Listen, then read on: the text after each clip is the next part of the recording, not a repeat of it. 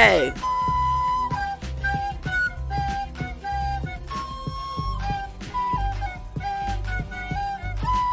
Woo!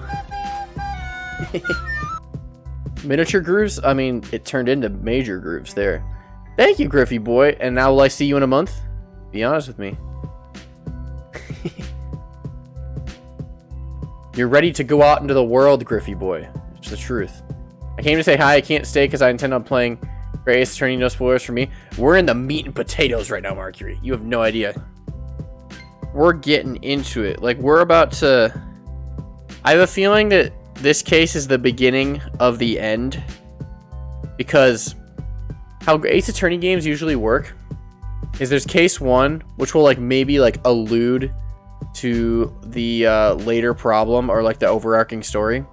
Case 2 is usually not related at all, but case 3 is almost always like really related to whatever's going to happen at the end of the game. And it was the same in the first game. So I'm like, hey. So we're on case 3. We're halfway through case 3 right now. So I'm like, Capcamu.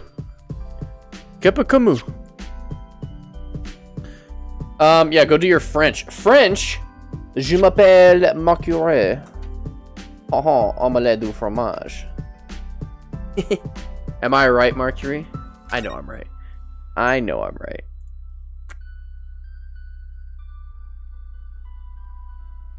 The Great Ace Attorney Chronicles.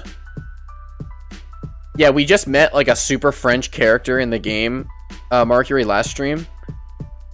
And I was like, whoa, mieux considerable, wow, Fredon.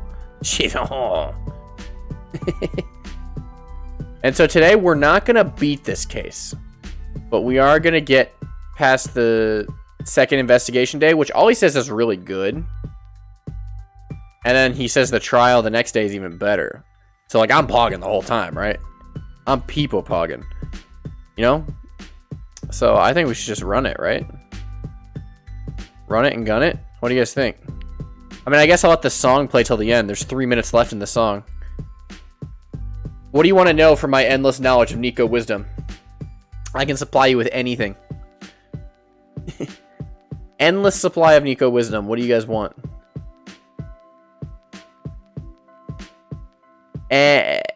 Anything you want, I am here for.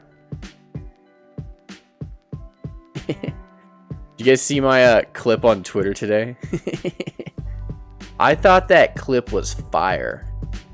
What is Nico's Twitch password?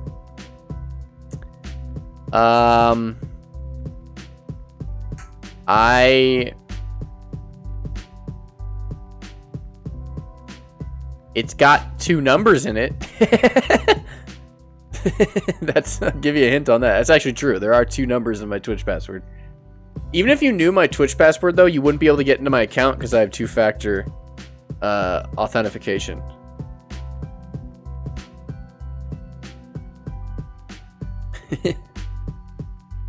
Hacking in as we speak. All right, Griff. That's awesome. Absolutely fantastical. Guys, you see my...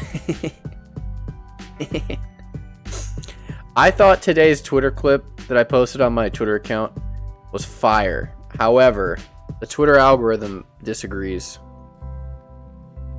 Let me show you this. For those of you who are unacquainted.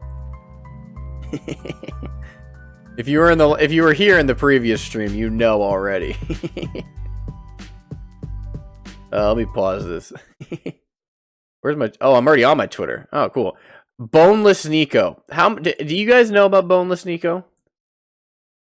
Because I'm not sure how many of you know that I actually don't have bones. I just choose to appear as if I do. Which is what most people misunderstand about me. They think, oh, he's a human being behind a camera. He has bones like any other dude. Wrong. I don't have bones, and I never have in my life. I chose not to grow them when you're born. I refuse to sign the waiver. So, allow me to demonstrate. Boneless Nico. For those of you who haven't seen. Boneless human walks this earth. Oh, wait.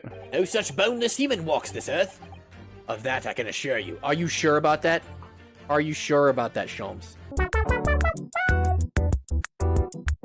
No such boneless human walks this earth. Of that I can assure you. Are you sure about that? Are you Listen. Do you ever just make a post and you're like, damn, I am so good at social media?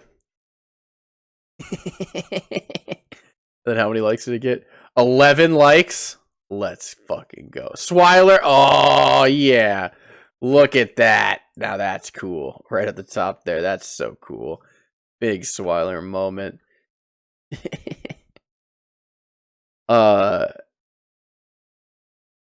I got that. You post something on Twitter and you're like, damn, this shit fire. 12 likes. Mercury. All right, now we're getting somewhere, boys. Now we're getting somewhere. But like, things are heating up in the courtroom. Look at this. Look at this. Look at this post. Look at this post. Look at this post. Look at this. Look at this. That's when I noticed that some of the poison was Saseki's missing. taking a dump. Is Saseki taking a dump over there on the right?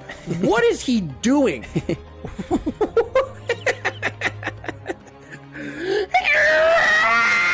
So 6 likes, right? Okay, this is a good tweet. 19 likes. That about makes sense. I'm trying to find like a tweet that like got way more likes than it should have. Look at this.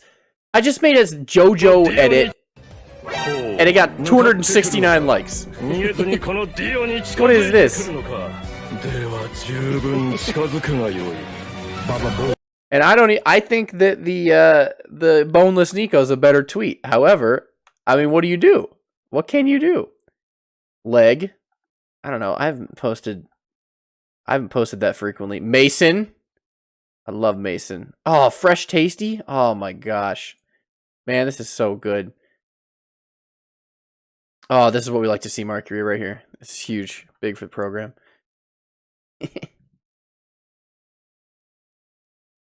What? They have... Wait. I got 27 likes on GroupMe, and honestly, I'm ready to become an influencer. Do it, Griff. You should absolutely do it. It's like... Do you guys know how many of you guys are aware that I made a tweet 2 years ago that got 30,000 likes? Or how many of you guys are aware of that?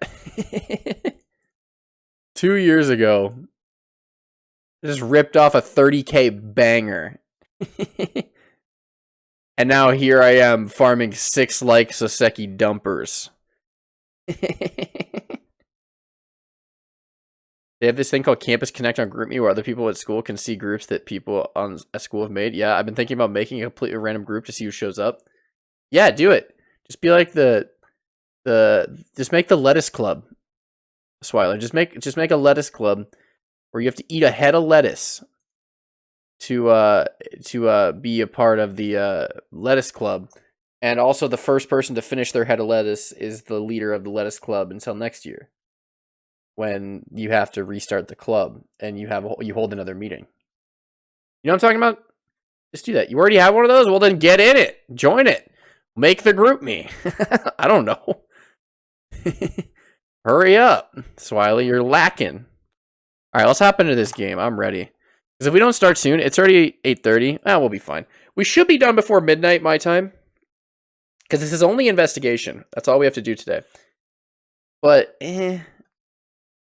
it's gonna take, yeah, it'll probably be around midnight when we're done. Oh, au revoir. Oh, au revoir.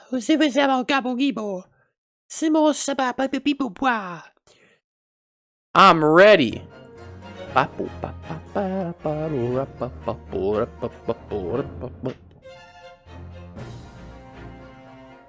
Okay, Ollie said this investigation is really good, so I'm ready. Big Nico moment. Huge. Colossal, even, dare I say.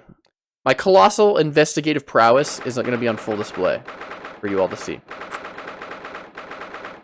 Okay, I gotta warm up my voice. I have to do this every stream that I do this, because last stream, I did so many different voices that my throat actually hurt after the stream.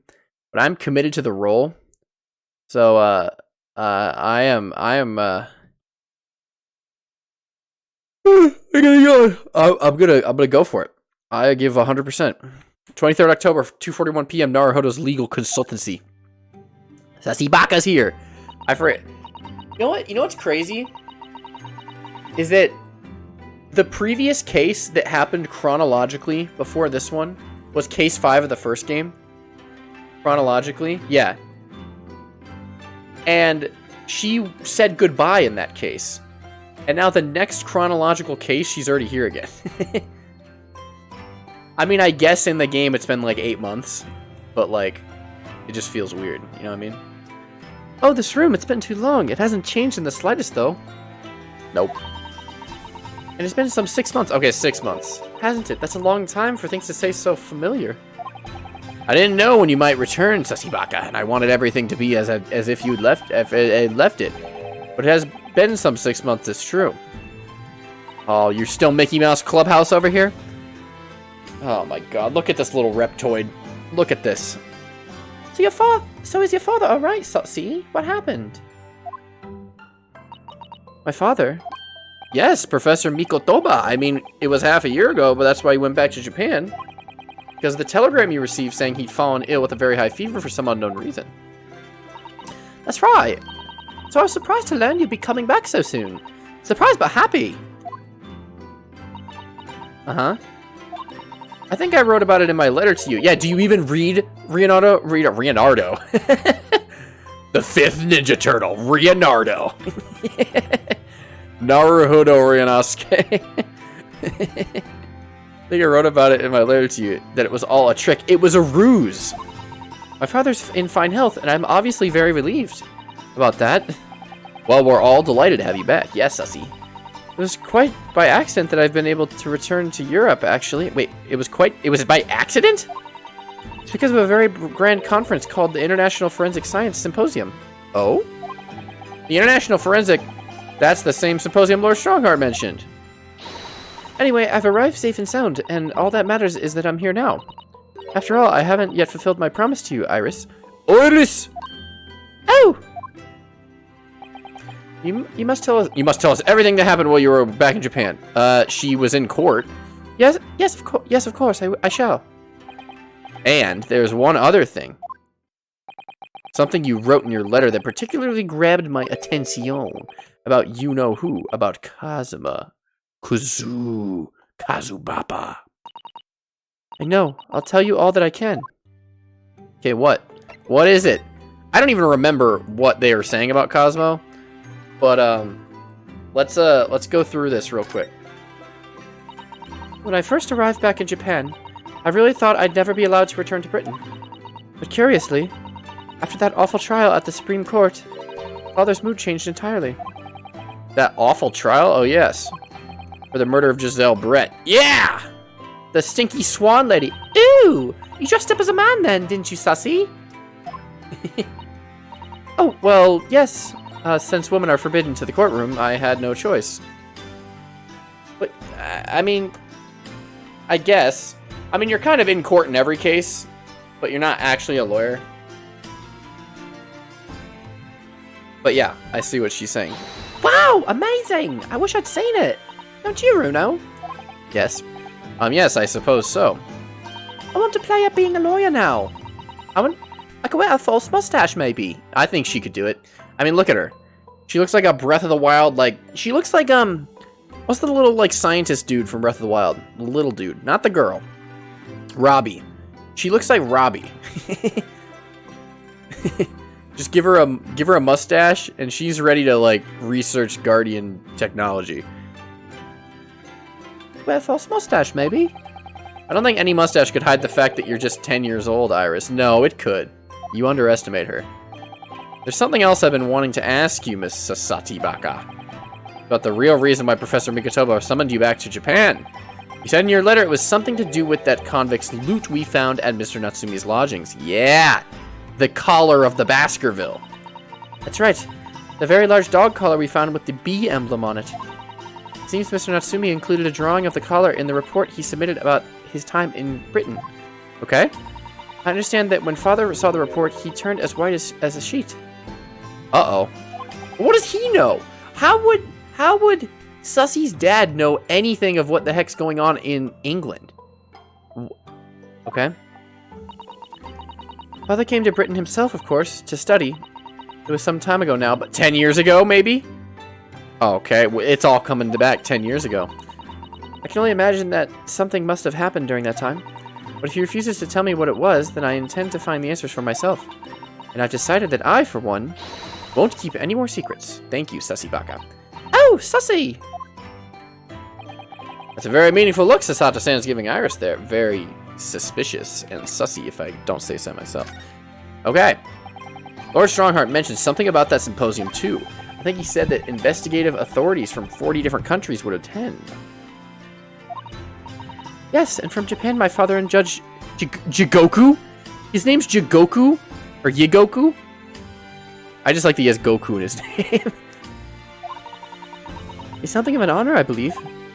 Well, Professor Mikotoba is the leading expert for forensics medicine in our country, after all. But who's the other person you mentioned? A judge, did you say?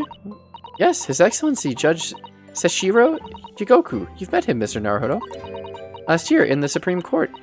You can't possibly have forgotten. No, I didn't forget. That terrible trial of yours when you were accused of murder?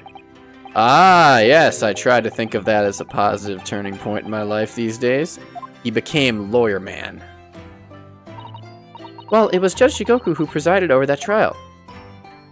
So he's actually going to be a character? This judge? Because I like that judge. I like the Japanese judge better than the English judge. Just because he looks like a Giga Chad more. Like this judge looks like Father Christmas. And don't get me wrong, I like Father Christmas. But the Japanese judge looks like the Giga Chad meme, where it's like, you know, just the super jacked guy.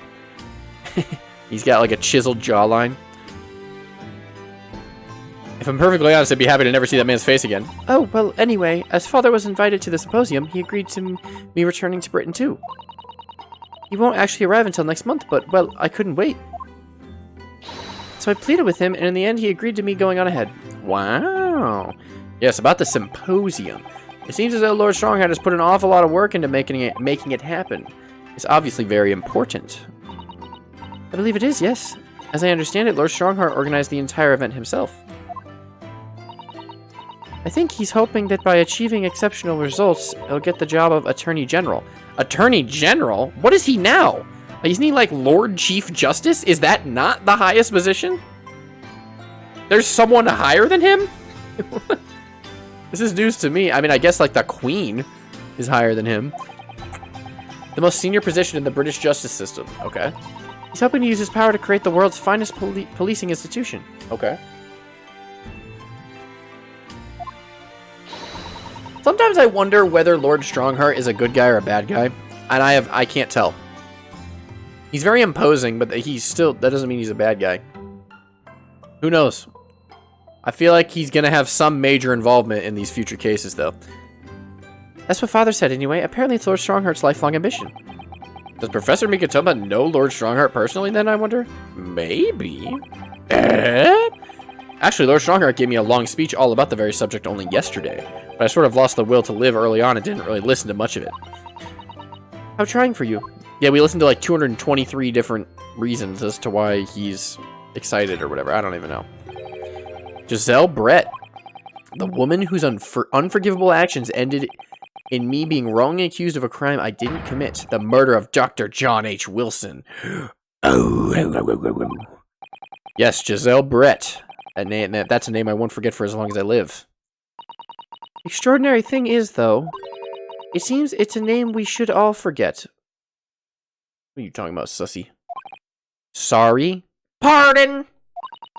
Since the incident, our government's intelligence services have been investigating Miss Brett. Okay. It turns out that an Englishwoman by the name of Giselle Brett didn't actually exist. And who the hell did we kill? Or not kill. Who the hell got killed? Excuse me? Didn't exist, but how can that be? It was a pseudonym. Her real name was Shin. Oh no! Uh-oh. Okay. That's one of the names from the list. That's one of the names on the list. You guys remember the list at the end of the first game? There was Cosma Sogi, like A. Shin or something, Tobias Gregson, and Jay Wilson. And 3 of those 4 people are now dead. Kazuma, Giselle Brett, which is apparently the other name. Gregson, misspelled. It wasn't actually, it was like, I can't tell if it's actually Gregson. There was a guy that had a name very close to Gregson, and then there was Wilson. And now, I don't know. They're all dying, so maybe they're targets. I don't know. Maybe we gotta protect Gregson. It was Gregson? Okay, it was Gregson. We gotta protect him. Affront? Who on earth was she then? Miss A. Shin. Her name is literally all our intelligence services have been able to ascertain about her. Okay. Nobody knows why or even how she came to be in Japan. What? It's a complete mystery. But that makes no sense. I agree, it makes literally no sense. It's no easy task to be accepted as a foreign student anywhere.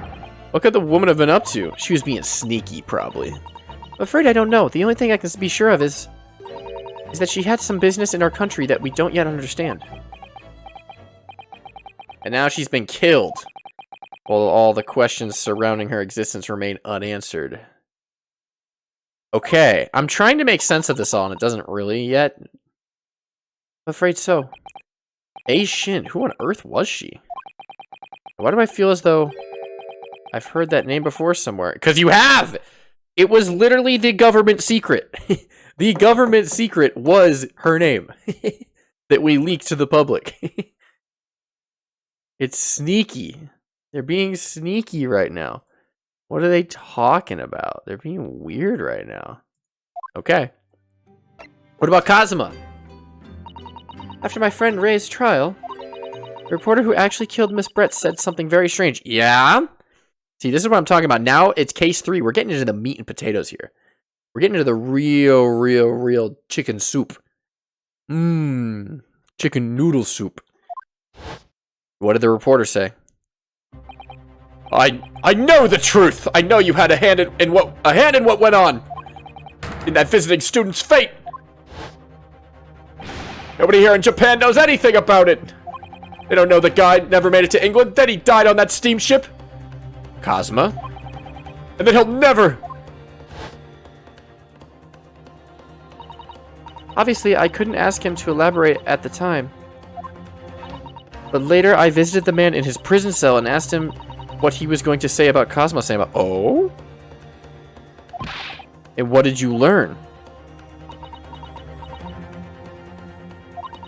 After he died on the voyage to Great Britain, his body should have been unladen at the port of Hong Kong and passed into the care of the consulate staff there. Okay. Should have been? Where did it go? Well, it turns out that his body never arrived. Huh? It just disappeared. What? Where'd it go? Someone either stole it or he didn't die. Among Us.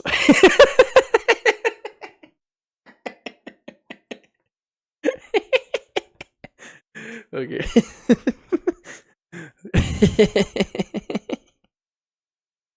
Okay.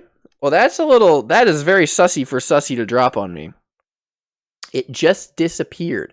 Okay. So either someone on the boat, one of the sailors, yoinked it for some reason. It could be part of this, like, they needed the body to, like, confirm a kill. I don't know, because it seems like he'd be a hit. It'd be like a hit list. Because the government leaked secret, everyone's dying on it. Are any of them dead? Are any of them dead? Is Giselle Brett dead? I don't know. Is Cosma dead? I have no idea. Where's the body? Did someone steal it? Did Sholmes steal it? Sholmes was on that boat. Alright, I guess we'll find out. What? Cosmo's body vanished? Our government tried to cover the fact up, it seems. They erected a grave on the cliffs by our hometown. Yep. Except Kazuma-sama isn't there. Did Professor Mikotoba know about this? Yes, it would seem that he did. But he didn't tell me. They're still investigating what happened to Kazuma-sama's body as we speak. I just don't believe it. And what is this acute feeling of apprehension I have all of a sudden? The Kazuma mystery. Thinking back now, some of the things that happened on the SS Burya were definitely strange. It's true. This is what I was messaging Ollie at one point, this. Is that... Like... we never saw the body. And how could... Because we were on a boat. It's not like they could take it away to the police. Where did it go?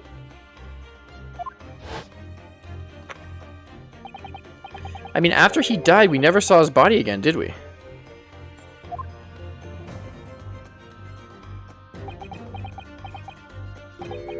Could it be?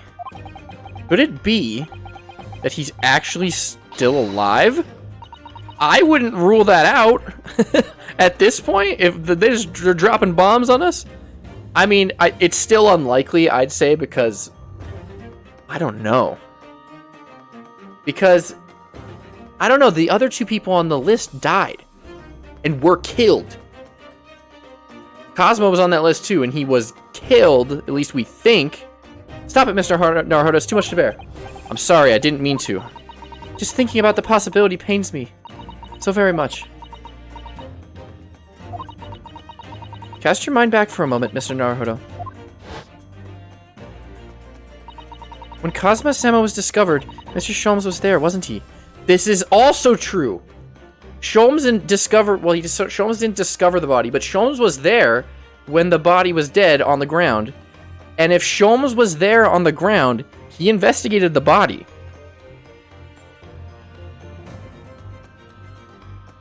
Is Sholmes a bad guy? There's no way. Because if Cosmo was alive, Sholmes would know, because he like looked over the body.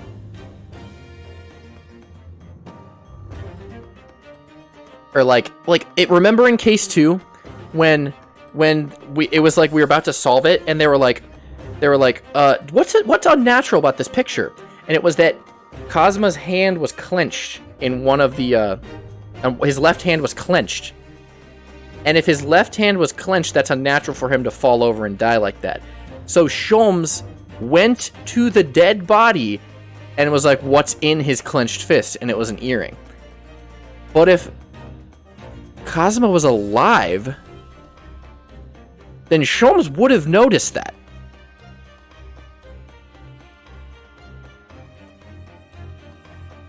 Or is it all just a ruse? I don't even know. When Kazuma-sama was discovered, Mr. Sholmes was there, wasn't he? He was. And he definitely examined the body. I remember it clearly. Sholmes examined the body. Okay. You're right. So if Cosmo hadn't actually been dead at all, Sholmes would know. It would mean that Mr. Sholmes had lied to us.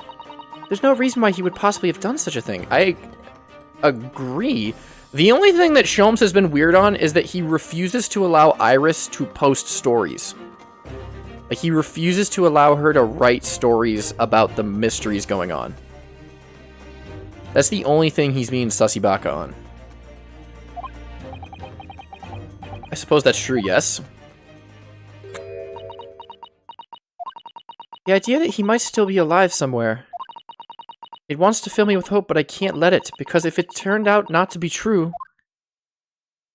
Sad baka. Then I'd be back to the bottom of that awful pit of despair again. I'm terrified of what that might do to me. Oh, Miss Sussy Baka. I know she's given the idea the thought it deserves. It's the Sato-san we're talking about. So I probably shouldn't push it now. Okay, here's the thing. Here's what's happened. Either someone on the ship stole the body, either like the crew or the little ballerina girl, and it was all just a setup, or Cosmo's alive and Sholmes is lying to us, and he's kind of a bad guy. And I don't really like either one.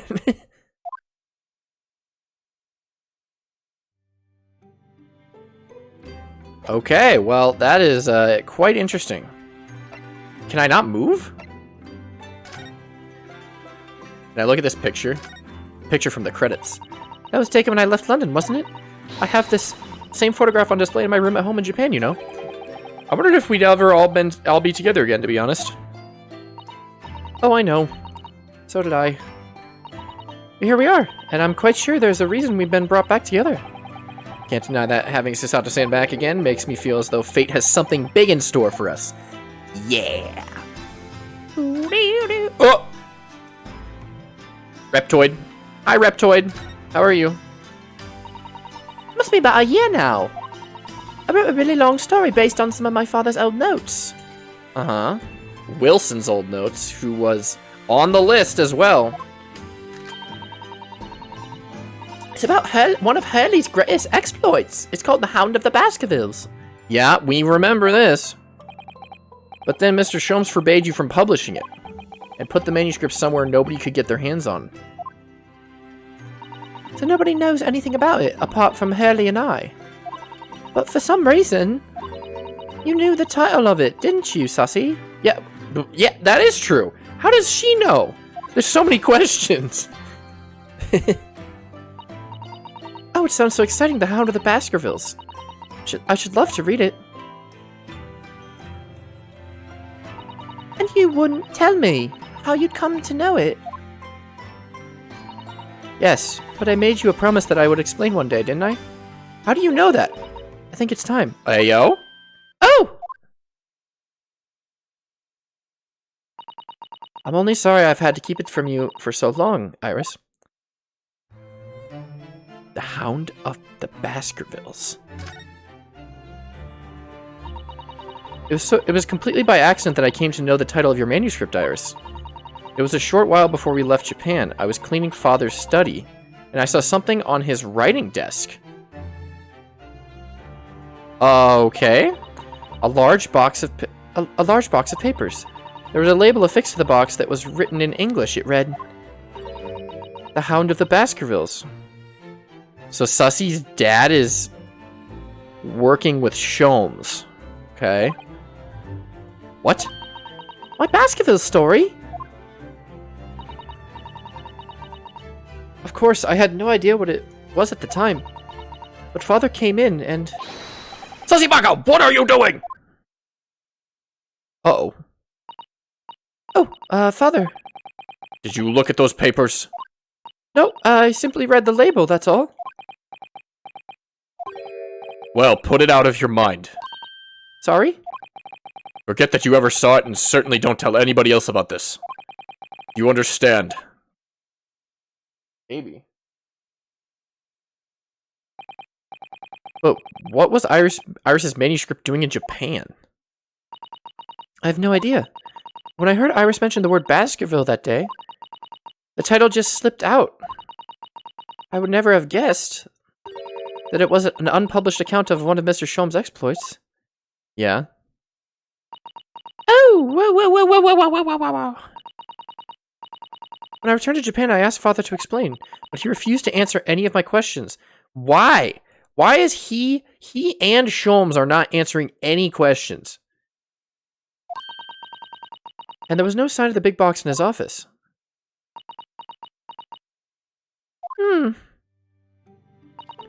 That's really all I know about it. I've no doubt that Father has a very good reason for being so secretive about it, but still. I made up my mind to explain myself to both of you.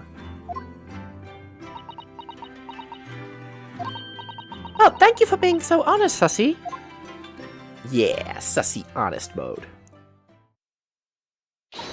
So, Mr. Naruhodo, I'm ready to start investigating if you are. I've committed every detail about the case to memory. And Iris has told me about the disturbing happenings at the Waxwork Museum as well. So you're fully abreast of the situation already, Miss Sussy Baga? I've never heard anyone use abreast as an adjective before. I don't think I've ever read that word, even though it makes sense. I'd expect nothing less, to be honest. I think our first port of call should be investigate this Mr. Drebber, the engineer responsible for building the elaborate machine that was used to effect this extraordinary trick. Yes, a conjurer of sorts, by the sounds of it. Well known in the fields of science and magic. And we need to go arrest him. Well, yeah. You must know the truth behind this case, so I agree, we really do need to find the man. It sounds like it's been a case of tracking... It sounds like it's a case of tracking someone down. Which is a job for the police, or a great detective. Are we supposed to guess she might be... who she might be thinking of? We don't have much time, so we need to get started straight away, I think. Good idea. Well, best of luck then. Oh, you're not coming today? I'm going to Brixton Road shortly for the herb market. Alone? Let me know later how you got on, won't you? Okay, bye. 10-year-old Mickey Mouse Clubhouse goes to the herb market. That was a little abrupt. The pull of the herb market must be strong.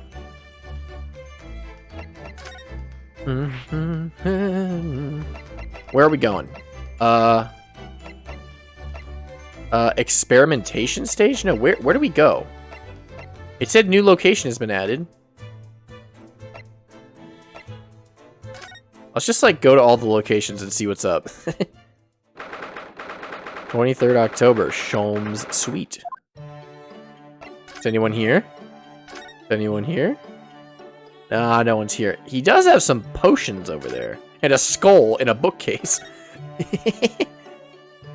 I love Iris as half of the room. It's so funny to me. She is a girl boss genius Albert Einstein.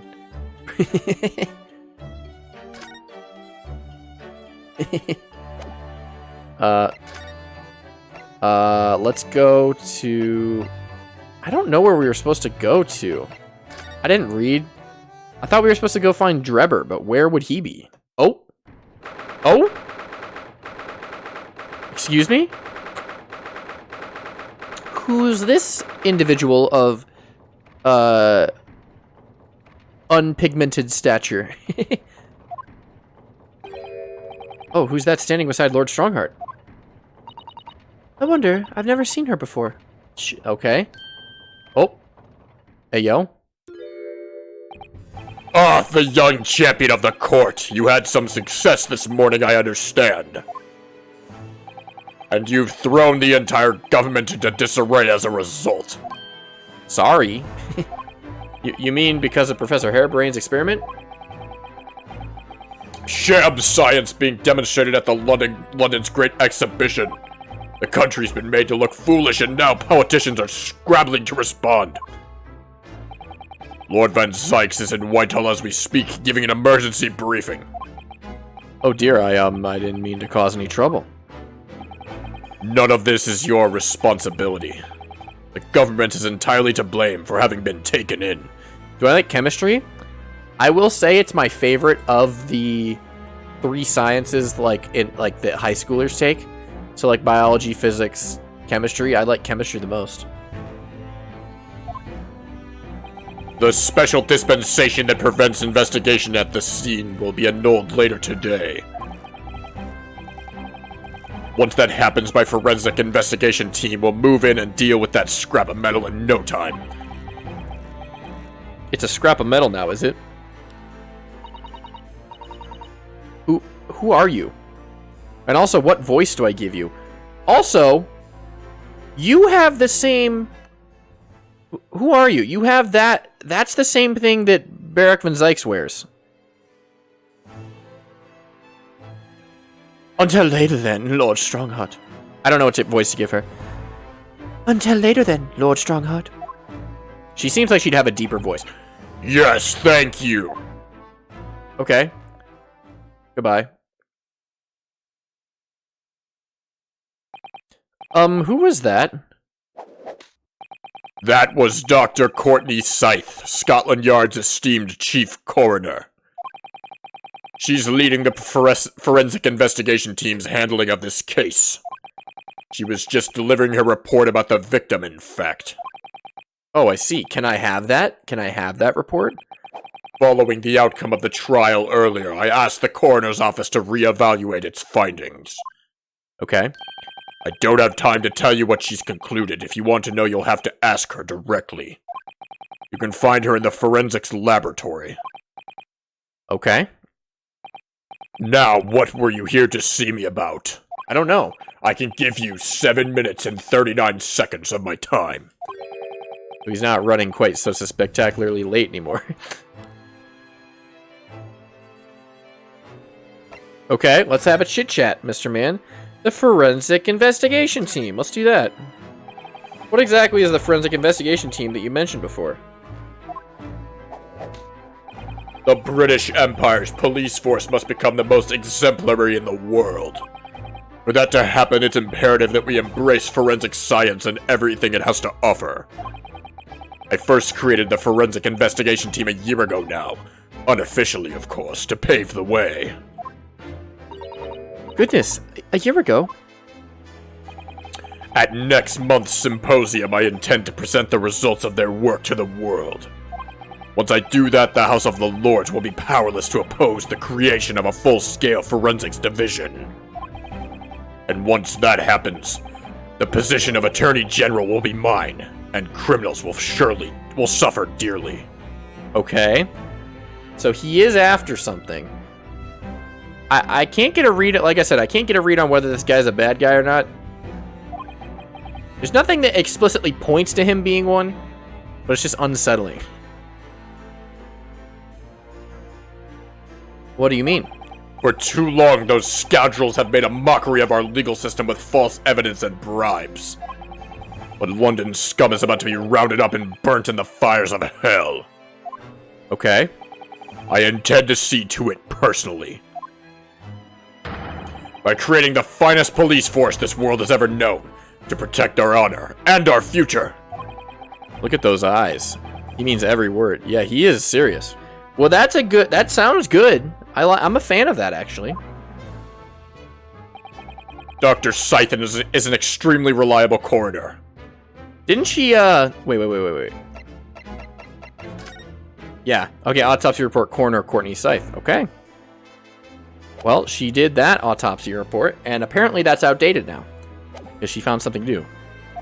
When I officially establish the forensics divisions at Scotland Yard, she will run it as my right-hand woman.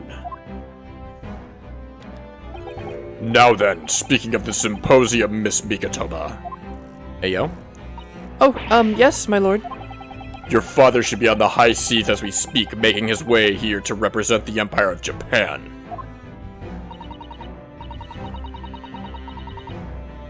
Yes, that's right. I understand he will arrive at the beginning of next month. Are you acquainted, Lord Strongheart? With Professor Mikatoba, I mean. Maybe. It was many years ago now, but yes, I remember Dr. Mikatoba very well. Ah! Dr. Mikatoba. If my memory serves, it was some 15 years ago now that your father came to Britain as a visiting student. A student? It was the year I was born, so yes, 16 years ago, in fact. I forget that Sussy's only 16. I mean, Iris is only 10. The most reliable characters in this game are a 10 and 16-year-old girl. Or 10 and 16-year-old girls. I love that. Meanwhile, Sholmes is like 30. And he's a dumbass. Mikatoba was a young practitioner of forensic science, and Jigoku accompanied him as a young, promising judge. The punctiliousness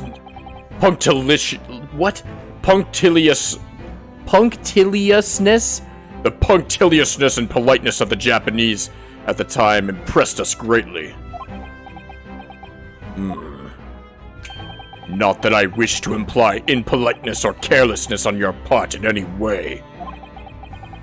I didn't think that you were. Dr. Mikatoba studied forensics at one of London's large hospitals. St. Sinners, if I'm not mistaken. Yeah, uh-huh. Dr. Scythe was also there then, as it happens. Maybe Dr. Scythe is related to Giselle Brett then, because Giselle Brett worked there too. Then Dr. Scythe knows my father, does she? She was a young medical assistant at the time, so I doubt their paths crossed regularly. But I have no doubt they knew each other superficially. After all, Dr. Mikatomo was here studying his subject for some 6 years in total. 6 years? That is a long time. I lived with my grandmother in those years. So he left his newly born daughter behind and went overseas for 6 years? It was a rather turbulent time at home. Yeah, like, what the heck, dude? Oh? Perhaps father wanted a reason to get away. What do you mean? Why? I don't know. Well, clearly something was going on. Lord Van Zykes. I wanted to ask you about Lord Van Zykes, actually. I heard that his older brother was killed some years ago. His older brother? That's crazy. By a mass murderer known as the Professor who targeted nobles and royalty, is that right? You Japanese are a thorough lot. You've done your research well. Yes. And you could say it was that very incident that gave rise to the Reaper. Hey, yo. Huh? Why? When his brother Clint Van Zykes was murdered. It was just after young Barrack had graduated from the University of London and become a prosecutor. When obvious criminals who managed to evade conviction in court started disappearing, rumors quickly spread throughout the capital. Londoners started to say that wherever Barrack Van Zykes went, the ghost of his dead brother wasn't far behind. Oh my word. So Lord Van Zykes isn't the Reaper. It's the ghost of his brother? Oh. I mean, I guess. That makes sense. Ever since that time, he's became a very aloof figure in London's legal circles. Very aloof. I don't know about aloof. Oh yes, Lord Strongheart. Go ahead. It's about Professor Harebrain's experimental machine. We'd like your permission to examine the remains if possible.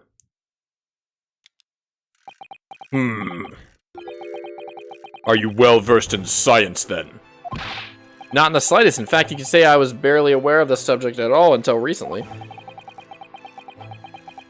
Well, the special dispensation legally preventing investigation of the machine is currently being annulled. Within a few hours, Dr. Scythe's team of forensic experts will begin their own investigation. But I suppose until then, there's no harm in you looking at the wreckage, as long as you touch nothing. Thank you. Being able to look at it is better than nothing.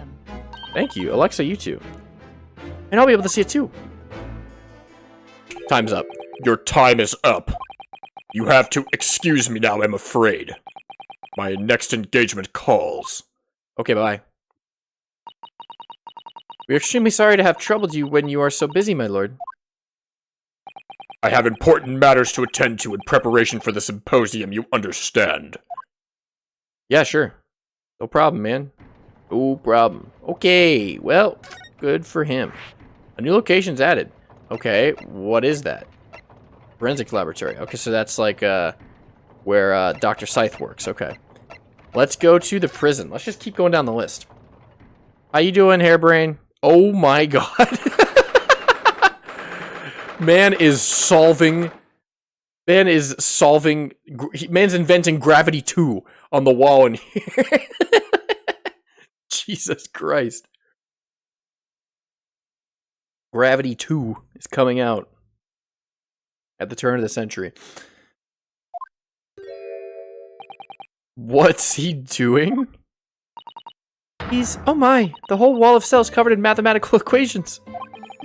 And he's still writing more now. Professor, sorry to interrupt. Mr. Naruto, and who is this young lady? My name is Sasibaka. I'm Mr. Naruto's judicial assistant. It's a pleasure to meet you, Professor. if only I'd met a refined young woman like you sooner! What are you trying to say? None of this would have happened! No, that's not logical. It makes no sense at all. Oh dear, I'm sorry if my presence here upsets you. I owe you an apology too, Professor. I didn't manage to deliver what I promised to you I would in court this morning. Oh no! The whole thing, this whole miserable affair, it all happened because I've been such a complete and utter clot. Professor Hairbrain. Gravity 2. What have you been working on in your cell? Gravity 2. You mean that? Oh dear, how embarrassing. I was suddenly struck by an idea, you see, and I simply had to write it down. The wall was all that I had to hand. Oh, is it some new hypothesis? Something to surpass super high voltage instantaneous kinesis, maybe?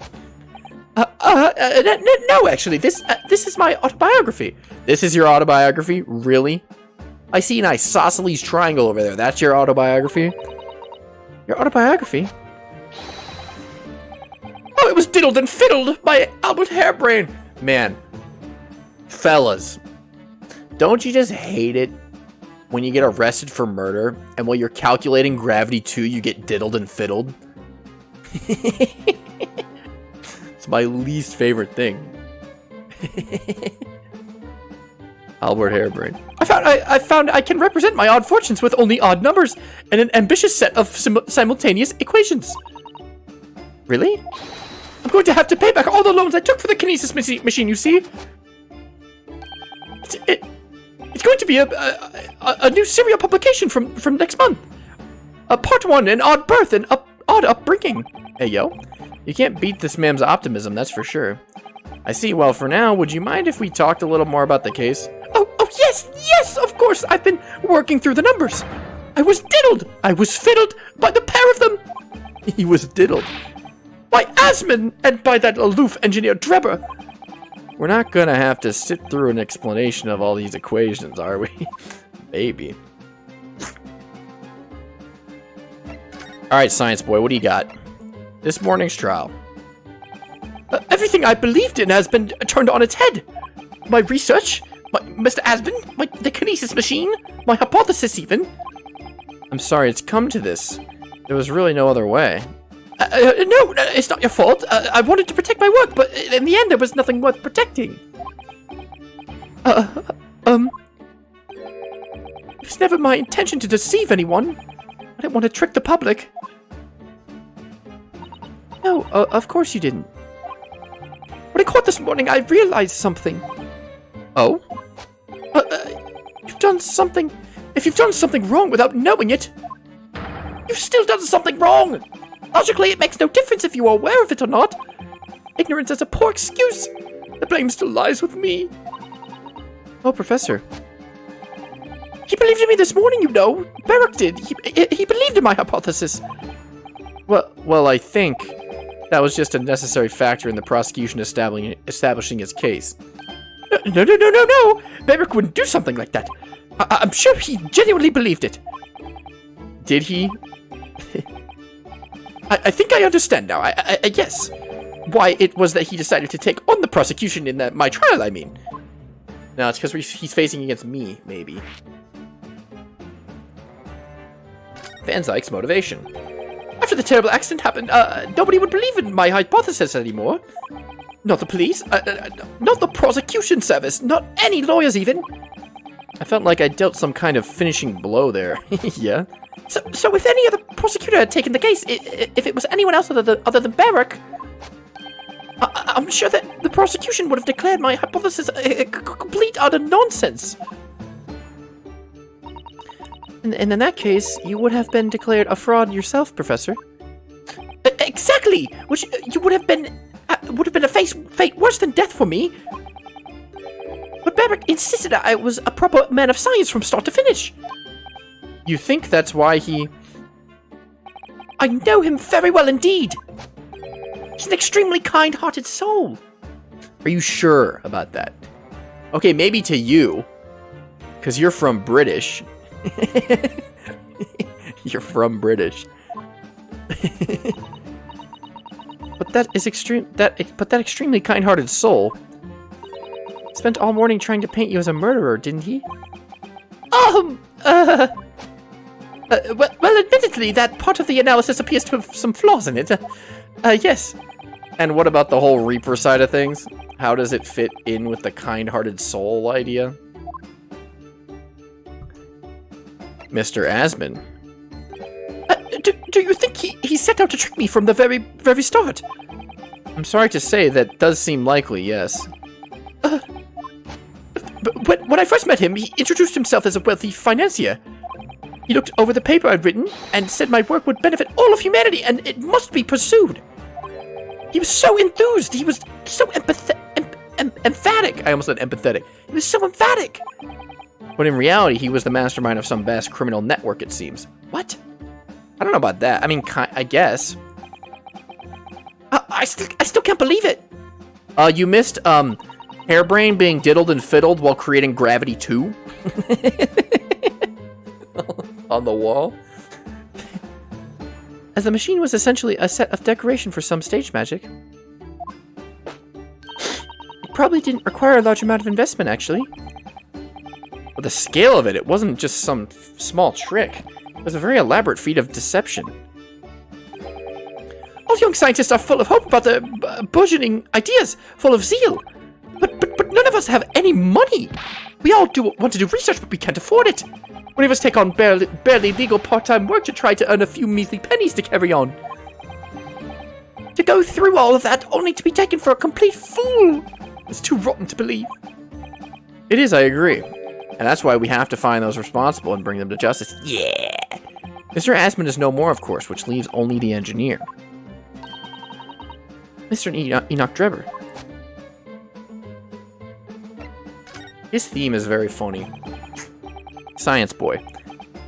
I love how his theme is just called Professor Hairbrain, Science Boy. Is he an engineer, a magician, or a swindler? It was about a year ago when Mr. Asman first brought Drebber to meet me at my laboratory. Since then, I've met him many times to discuss details about the kinesis machine. But at no point did you have any inkling that he was just an illusionist? He definitely wasn't just an illusionist. What do you mean? He was a wealth of science, he was a wealth of deep scientific knowledge. There's no question that the man's a genuine scientist. It's instantly apparent in conversation. I see. But the wretched man deceived you, Professor. It's unforgivable. Forgivable. Unforgivable. I love that video.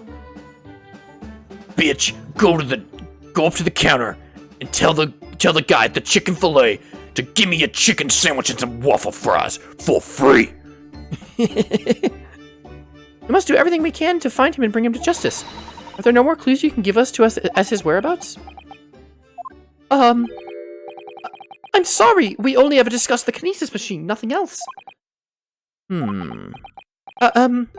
Although, just once, I did visit his workshop. What workshop?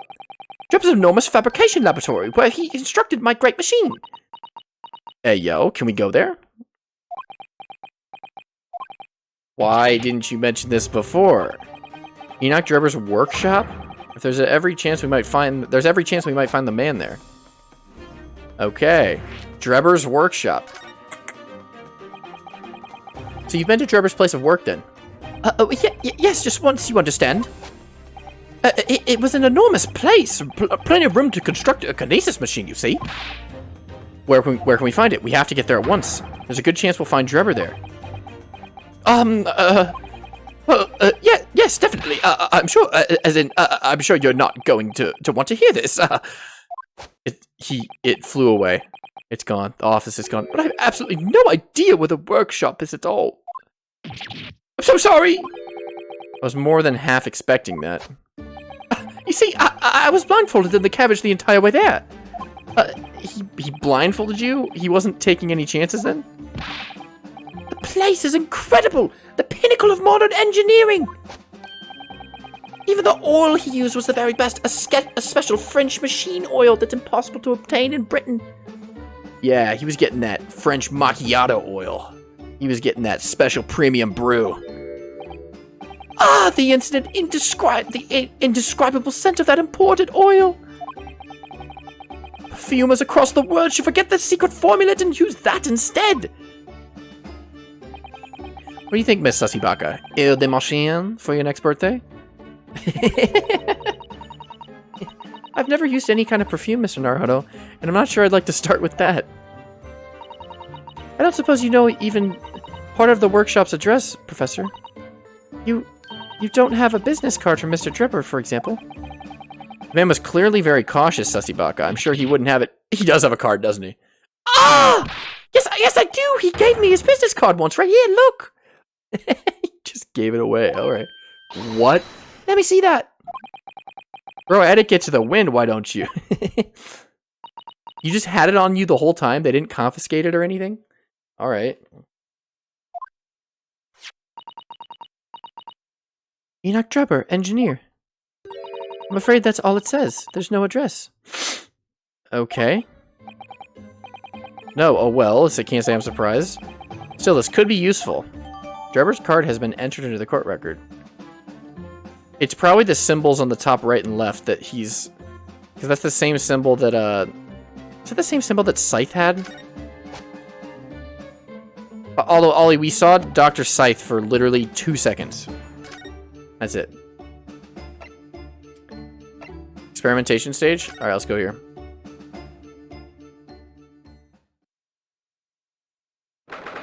October 23rd. The Great Exhibition grounds foot of the Crystal Tower. You met Dr. Scythe? Yeah, for like literally 3 seconds. Yeah. Oh, Ginny! Give her the snake. I'm a snake. A snake. I'm a sneaky little sneaky snake. She has snake fang hair. She does have like a snake pin like on her thing right here. I had no idea there were so many people in the world. I know what you mean. It's really packed here today. Also, Ginny's playing with a pupper. Feels as though it's taken us 2 hours just to make our way through the crowds to this point. Has it? I shut my brain down, so I didn't really notice, to be honest. Gosh, I do wish I had your absence of mind sometimes, Mr. Naruto. Yeah. Men just be like, I don't want to be bored. And so they just cease to think with their brain for several hours. There you are. I had a feeling you lot would show your mugs before long. Ginny. Hi, Ginny. Oh, that was not Ginny. Oh, Inspector Gregson, I see you're hard at work as usual. Gregson, I regret to inform you that your life might be in danger. 3 of the 4 people's name on the list are dead, supposedly, and you're the only one still alive. You might want to watch your back. Warm greetings to you. I hope you've been keeping well since we last met. What's with all this ceremony? They just saw each other in court this morning. Nah, you, Sunshine, the gentlewoman so loyally at your side. Oh, why thank you, Inspector. How good of you to notice. He might be a bit rough around the edges, but he's still a proper English gentleman. Hey. As you've probably guessed, we're hoping... Oh, you already missed this. We literally didn't even play the game for like 15 minutes. I'm not going to reiterate. I literally was just talking for like 15 minutes straight. You missed this, so I'm not reiterating, but yes. As you probably guessed, we're hoping to investigate the crime scene some more. Right, well, that's the young trainee's domain. Oi, get over here, Gina! Hey, Roger! Hey, yo, doggy. She seems to be busy playing with a pupper. Probably giving it a traditional East End training. Gina, she's a police officer now. Amazing, isn't it? She's a good kid, actually. Heart's in the right place anyway. She's got the detection bug, if you ask me. Yep, I think she'll follow in my footsteps nicely. What do you mean? I'm being transferred. It's time for me to say toodaloo to London. Why? Why are you being transferred? This is dangerous. Gregson, you might not want to go. You probably shouldn't go wherever you're going. That'd be really kind of silly. It seems kind of sussy. You probably shouldn't do that. Oh no, really? That's a bit sudden, isn't it? I had no idea. Where are you going to be posted then? We'll come see how you're getting along. Ha! Not likely. You're welcome to try. If you don't mind a trip to France, that is. French. Je m'appelle sauce one. Fruit de blanc. To France? I'll be working in the Paris Police Prefecture. Should be right up my alley. Really? How do you know that? But France, it's an entirely different country. I don't understand. Why would you be sent there? That's the way the adult world works, sunshine. Now don't go poking your nose in wherever it's not wanted. I'm intended to take the kid with me when I go. You're taking Gina? What? You're taking Gina? Why? Gina in Paris. Well, I can't leave her here in London. Who knows what'd become of her? I suppose he's worried she'd slip back into slipping her hands into people's pockets and purses. Yeah, maybe. I don't think he's worried about her pickpocketing, Mr. Naruto. I think he's worried about the Reaper. Oh, yeah. That is true.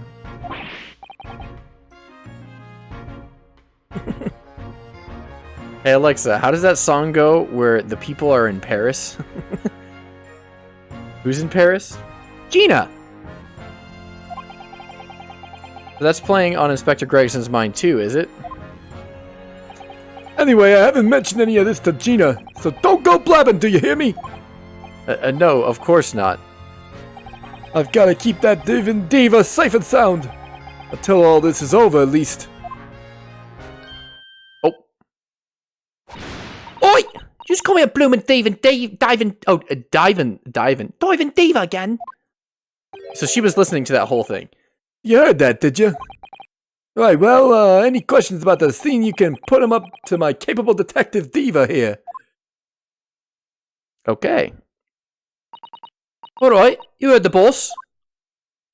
Inspector Lesterade's in charge here now. I suppose I better keep my word and not mention anything about Paris. So, Gina, you've got a new dog, have you? Is that a French bulldog?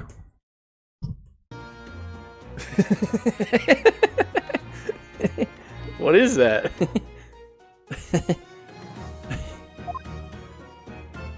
Puppy! Little boy. Isn't he great? Toby's his name. Toby's his name, so Tobias. It's a little Tobias. Oh, how delightful. He's absolutely adorable. Yes, the dog does seem lovely. But it's not the so lovely Inspector Gregson that's playing on my mind. But it's the not so lovely Inspector Gregson that's playing on my mind, to be honest.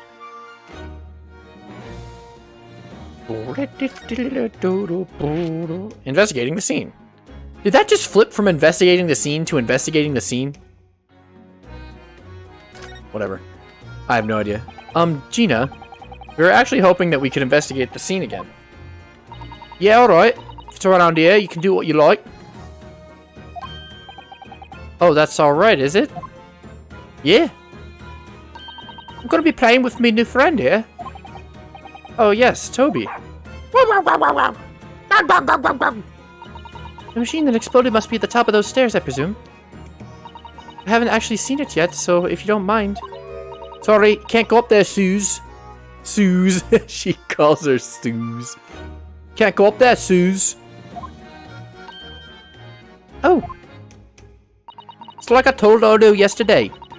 I ain't allowed near that wreck. What's it called now again? The reason we ain't supposed to touch it? The special Dispensation for Scientific Equipment Act. Is that what you're thinking of?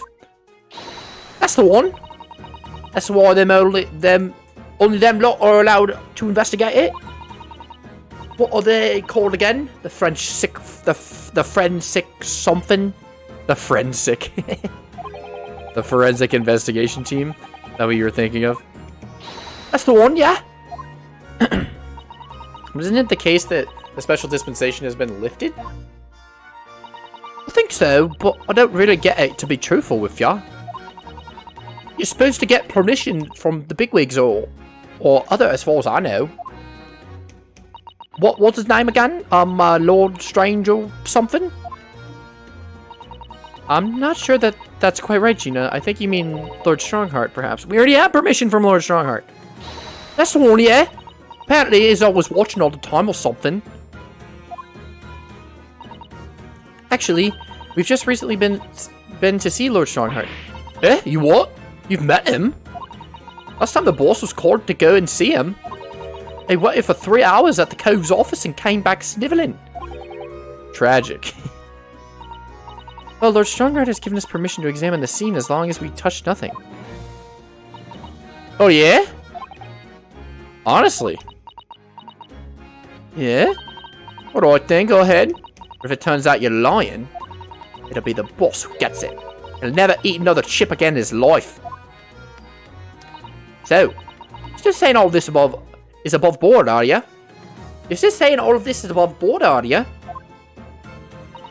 I'm sure everything will be fine. That really would be tragic if he never got to eat another fish or chip. Alright then, them to stairs, off you go. Oh, thank you, Gina. Don't we have more to talk to her about?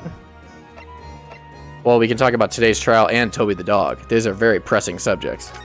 It was great, it was great, wasn't it? I had a right laugh. It was a new one on me, that. You know, being in court and not spend the whole time worrying about if I'm about to be found out. You did keep an awful lot of secrets in all your previous court appearances, didn't you? Yeah, and Otto's name made things hard for me every single time and all. Just doing my job, Gina, you silly, silly Sally. Watching someone else get it in the neck of it is a lot of fun, actually. It was amazing when you showed that dodgy professor's dodgy experiment was a total fix. That dodgy professor, as you put it, Gina, is Mr. Naruto's client. Yes, I'm starting to wish he wasn't, though. No, he's cool. He's the science boy. It's the boss I feel sorry for. Sent off to do the impossible. What do you mean? He's supposed to arrest that other cove, ain't he? Hey, and in time for tomorrow and all. You know, the dodgy engineer. What's his name again? Mr. Drebber, you mean? Enoch Drebber? That's the one, yeah. The police are looking for a mysterious man with a black monocle. I guess they would be. It's putting too much on the boss, if you ask me. He says it's giving him a gut ache. A gut ache. Did he eat soap like Sholmes? Oh dear, but I do wonder if that isn't actually from all the fried food. Maybe. The engineer's whereabouts. Well, I want to know about Toby the dog. Can we get to Toby the dog, please? So Scotland Yard are trying to track down Mr. Enoch Drebber. I wonder if they've had any luck. He's really funny looking. Got two eyes with what don't match. Stole a glimpse of a picture of him earlier. I mean, I didn't actually pinch on it or nothing.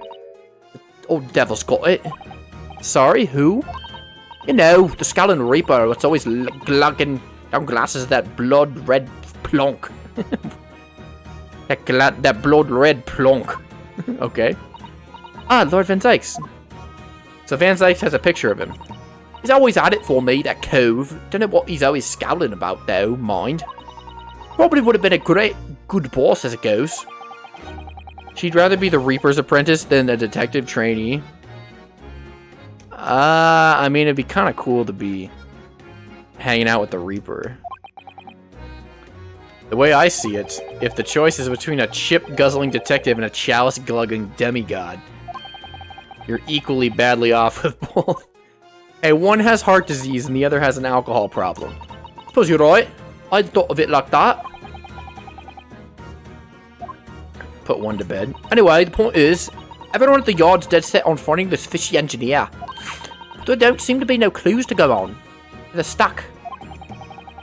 There's nothing that can lead us to Drebber at all?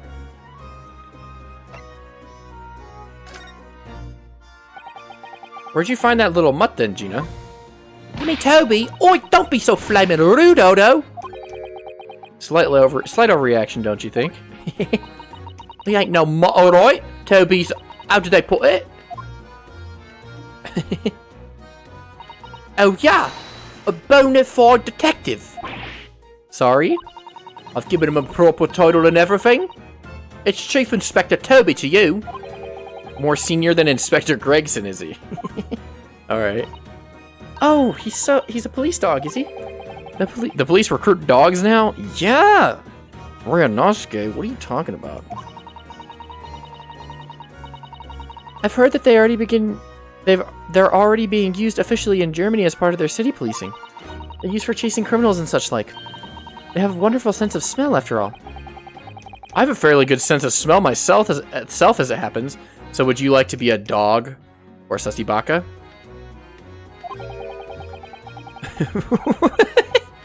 I can tell undergarments that have been freshly laundered from undergarments that haven't. Ah, that 1890s undergarment stench. That's what we like. Especially because the people didn't shower back then. That's funny. Give it the old, ha! That's nothing compared to this little fella, Odo. So the sniff test is centuries old. I still employ the sniff test to this day. According to what the boss said. I like this angle for the dog. Is the dog taking a dump right now? What's he doing? He's sitting very suspiciously. Once Toby has got a good whiff of your drawers, he could chase that scent to the other side of the world. Huh? To the other side of the world? You mean he can swim? Yup. Robo-dog. Let's go, Char. Let's go. He's big for the program. What are you gonna do? Where are you going, Char? Where's the big occasion? Are you going? Are you taking them to the ball? He can swim. That's the worst American accent I've ever heard. What? Which character? Who are you talking about? Are you talking about Gina? Because Gina is, what is Gina? She's not, is she like Welsh or something? I don't even know. I can't do her accent if that's what you're talking about. But it might not be what you're talking about, I don't even know. Miss Naruto, I think you may have missed the point by a rather wide margin. Yeah, so what? I can't believe that little dog is such an incredible skill. He can paddle across the world. I'm telling you, Odo, there's going to be more and more dogs doing the bit for the police in the future. Yes, I agree. But alright, one of these days... You're just messing around? No, I was just making sure I knew what you're talking about. You're fine. One of these days, I'll be barking orders at us lot, not the other way around. Oh dear, sorry Gina, I don't think I agree with your vision quite that much. Dogs will take over the planet. Well anyway, whatever you think about that, Toby is Britain's first police dog. I found him down the East End the other day. Someone had just chucked him out on the street. There you go. I knew she lifted him from somewhere. Stolen dog. Oh, Gina, you're such a kind-hearted soul, aren't you? The children and to animals. Well, maybe she stole the dog. Maybe that's a child's dog that she just yoinked. Alright, well. Can I go up, or do I have to go to the stairs? You like this music, Char? The coffee shop? Yo, pay attention to what coffee drink they get. If they get a non-fat milk latte, that's a red flag, Char. If it's whole milk, you're good. But if it's non-fat, get out. You gotta get out of there. You gotta run, dude. These stairs lead up to the experimentation stage. Let's go and see what we can find out. Okay. What do we got up here? 23rd October. The Great Exhibition Grounds Experimentation Stage. Okay. Experimentation. Oh my, so this is the machine that was used to deceive people into thinking instantaneous kinesis had actually taken place. Yeah, that's right. Or rather, it was the machine. It's a little worse for wear at the moment. It kind of exploded. What extraordinary lengths Professor Hairbrain went to in order to obtain the research grant. No. The professor was tricked as well. He didn't know anything about it. Yes, of course. It's amazing, though, isn't it? The scale of the whole affair is so very British. British! You're right about that. You'd never see such a grand deception in Japan, that's for sure. Oh, look, is that... Ferris wheel? Oh! Vampire? Father? Lord Van Zykes. Lord Buttcheeks. What are you doing up here? So I think we're more or less done here, aren't we? Shall we, Miss Sasato? No, we gotta go talk to him. Already? He is the Reaper, remember? We do well to keep our distance, I think. We have permission to be here from the top. We're perfectly well allowed to investigate this machine, as long as we don't touch anything. I'm gonna touch everything. I'm gonna touch all the buttons. From the top, do you mean Lord Strongheart? Exactly. So we can stay here and stare at this wreckage for as long as we like. She could have been at the center of the explosion here, and it wouldn't have bent her steel will. Yeah. Lord Buttcheeks, what are you doing here? Ugh. Least approachable man in the world winner 10 years in a row.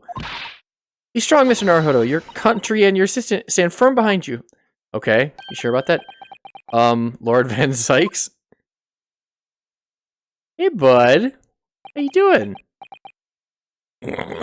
What? Well, beautiful weather we're having, isn't it? Yes, indeed. Indubitably. I thought I was making it quite clear that I didn't want to be disturbed. Apparently you Nipponese are unequipped to read the signs. Oh, I read them. I just wanted to talk to you. You and your fancy cravat. So, what are you doing here? Entrance to this area is prohibited. Colonel. Well, the thing is... Lord Chief Justice Strongheart granted us permission to investigate, on the condition that we didn't disturb anything. And yet you managed to disturb me. Yeah. Uh-huh. Never mind. State your business then. Come to think of it, there are quite a few things I'd like to ask Lord Van Zykes about. Yeah. Not least of which is that awful case, even though it's nothing to do with this. Yeah, like the 10 years ago or whatever? Ask away, Mr. Naruhodo. You won't know unless you try. Okay. We're just gonna straight... We just walked up to him. Hey, Barak, we want to ask you about your murdered brother. Just no small talk, no, like, easing in. Hey, so your brother got murdered 10 years ago. Can you tell me all about that? A stranger who you dislike? So, Clint. Was the name of your older brother, I understand, Lord Van Zykes.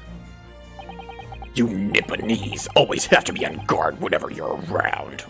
You Nipponese, I always have to be on guard whenever you're around. So, you've been investigating me, have you?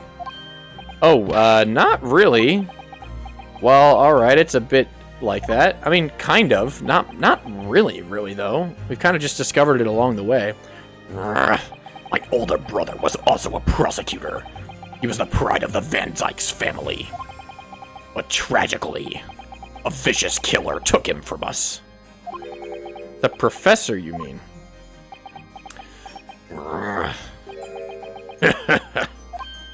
Is something funny?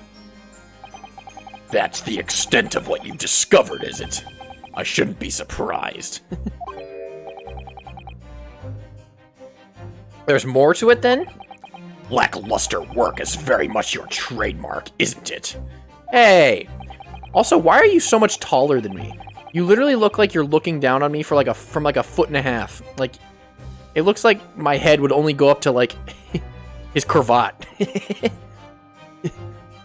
Oh, you're too kind. Are you gonna tar all Nipponese with the same brush next? Yes, probably. So tell me, what's your interest in that historic incident? As it happens, Lord Van Zykes, there's a rather curious case that's come to our attention. It's like a, but it's like Van Zyke's voice. Are you aware of the Madame Tussbell's Museum of Waxwork by any chance? I am, naturally. I believe that since last month, I feature in one of the displays there for public scorn. What? You do? Of course, the infamous Reaper of the Bailey would have to be exhibited, wouldn't he? Okay. Well, a particular waxwork has been stolen from the place and held for ransom.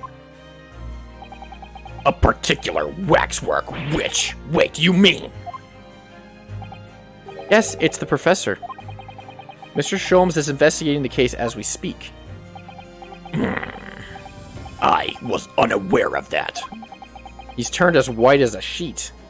Isn't he already pale and vampire-like all the time? Enoch Drebber. Are the police trying to locate the engineer, Mr. Drebber, already? Surely that goes without saying. We're very keen to see him found as well. The trouble is, we don't have much to go on aside from the description of the man we've heard in court earlier. He's got like a monocle and he wears black. That's all we know. Which, according to Professor Hairbrain, was a tall, thin gentleman who has straight white hair and wears a black monocle. Okay. Sure. So I was just wondering, I mean, I realize it's probably not possible, but, We very much appreciate any more clues that you can give us. wow. Sussy Baka really knows how to take the bull by the horns. Against this guy? Fine, why not? Okay, we like that. Hey, yo. I have a photograph of the man here from an investigation 10 years ago. 10 years ago? That's when your brother died. Whoa. Ooh. Though it appears he already had the black monocle at the time. Okay, he looks very interesting.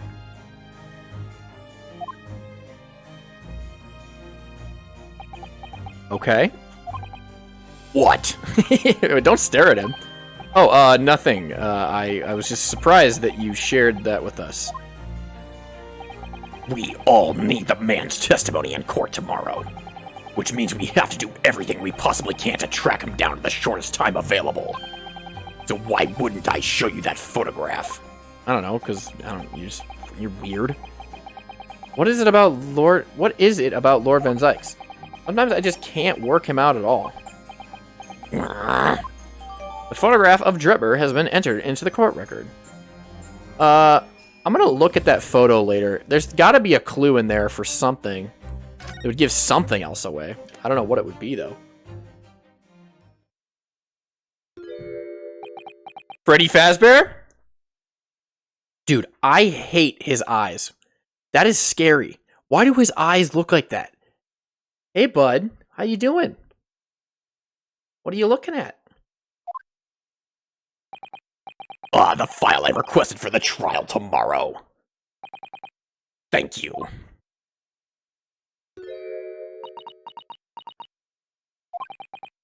Are you alright? Who is this man, Mr. Naruhodo?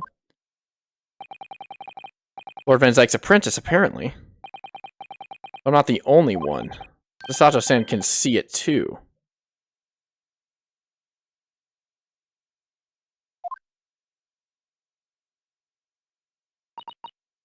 Lord Van Zykes, may we speak with your apprentice for a moment? With him, why?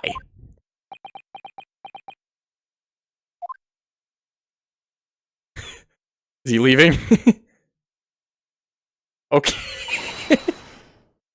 Kazuma-sama, yeah, that's what I was gonna say it, but I didn't want to. I'm like, is that him? Because look at his chin. His chin looks the same.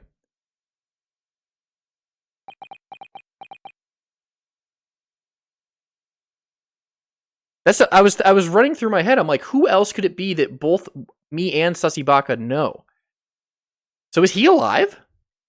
Okay, then Sholmes is up to some no good. Sholmes is up to some tomfoolery then, if this guy's alive. Kazuma. Hey, yo. He spoke. He wasn't supposed to speak. I don't believe it. Your posture, your presence. It can only be. It's you, isn't it, Kazuma-sama? How the actual hell, if it actually is him, which it probably is, how the actual hell?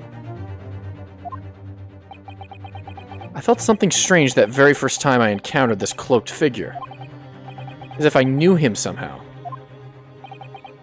Can it really be you, Kazuma? Gone. Oh, wait! Too late. What's going on here? That's, we know him. Your apprentice is my friend. What is your interest in my apprentice exactly? You act as if you know the man or something. Well, since when has he been in your care? I don't recall you having an apprentice before I left Britain 6 months ago. Lord Strongheart introduced him to me about 3 months ago now. 3 months ago. What happened 3 months ago? The Hound of the Baskervilles case. No, the Baskervilles case happened 6 months ago. But the haunted lodgings happened 3 months ago. The haunted lodgings with Saseki and the Shamspear. Okay. With instructions to mentor him as a prosecutor. But he didn't tell you why, did he? The man appears to be suffering from amnesia. He's forgotten every last detail about himself. Is that true? I mean, I guess if he didn't say hi, I mean, he acted shocked when we said his name.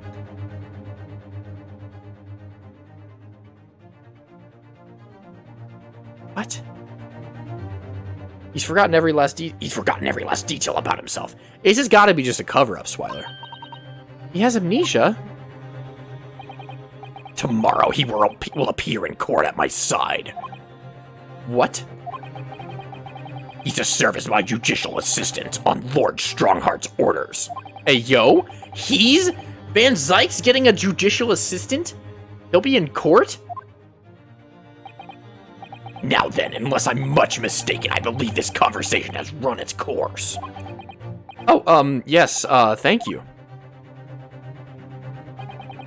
I definitely saw a reaction there. When Sasato-san called out like that, it really seemed to hit a nerve. When she called out Kazuma-sama.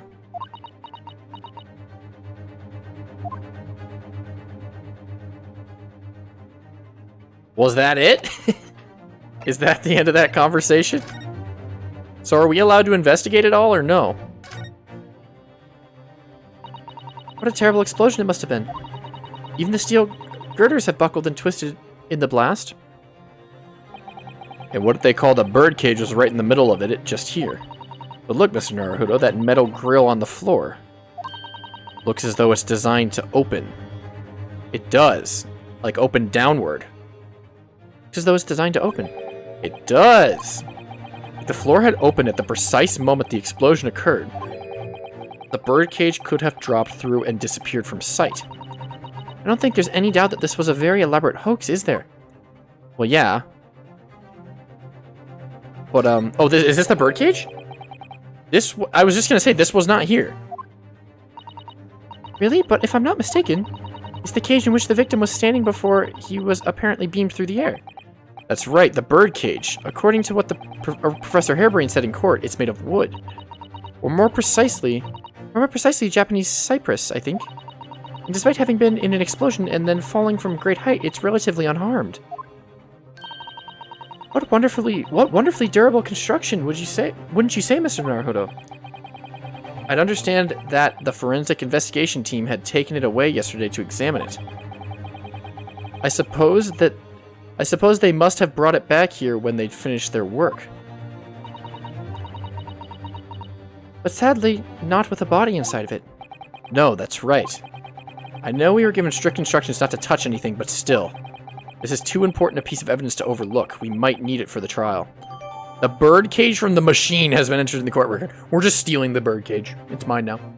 I take it. It is mine. Sorry.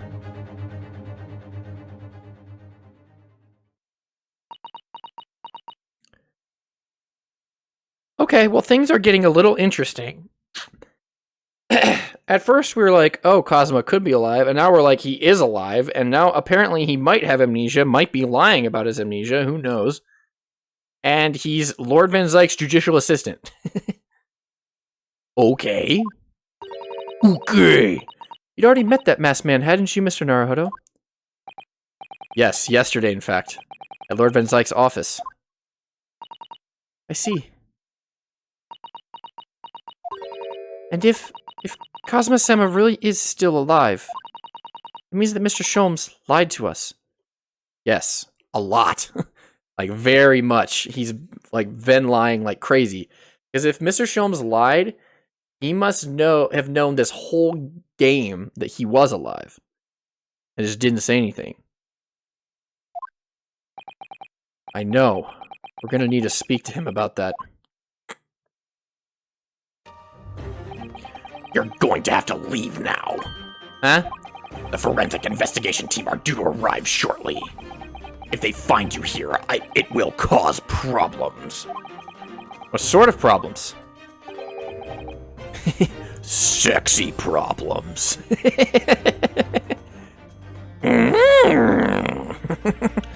Foreign affair problems. Well, we could do without that. Alright, we'll be on our way. Let's go, Miss Satibaka. Of course. Alright, well. Gina. Hello, Gina. We've already conversed with you, I believe. Oh. Okay, well, there's a new thing, apparently. Gina. We were actually hoping that we could investigate this scene again. We just did. What are you... Yeah, alright. It's around here, you can do what you like.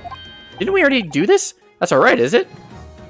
I thought we already talked about this. I'm gonna be playing with my new friend here. Oh yes, Toby. Apparently we can't look around the stage now because the forensic investigation team are at work. Okay, yeah? Can't you do anything, Gina, in your capacity as Inspector Lestrade? Look, I'd like to help you out. I'm just a trainee, ain't I? Ain't nothing I can do. When it suits you, yes. Yeah, that's fair. Let's move. Let's roll. Let's go to Tuspills. How did she... What was her voice again? She was like, oh, I am a French... I do not... to a Frenchman. I am a French lady. Oh my, no wonder it's called the House of Horrors. I'd like to turn on my heels and go straight home. Via the confectionery. Being scared makes you crave sweets? I can understand that. Isn't that what Maya likes too? I was looking forward to a reunion after 6 months away, but... there's no sign of Mr. Sholmes anywhere. That's strange. Oh no, he's here. Oh, he's here. No, he's here. Oh well, I suppose we'll just have to come back again later. No, he's here. He's gotta be here. He's gotta be here. I mean, we could examine these, like, these thingies here, so we can get to talk with Sasibaka. Oh, what a horrifying scene, a murderer caught in the grisly act. I know, and in case you were wondering, it's the one with the big knife that's supposed to be the killer. Really? Ryunosuke, you had to point that out? How chauvinistic of you. Is that a word? I don't think anybody would be in doubt of that, surely? And you know that according to the description, the bathtub in the back has no particular significance. What, really? Would have thought it was meant to show that the killer also worked in the bathhouse, peddling criminal wares. Yeah, that'll do it. Ah, we have a new theory. Indubitably. I like to just get all the dialogue I can, because I find it interesting. So I'm going to, even though there's nothing technically we can do here. Oh yes, the heavy curtains in the middle of the House of Horrors. Whoever's on the other side of them, you just know it's going to be terrifying, don't you? The sign says it's the Madame Tuspel's special exhibit. It seems you have to pay extra to go inside. I know, can you believe that? Pay more money, as if we haven't been scared enough already. It's not my doing, Mr. Naruhodo. Yeah, I know, Sussy Baka. What about, this guy? Does he have his arm now? That old policeman isn't here now, obviously. Still can't believe he just happened to be on the jury, though. It's a little convenient.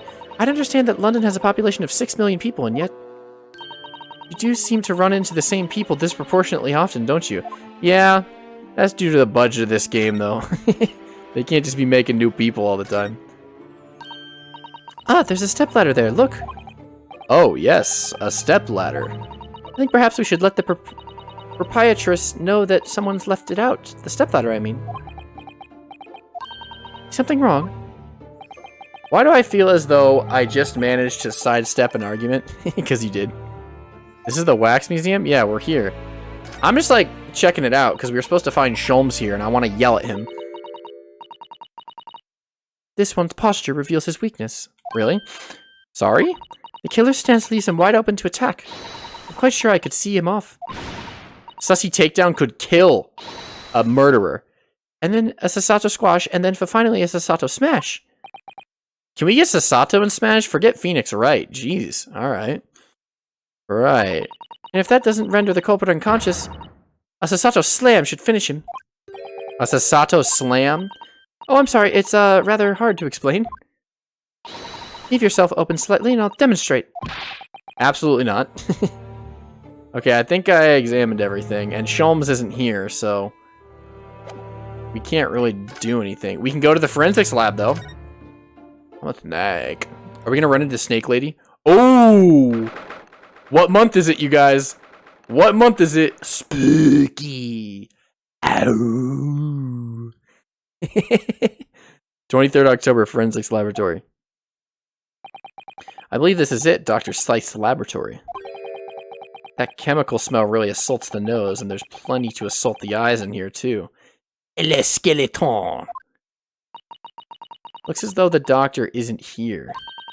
But we're here now, so we may as well do some sightseeing, don't you think? What a seasoned tourist you've become, Miss Sussybaka. You could have just a little look around, being careful not to upset any restless souls. Is that a live bird up there? Is this thing alive? That looks like an owl and a crow up there. I know, and they haven't even twitched since we came in here. Well, no, they wouldn't have. They're taxidermy mounts, Mr. Naruhodo. How do you know that about that? How are you so smart? Oh, I was afraid you were going to say that. I've been trying very hard to tell myself they're just sleeping with their eyes open. Yeah. Yes, I think perhaps you were wise to put something like your Daruma doll on display in that office instead. Yeah, Spookster. Let's investigate Spookster. Well, look at this. What a magnificent display case. The cherry wood has been polished to a high sheen, and the intricate carving is a joy to behold. No, look at the skeleton. Western cabinet makers really are very skilled, aren't they? You have nothing to say about the skeleton inside, Mr. Naruhodo? Yeah. Do you have nothing? Miss Sussy. Can't you tell I'm trying very hard to avoid talking about the terrifying contents of that case? It's how I cope. Yeah. I'll be sure to remember that from now on. I want to talk about the spookster. Why can't we talk about the spooky? Le spooky. El spooky. What's up here? Those large jars seem to have pale things floating around inside them. I suppose they're fruit liquors or something, or like the pickled umeboshi plums we make back at home. Father had jars like that in his laboratory as well. I expect they're human organs in a preserving solution, probably as examples of some rare medical condition. Oh, that's fun. Miss Sussy, there are some things in the world that is perfectly fine never to know about. Ever. Oh, well, as I said, I'm sure their fruit liquors are umeboshi, aren't they?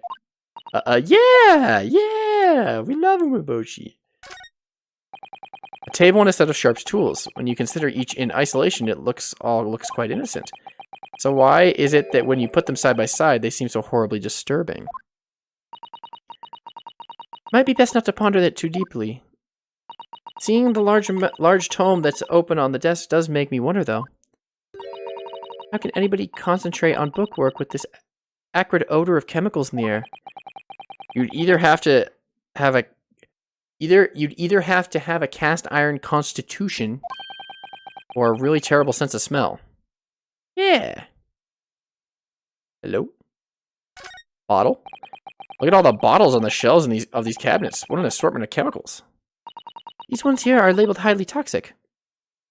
No, this is not Drebber's lab. This is Scythe's lab, aka the lady we saw for 2 seconds. I don't know if you saw her. It's like the coroner. It's like the person who like does autopsies and stuff. I think, apparently, maybe. These ones are here labeled highly toxic. Gut. I feel better now.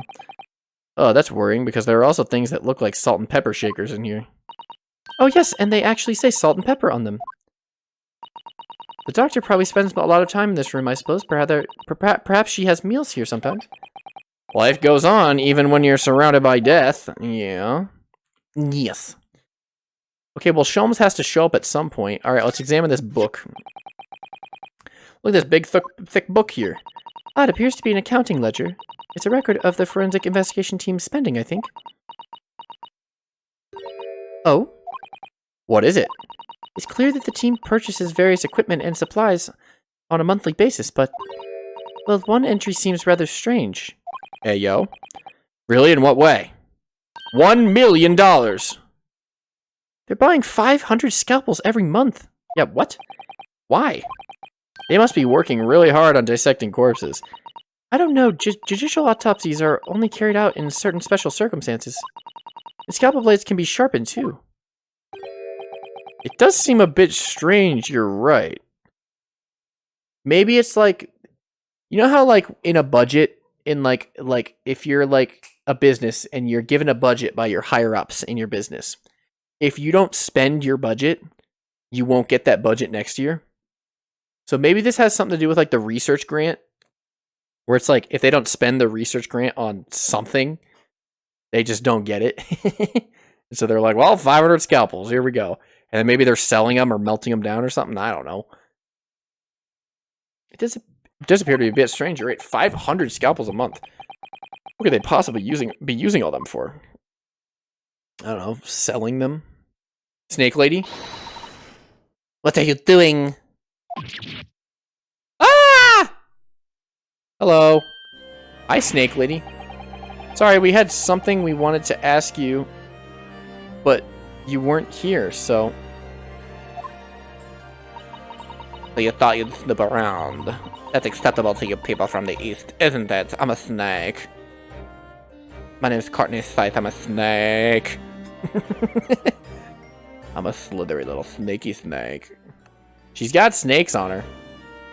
That's acceptable to you people from the east, isn't it? Well, what do you want?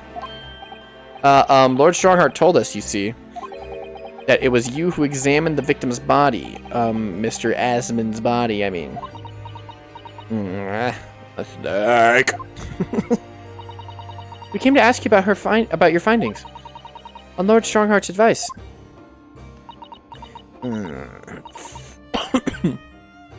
Very well. If the Lord Chief Justice has given consent, I'll tell you what our investigation revealed. But when we're done, you must leave immediately. I'm a snake. I'm gonna say that after like every third line of hers until she's like whenever she disappears in this game. I'm a snake. Your findings. So you want to know what the forensic investigation team determined from this examination of the scene? Victim Mr. Odie Asman, who disappeared from the experimentation stage amid an explosion. And then Mr. Asman, who appeared moments later partway up the Crystal Tower. Were without question one and the same person. That is the team's conclusion. But that can't be right.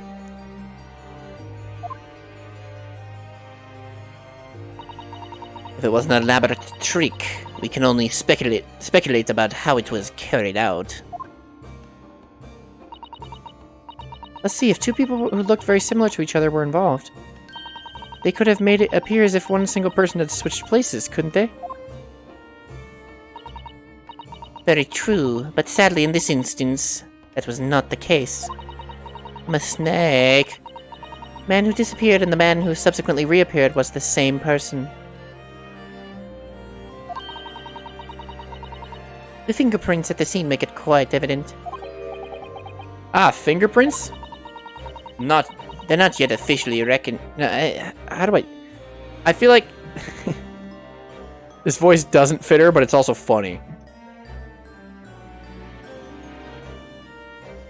They're not yet officially recognized as forensic evidence in the British justice system. I should like go over the top every time there's an S. She says S. She's like. They're not officially recognized as forensic evidence in the British justice system. But one day, I'm a snake. I'm a sneaky little snake. But one day, they'll be used as an investigative aid as a matter of course. Oh my, but that would mean that the instantaneous kinesis actually took place. So where does this leave us? So did this take place or not? I'm so confused. The team was tasked with investigating, not drawing conclusions. Instantaneous kinesis is impossible, and yet the body did move from one place to the other. Sholmes said it was impossible, but maybe Sholmes is trying to distract us. Because Sholmes is the sussy baka right now. This hasn't cleared anything up at all. It's made the whole thing even more of a mystery. Oh my god, bird lady. Bird lady!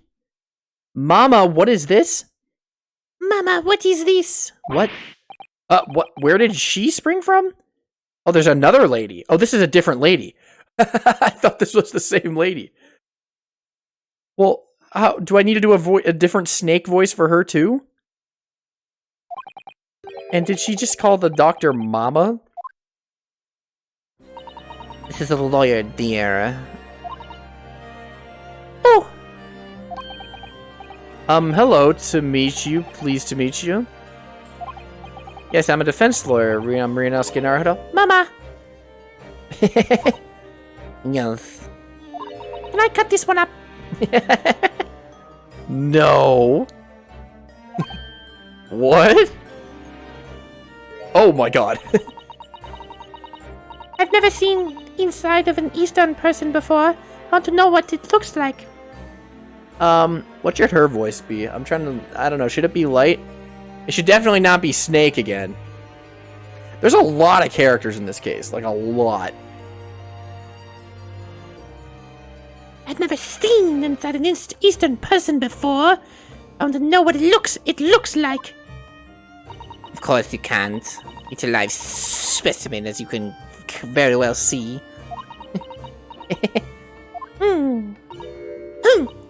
Boring. So you're just like a witch doctor, evil man, or whatever? Or is that a gas mask? I think I just had a near-death experience. Oh dear, Mr. Naruto, you were as pale as a corpse. Then let's leave before I'm mistaken for one. Aren't we supposed to talk to her more, though? Probably. So what are you doing at the moment, Doctor? Keeping a close eye on the things of keeping a close eye on things so no impertinent Easterners think they can look around my office. Are there such impertinent Easterners around? How terrible. Yes, you. Yeah? She doesn't mince her words, Miss Sasato. Oh, she doesn't mince her words, Miss Sasato. I think perhaps it's time we left. Okay, well, I guess it's time to leave. Apparently Dr. Scythe has a daughter. Which is just great. Have we asked everything we need to here? I mean, I guess we haven't examined this area. Ah, the Crystal Tower. I can't believe I'm seeing it at such close proximity with my own eyes. You've really been looking forward to the great exhibition, haven't you, Miss Sussy? Oh yes, when I found out that I had to return to Japan, I'm afraid I cursed my luck. But here you are, back in London, gazing up at the magnificent tower. Woo!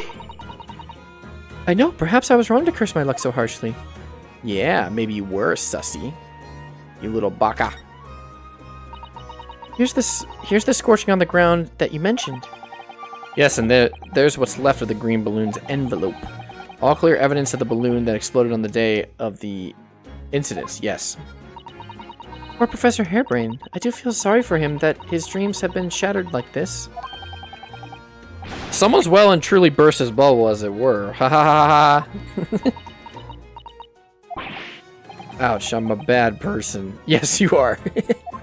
In this case, in this situation, yes, you're being a wiener. Oh. Hello, hole in the wall. What a shame that the symbolic landmark of Great Britain, the Great Exhibition, has been damaged like that. Yes, unfortunately, the birdcage crashed in the most prominent position possible. It's the gods giving us a warning, if you ask me. Man must travel under his own steam and not cut corners with instantaneous kinesis. Yeah, we're just playing the part of God. But imagine what might have happened if the birdcage had landed in a slightly different location. That health could have been far worse. That's true. I think perhaps it was a blessing in disguise. Well, the gods are benevolent, obviously. I did just say it was a warning. Man must travel under his own steam, or next time bird cages will rain down on all of you. The hellfire. Your faith is much stronger than I realized. Well, how do you think I passed the entrance exam for Yuma University? It wasn't by studying alone. It was praying to Britain. British! Balloon. Hello, balloon. Oh, look, a flying balloon. I've never seen one in the flesh before. I can't understand how they can fly, and so high up as well. Oh, but think of the view, Mr. Naruhodo. You must be able to see for miles and miles. Also, they have red stripes, like the guy said yesterday. I do think of it, and it terrifies me. I mean, it would be certain death if you fell out. I'm sure they're perfectly safe. After all, they've been invented by some of the brightest minds in the world. Let's not forget that we know at least one has exploded. 1 out of 4 balloons that we know about. I'm sure there are others. There are other ways to fly. There are. I'm just making sure I've examined everything. The stage up there is where the experiment is set up. It's very high, isn't it? About 30 feet, I believe. Or 9 meters, if you prefer. Running your neck to see up to it stands to hurt after a while, doesn't it? Yes, we need to get up there and look around properly. Although, if I'm honest, climbing all those stairs makes my chest hurt. It's 30 feet of stairs. That's not that much. Oh dear, I think perhaps you should exercise more, Mr. Naruhodo. Yeah, Mr. Naruhodo, you should exercise more. You better not try going up these stairs to the stage area now. If we were to bump into the forensic investigation team, it sounds like we could make trouble. Okay, then what haven't I examined yet?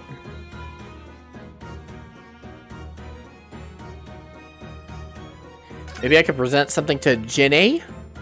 Ginny! Chewy! Wagahai! Waggy! I want to see Wagahai again. That's all I care about. Wagahai. Do you know this man, Gina? Gina, would you take a look at... Oh, where did it go? Haha! Look for this, Odo.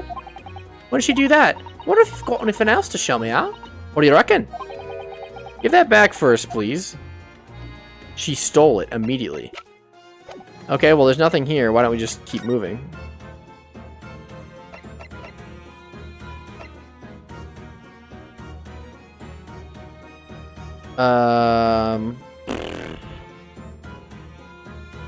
Maybe we need to...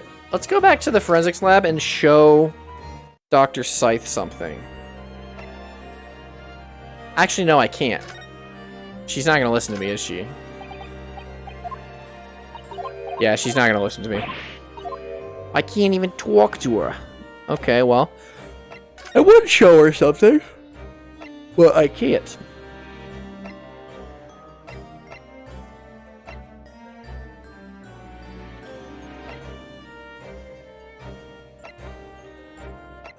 Let's go to Sholmes Suite, I guess. I don't know. We're missing something. Anybody here? I just love Iris's workspace. It's so funny. Lord Chief Justice's office. I'm just gonna go everywhere and just like make sure I'm not missing anything. Because I might just be missing, I might just not have presented everything. Hey bud, what are you doing? Hi science boy. Let's show him the birdcage. Professor Harebrained, what do you make of this? You don't have anything to say about the birdcage? Oh yes, that's just what we need to prove my hypothesis, isn't it? No, it's nothing to do with your hypothesis. Actually, it has very much to do with your hypothesis, because it's the cage that the dude transported in. Then take it away, I don't want to be bothered with anything that doesn't assist my science. Alright, keep your abundant hair on. Okay, what about Drebber?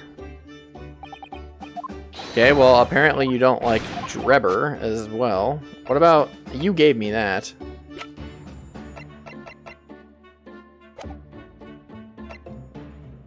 Well, I don't think anything else here would be useful.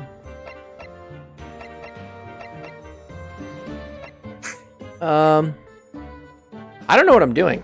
I don't know where to go. It says, are you sure we've asked everything we need to? Well, what do we need to ask? We can ask Gina stuff, I guess. That's it, though. What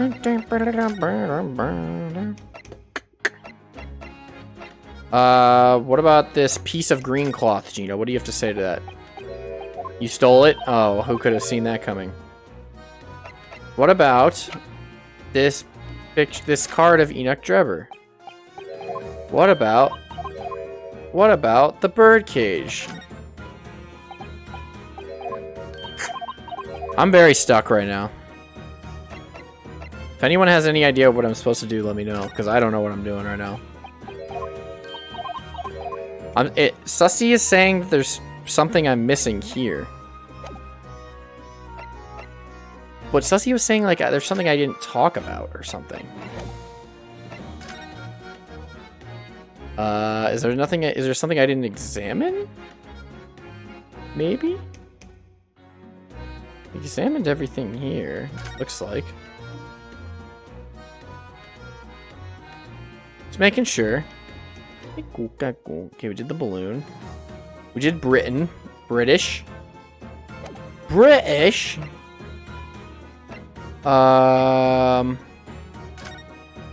We talked to her. I'm pretty sure we examined everything, but it says we need to be here. So I'm really confused.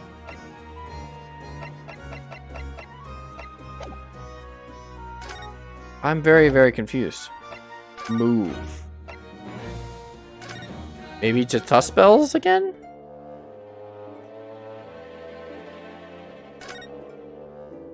I don't think so. How is Tuspells gonna tie into this?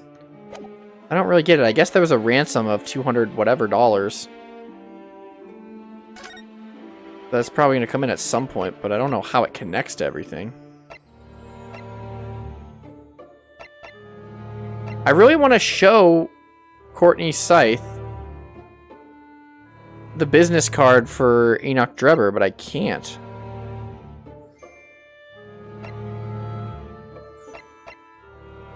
Which is why I'm confusion. I guess I haven't gone here. Maybe I should go here. Sussy Baka, what do you have to say? What to do? You know, I honestly thought I might never have the opportunity to return to Great Britain. And certainly not so soon. It's funny, for the past 6 months I haven't been able to work in court. Meanwhile, you've been raising a storm in the Supreme Court of Judicature back in Japan. Yeah, she's kind of cool as hell. Please, Mr. Naruhodo, I may have been dressed as a man, but it was a very reserved performance. So what has your father said? So what your father said in his letter about a Ryotaro takedown is reserved? Yeah, you did fling a man like 15 feet in the air, Sussy Baka. Well, anyway, I'm back here in this great capital now, and ready to assist you again, in any way I can. Thank you, Miss Sussy Baka. Yeah! My pleasure, Mr. Naruhodo. Very nice. Well, that didn't help, but you know what? Very nice. I'm gonna assume no one's over here. Didn't think so. Move. No one's here. No one's here. No one's here. I can't go there. It says, are you sure we've asked everything we needed to, Mr. Naruto? I think so. Maybe. Mr. Sholmes doesn't appear to be here. And I don't think I can present anything. Let me just make sure I haven't, like, can't examine anything else. Because I can, like, examine stuff. Baby.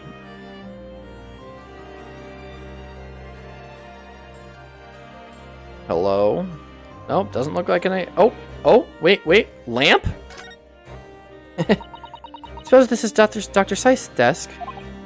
Ugh, I would not like to work at a place like this. It's very tidy though, isn't it, Mr. Naruto? Imagine how efficiently she must work. The lighting is poor, which is bad for the eyes, and the chemical smell can't be good for you.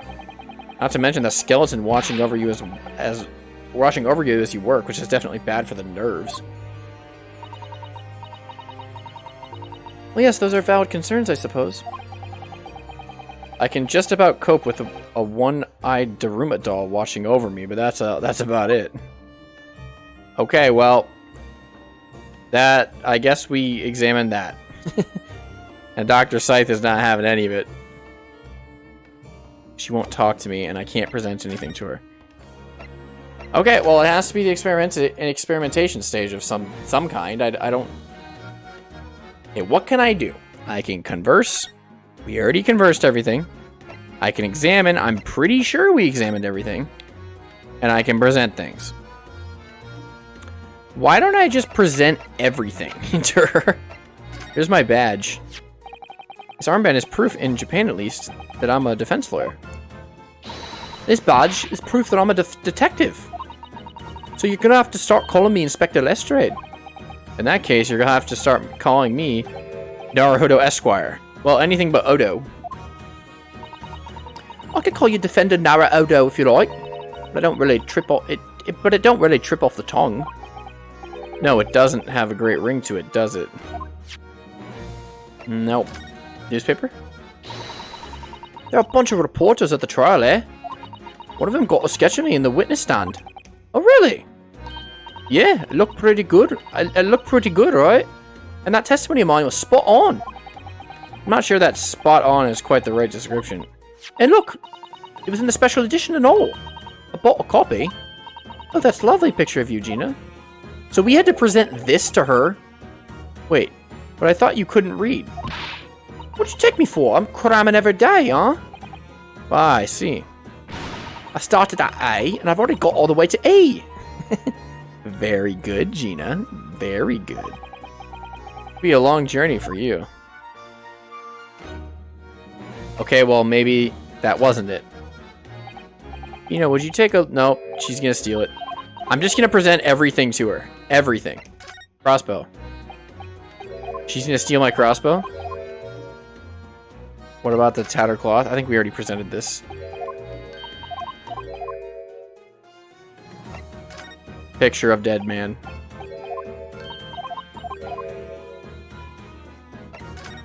I'm incredibly stuck right now.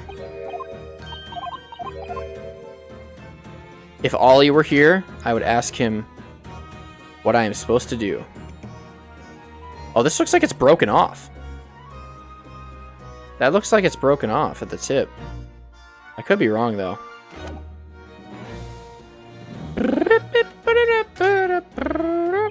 Gina, would you take a look at... Oh, no, you stole it.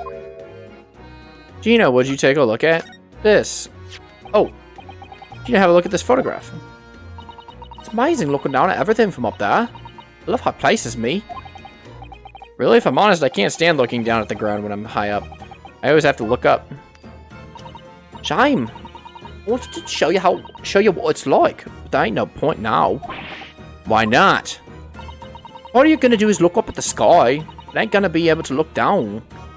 I ain't gonna be able to look down on ya. With ya, sorry. I mean, I don't look down on you or nothing. If you don't want to do it, it's your choice. I didn't think I'd ever go up in a balloon, to be honest. Not in my whole life. But now I'm starting to think I might like to. Yeah. Odo. Steal the business card. Give it back. Photograph of Trevor. Steal it. Give it back. The birdcage? Okay, well. This is really good. This is really good. I don't understand what I'm supposed to be doing right now. And at this rate, I'm not going to finish this stream until like 2 a.m. I don't know what I'm supposed to be doing. And I don't know how to find out what I'm supposed to be doing.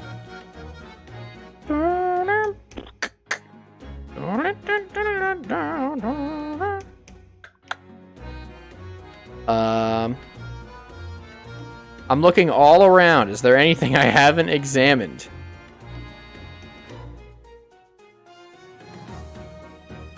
I think I've examined everything. And I can't go up or down or anything. I've talked about everything. I've presented everything. Okay, well, it has to be somewhere else. Where else has a place I can present something? I guess prison. No one's here, no one's here, no one's here. Prison is harebrained. Test spells, no one's there. Forensic. Okay, well, we're going to prison. Nico goes to prison. Live streamed. Alright, well, let's, Is there anything you have to say for yourself, buddy? I'm gonna present you my armband. Oh, fascinating, yes! In Japan, where I come from, it's the symbol of a defense lawyer. Wearing it is very bracing, I find. Oh, your words make some sense to me, but they are entirely illogical. What do you mean? Well, for example, I find this white laboratory coat that I wear for my work very bracing too. However, in my case, there's a perfectly logical reason for that feeling. Oh, really? What is that? I purchased the wrong size by mistake. This one's too small for me. The sleeves especially are extremely bracing. I can barely move my wrists. Okay, that's what you call logical? Of course, it's entirely logical. That's science, Mr. Naruhodo. Okay. Well, what do you have to say about... I'm just going to go in reverse order. What do you have to say about the birdcage? Nothing, right? That's what I thought. What do you have to say about Enoch Drebber? Nothing. Oh, wow, that's so cool. What do you have to say about this business card? You have anything? Oh, yes, science. Oh, I love science. Oh, what do you have to say about balloon shot? Oh, whoa, I love balloon shot. Oh, yes, my favorite shot of the balloon. What do you say about this screwdriver? Professor, do you recognize this? Oh, it's Andrew, my faithful friend. Where have you been? Are you alright? Nobody's mistreated you, have they? Don't worry, he's being very well looked after. I always rub him with my machine oil until he's gleaming. Right. And then when I come to tighten a screw with him, he slips in my hand and I can't do it. That's the age-old problem faced by my driver files, the world over, isn't it? I really wouldn't know, I'm afraid. Okay, well, very nice. Professor Harebrain, what do you make of this? Nothing. What do you make of this? Hey, yo? Oh, how could this have happened? You must feel awful, as well as a man losing his life. Oh, we already did this. Apparently, a while ago, we already did this. I'm not going to read all that again, if we've already read it. I am very stuck. Green cloth? No. Crossbow?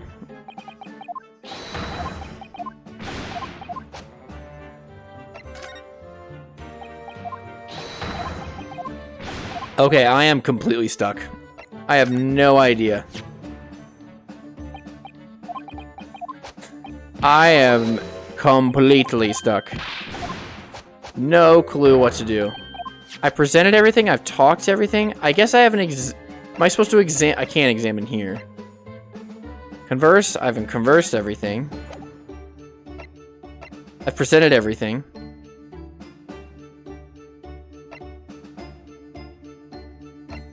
Are you sure we've asked everything we need to? I think so.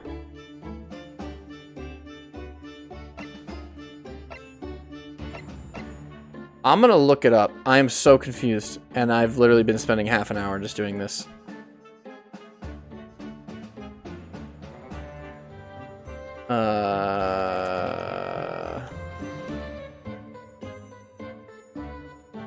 Let me see this. Case 8. Okay. Keep this out. I don't want to go too far because I don't want to get spoiled by anything. Okay, okay, right here. Right here. Hang on. Sorry, I'm not gonna, you guys can't see anything. But you gotta trust me, I'm looking. I am looking.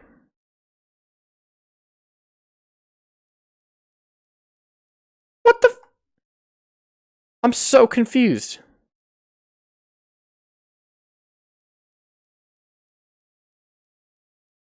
Okay, no, this is fine. Okay, we talked to him. They did things in a different order. Apparently, you're supposed to go to the prison now. What? What?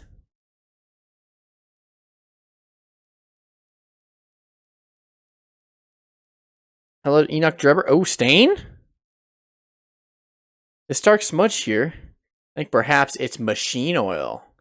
Ah, yes, possibly. Professor Harebrain mentioned something about the oil Mr. Drebber uses, didn't he? He said it was specially imported, very high-quality oil that's impossible to obtain in Britain. Yes, that's right, but more importantly, it's more fragrant and it's fine. We should give it to the dog! Give it to the dog! I'm zoomed in? I didn't even realize. I was trying to scroll or like zoom on the YouTube like guide. Also, Ollie wanted to be here for Drebber's lab. Well, we're not there yet, but we need to give this business card to the dog so we can find the lab.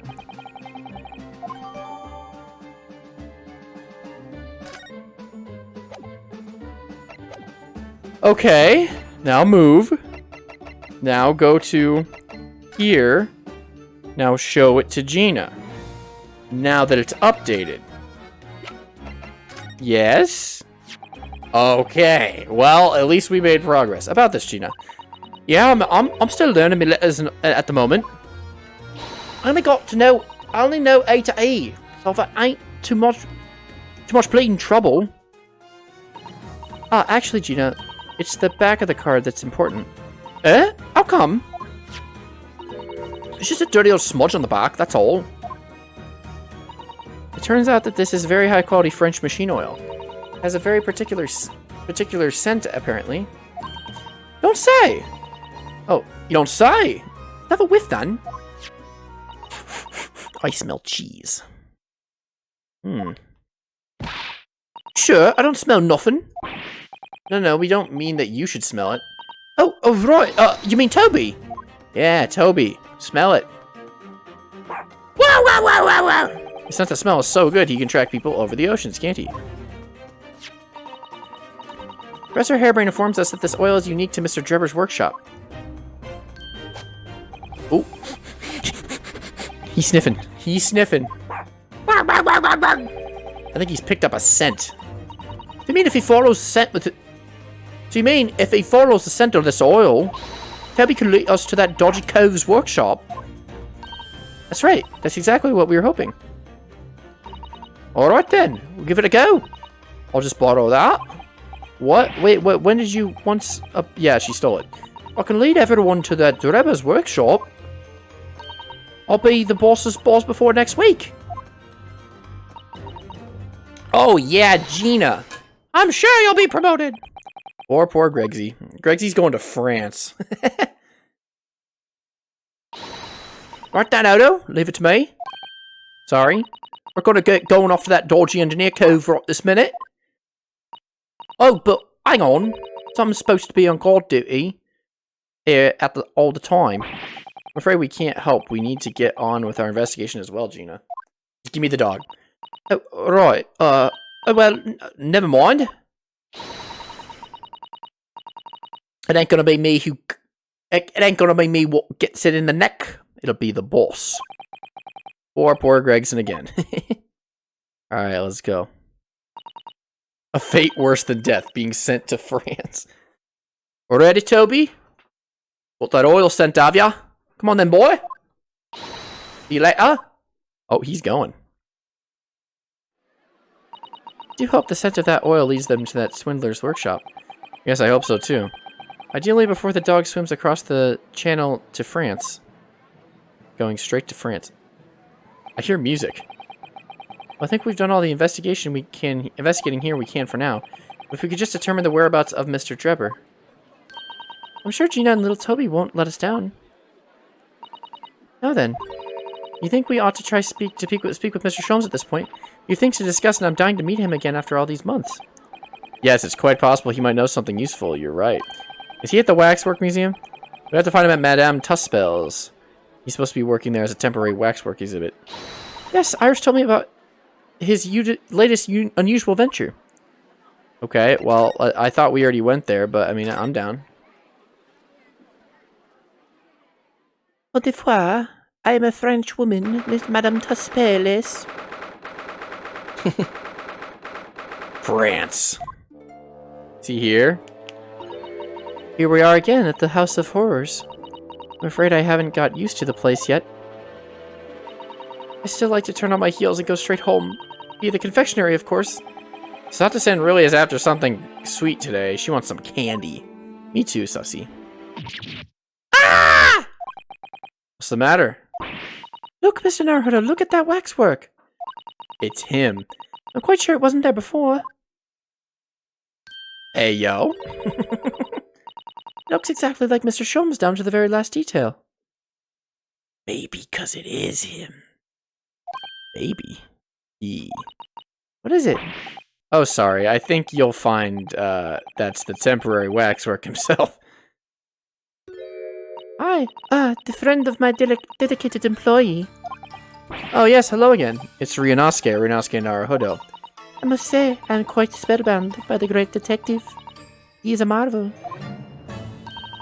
My precious waxwork is already back where it belongs. You don't mean... You got your waxwork back? Really? But yes, the mystery is solved already.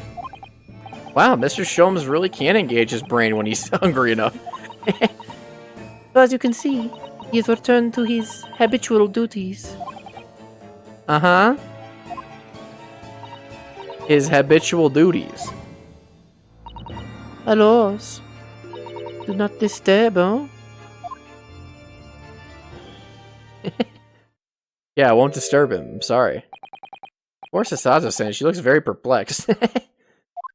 She's like, that's not Sholmes, is it? Maybe.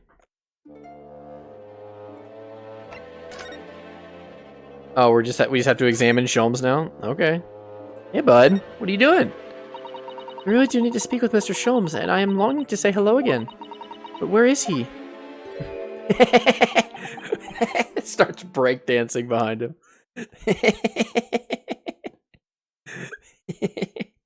I like that. He's letting out a funky move right now.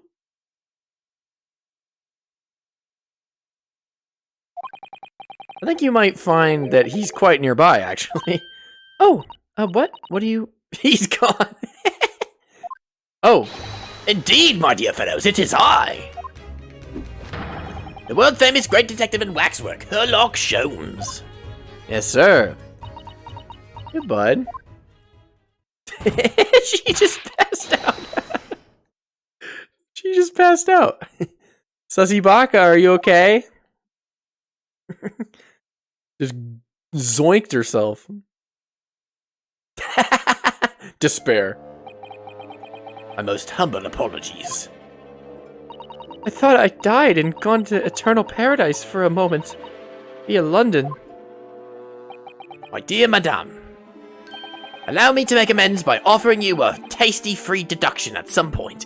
A tasty free deduction? That's worth it. I would go unconscious involuntarily for a tasty free deduction. As long as it's not of questionable street food quality. I don't understand. Why are you working as a waxwork here, Mr. Sholmes? Merely a secret identity, you understand? Though the case is largely solved now. Largely solved? We're talking about the waxwork abduction, I presume. Indeed we are, my good fellow. As I predicted, it was easy as proverbial pie. Yes, it is. Though I confess, I'm yet to partake of pie, proverbial or otherwise, or any food so far today for that matter. So you haven't eaten in a day and a half? He's got just eat a bar of soap. Just eat some soap, dude. Tasty snack for later. That stomach rumble echoed around the whole museum. How did you manage to solve it so quickly? Oh, well, do remember I said it was largely solved. Anyway, I simply negotiated with the culprit. Are you familiar with the so-called telephone? Nope, never heard of it. Oh yes, it's a most modern invention, allowing you to hold a conversation with people far away. In Japan, only the imperial capital and a handful of other cities are connected as yet. This morning, a telephone call was received here from the perpetrator of the abduction. As such, I was able to negotiate terms, and in the end, the waxwork was returned. That's amazing. Just between you and I, it would appear the culprit had always intended to return the stolen waxwork in any event. Oh, but I thought whoever was responsible had demanded a ransom, no? Yes, I think perhaps the ransom demands was necessary to avoid unwanted suspicion regarding the true motive. I see. But does that not mean your negotiating was entirely unnecessary? Yeah. A fact that I must ask you to keep from Madame Tuspels at all costs. A hungry young Iris awaits my return to Baker Street after all. Poor Iris. Now then, do I sense that you have some business with this great waxwork? Yeah, I want to ask you, what the fuck, dude? What the hell is wrong with you? We're in the process of trying to track somebody down. Oh? Yes, a man by the name of Enoch Trevor. He's a swindler who duped Professor Hairbrain and the engineer who built the kinesis machine.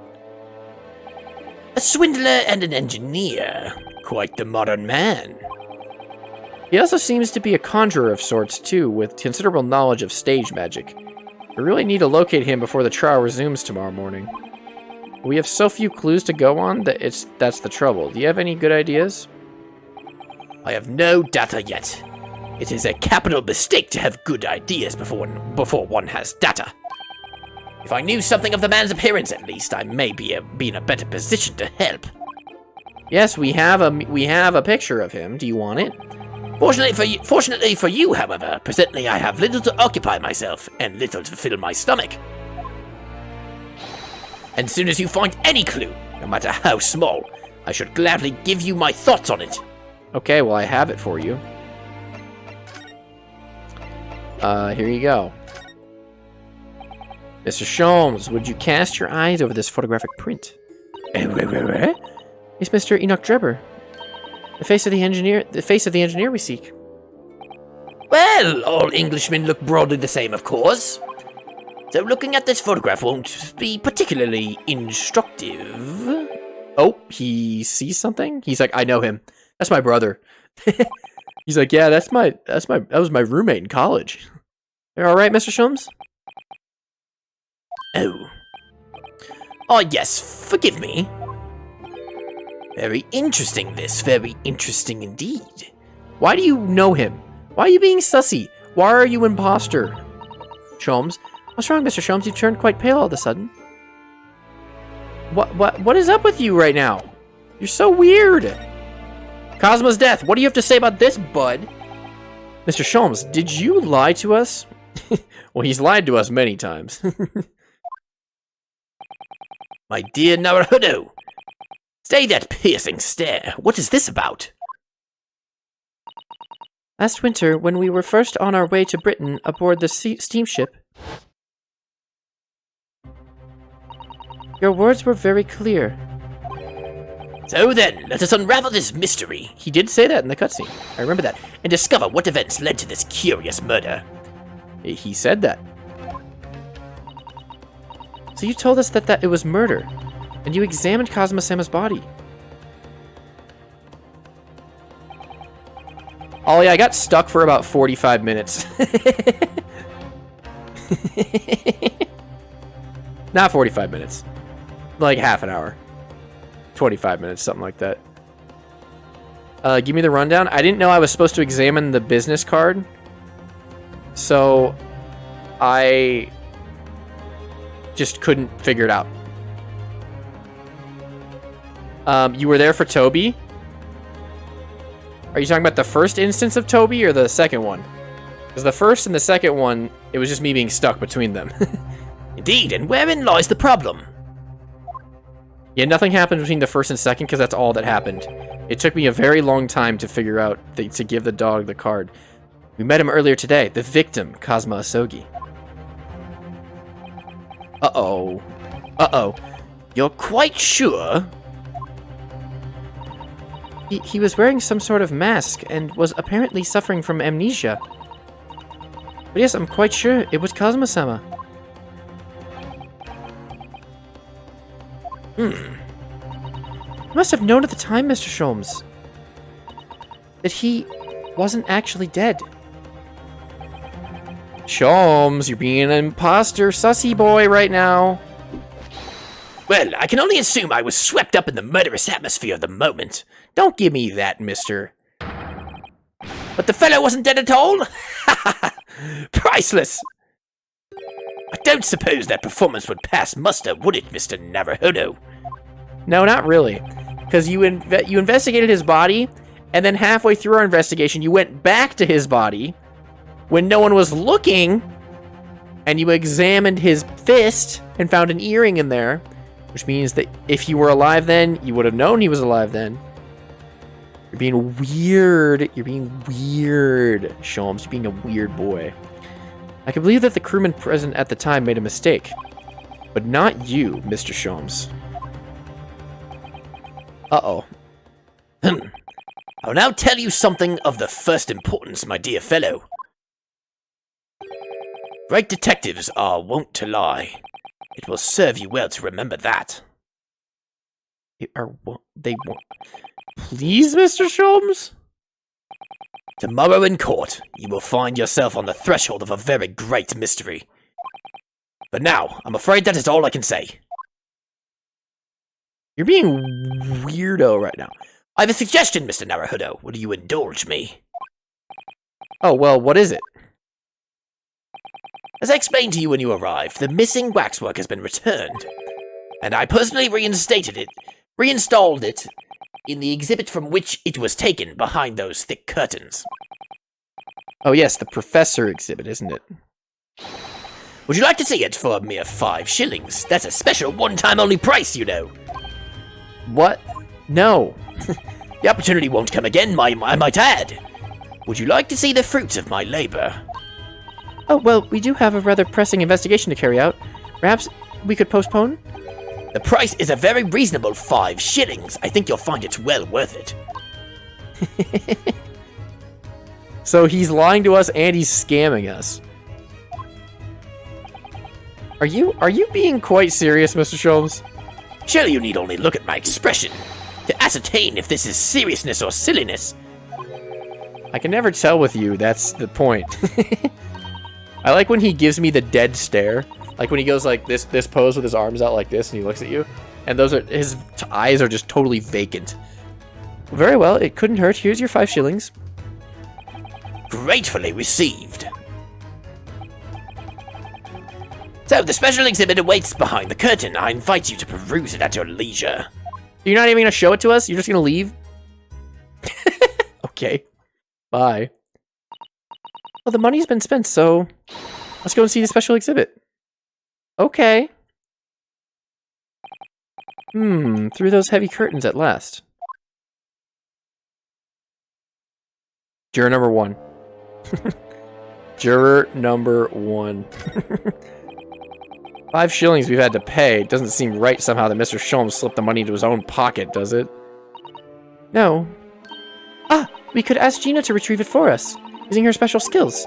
Pickpocketing police officers and diddling detectives? Is this what makes Britain great? Yeah. Not to mention, demigod prosecutors taking the law into their own hands are chip-loving inspectors. Yeah, it's just all All a normal day. All in a day's work in Britain. Inspector Gregson comes off rather well in that list, I think.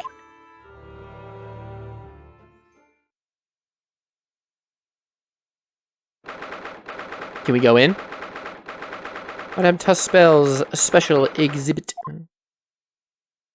Oh my god. Hey there, bud. Oh dear, I felt the shiver run down my spine as soon as we walked in here. This area is spooky. It's a spooky. Mrs. Sato, I say we turn on our heels and go straight home via a really big confectionery. We certainly can't do that. We paid 5 shillings already. Yeah, it's the lost cost fallacy. True. Actually, now I'm looking at a little more looking a little more closely. We've paid good money to see an exhibit that's clearly incomplete. The nerve of the great diddling detective is far more terrifying than anything else in this place. Yeah. This must be what Mr. Sholmes meant when he said the case was largely solved. No head? So no head? Is that what you're telling me? Be that as it may, Mr. Sholmes heavily implied there'd be a clue about the engineer in here. Didn't he? But where? Is this Drebber right here on the left? He's got a monocle. So we paid 5 shillings. Let's do 5 shillings worth of investigation, shall we? Yes, we will get what we paid for. Is that fear or frustration that's making Sucesso-san's voice tremble? Okay, well... Drebo, what are you doing? This part of the exhibit is just as disturbing as the rest. It looks so real. It seems to be a young man in a white overcoat. And he has a large shovel in his hand, too. Look. Perhaps we should investigate in a little more detail. Maybe. Maybe. Hey, bud. Camera. Camera. Camera. Hello, camera. What's this here? Well, this would appear to be a lens in the middle, so I believe it's probably a camera. A camera? What? But it's so small. British technology is incredible, isn't it? I mean, what about Mr. Sholmes' skin prints? I think perhaps you should treat Mr. Sholmes' inventions as exceptions to the rule. But anyway, why would the man be in a graveyard at night with a camera? I wonder. Perhaps he was trying to capture the moment a dead body came back as a ghost on film. Hey, yo. We'll just borrow this for a little while, I think. Camera's been entered into the court record. Looking at the photographic plate inside the camera, we can see what picture was taken. What photographic plate? What's a photographic plate? It's a piece of glass coated in a special emulsion that reacts to the light coming in through the lens. If we open the cover at the back of the camera, we should find it. Let's have a look. You should see yourself, Sussy Baka. Your eyes are shining. You really do like machinery, don't you? Yeah, you machinery. Machinery Martin. Can I examine anything else? Can I examine anything? Hello? Oh, oh, oh, oh, oh, oh. There we go. I can't see his face very well, can you? Perhaps if I just... Oh, do you think you should be manhandling the exhibits, Mr. Naruhodo? I'll put it back exactly as it was, don't worry.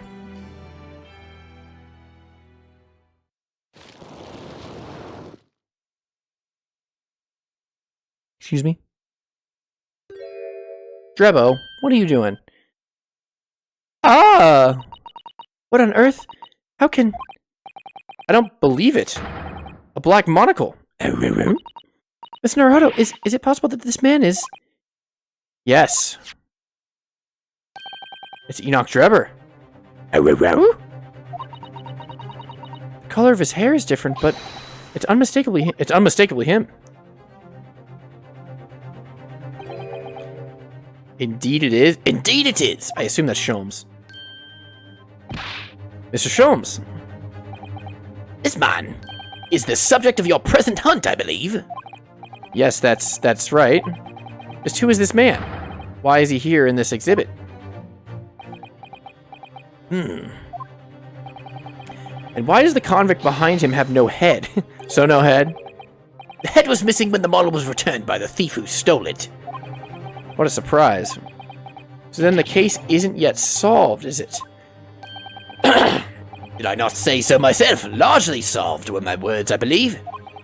But I must locate the missing head tout de suite. Tout de suite. I don't know how to pronounce that. Tout de suite, as Madame would say, or I'll be in grave trouble. A very hungry iris still awaits my return to Baker Street, preferably with rations. This isn't the battlefield, brother. Arrgh! Do you know, though, something about this room is strange? Strange? What do you mean? I mean, there is, like, that man's shovel is purple. Well, the displays in the House of Horrors are supposed to depict real events, are they not? Indeed they are, Mr. Sato. Do go on. Oh? And as terrifying as they are, scenes in the other exhibits are believable. But this one... This surely couldn't ever really have happened, could it? Sholmes, you are such a weird boy. I think it's time I educated you a little about the nature of the incidents involving the professor 10 years ago. Professor? Hey, yo. Hey, yo. The resurrected convict. I believe I told you a little bit about the professor yesterday, did I not? He took the lives of 5 victims, everyone being either a member of the aristocracy or royalty. All were attacked by an enormous hunting hound. They had their throats ripped from their bodies.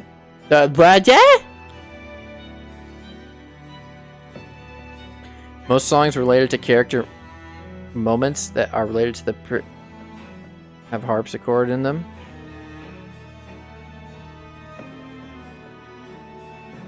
Why is this like the professor theme? I would assume so. All were attacked by an enormous hunting hound that had their throat ripped from their bodies. The Hound of Baskerville. Oh gosh, an enormous hound. Harpsichord is basically the professor instrument?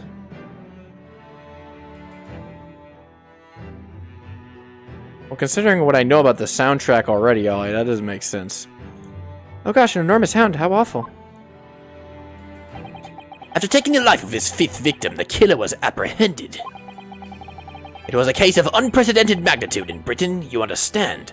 Accordingly, the professor was tried in a closed court. No members of the public were permitted. There's a lot of themes that have harpsichord. Witness enters the court is basically all harpsichord. Not all. The intro. Closed court. Do you mean that the professor's identity? As you surmised, my dear fellow, his identity was never made public. Hey, yo. Naturally, he was found guilty and was summarily sentenced to death by hanging.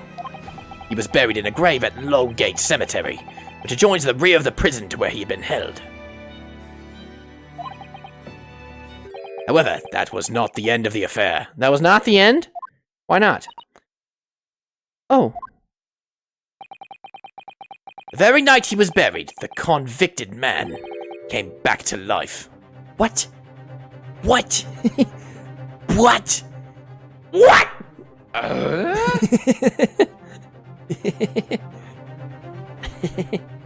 What? Okay! Okay, let's see. The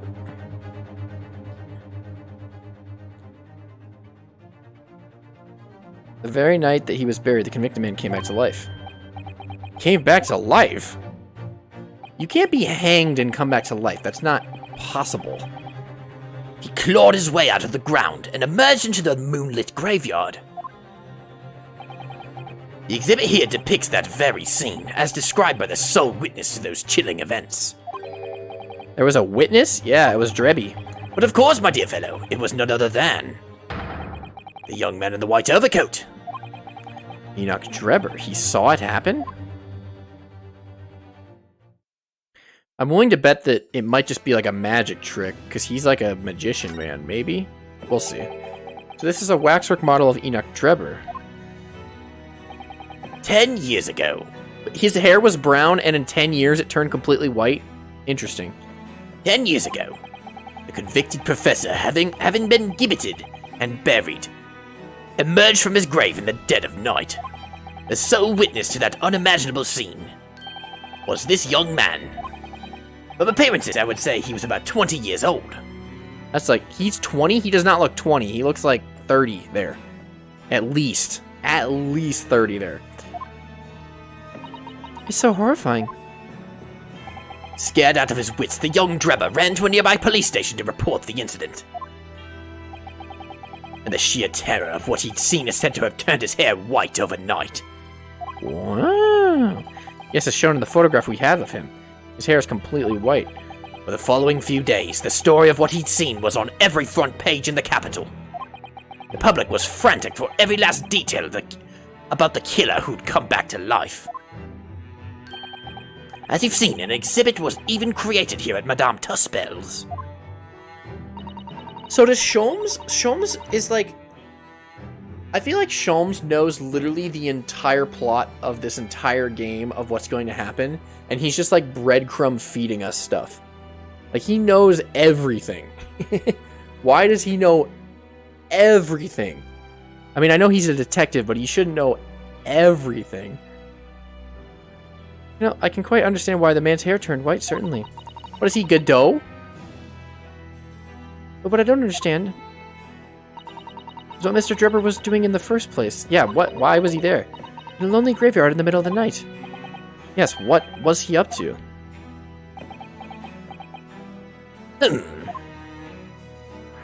Following the execution, Professor's acts of terror threw London's upper classes into complete panic 10 years ago.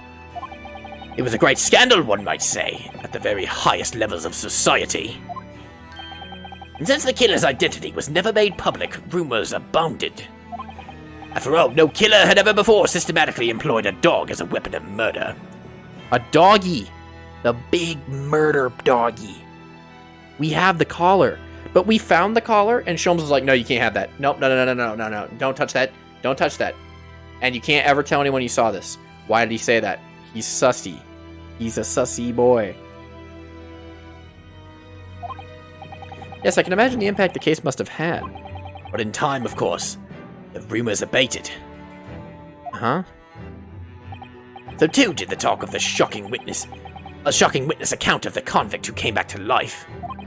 It was forgotten, dismissed as a dubious ghost story, as a preposterous parlor tale. Okay. But why did people stop believing it? Why, simply because there was no resurrection to speak of, as was established in fact. What do you mean by no resurrection? Police investigated the grave in the Lowgate Cemetery and published their findings. The convict's body was found to be buried exactly where it had been following the execution. No.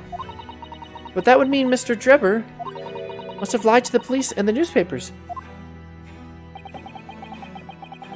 That would appear to be the only logical explanation, yes? The young man subsequently vanished from society and nothing has been heard of him since. It's rather striking, then, that he should resurface now, don't you think? Is the professor's back? Maybe? No, the professor's dead. Of course the convicted murderer couldn't really have come back to life. That's not possible. But Drebber's hair is unusually white, and if that really did happen overnight as a result of shock, it's hard to believe the incident was an out-and-out lie. Well, now what do I do? What do I do now, Ollie?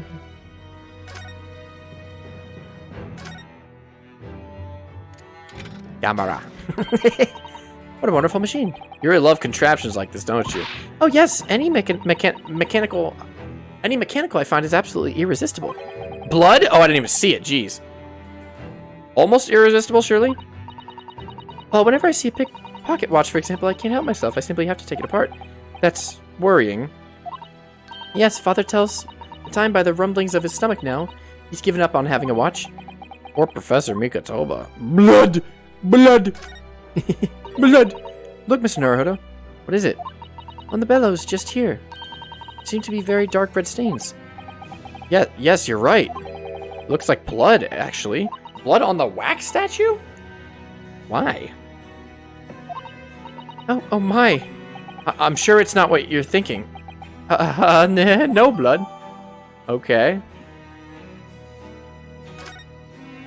Okay, can I examine the back? Can I see the picture? Picture? Oh look, the cover came open. Yes, now, there should be a glass plate inside. You have to change the plate with each new photograph you want to take, you see. There's no plate. Something wrong? There's no plate. It's been removed. Ah, what a pity. I suppose if you think about it. But I suppose if you think about it, this wouldn't be the actual camera that was used at the time. Just like the waxwork isn't the actual person. So we'd never have found a photographic print. of the executed convict coming back to life anyway. Oh, yes, you're quite right, of course. Poor Sato-san, she looks devastated. Swiley online? This is not a drill. This is real shit. Swiley is online. Vigorously online. Not just regular online. Now Ollie, what do I do? Am I supposed to examine more things or what? I mean, I guess I could examine the head. Present blood? I mean, I guess. This must be the killer, the fiend known as the professor. Yes, I think so, according to what Madame Tuspel said. He killed 5 victims, all of noble or royal blood. The waxwork is so lifelike, isn't it? Like all the models in this place. I know, it looks like it could start moving at any moment, doesn't it? If only it had a head, that is. Perhaps we should examine it in a little more detail. A ruby roo? Ruh-roh, Raggy? So this is the condemned man. Yes, the so-called professor. And perhaps his head was chopped off by a guillotine. No, he was hanged. But unable to find peace, he had emerged from his grave as a headless ghost. Do we have to entertain such terrifying ideas, Miss Satibaka? Anyway, I'm sure the model had a head once. There's a metal fitting for it, see? Then perhaps Mr. Sholmes absent-mindedly forgot to reattach it. That's an extremely absent-minded detective you're describing, isn't it? Or perhaps the thief absent-mindedly forgot to include the head when he or she returned it to the museum. And that would be an extremely absent-minded thief. Maybe he wanted the head. Because now that we have it back, no head. So no head is what you're telling me. I don't want to play this game anymore. No head? What am I doing? There could have been some reason why only the head wasn't returned. Well, whatever the reason, it means we don't know what the face of the infamous professor looked like, do we? Oh. Something caught just inside the convict's jacket here. Hey, yo. Ah! Ah! I know that! Ah! I know that. Why is that there? So is this guy the professor then? The guy who died? No, he couldn't be. He got hanged. Looks like a piece of broken glass, and quite a big piece, too. Very thick, isn't it? About 5 times thicker than a normal window glazing, I'd say. Where could such a thick piece of glass have come from, I wonder? I suppose it must have been made thick to increase its strength. But why? Well, perhaps because the glass had to span a particularly wide area, such as in a big building, for example. Well, we've seen a large glass building recently, haven't we? And some of the glass was broken too, yep. You don't mean? Exactly, the Crystal Tower at the Great Exhibition. But why would the glass from the Crystal Tower be lodged inside the waxwork's jacket? Makes you think, doesn't it? Okay, well, we got glass. Earlier in court, we established that the kinesis experiment was a trick. And now we've discovered this fragment of glass here in this waxwork. Is it just a coincidence? Maybe. Maybe? Alright.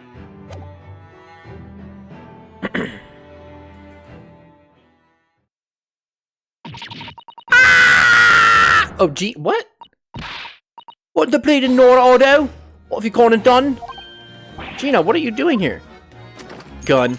Oh, why do you still have the gun? Oh, I asked Iris, and she said this is where you'd be. So, Gina, not so loud in the museum. Madame Tussbells will have you take up his position as a waxwork if you're not careful. I think there might be a more pressing concern. I still had some flash powder left from 6 months ago, so... Alright, Gina, we understand, but please, stop shooting guns.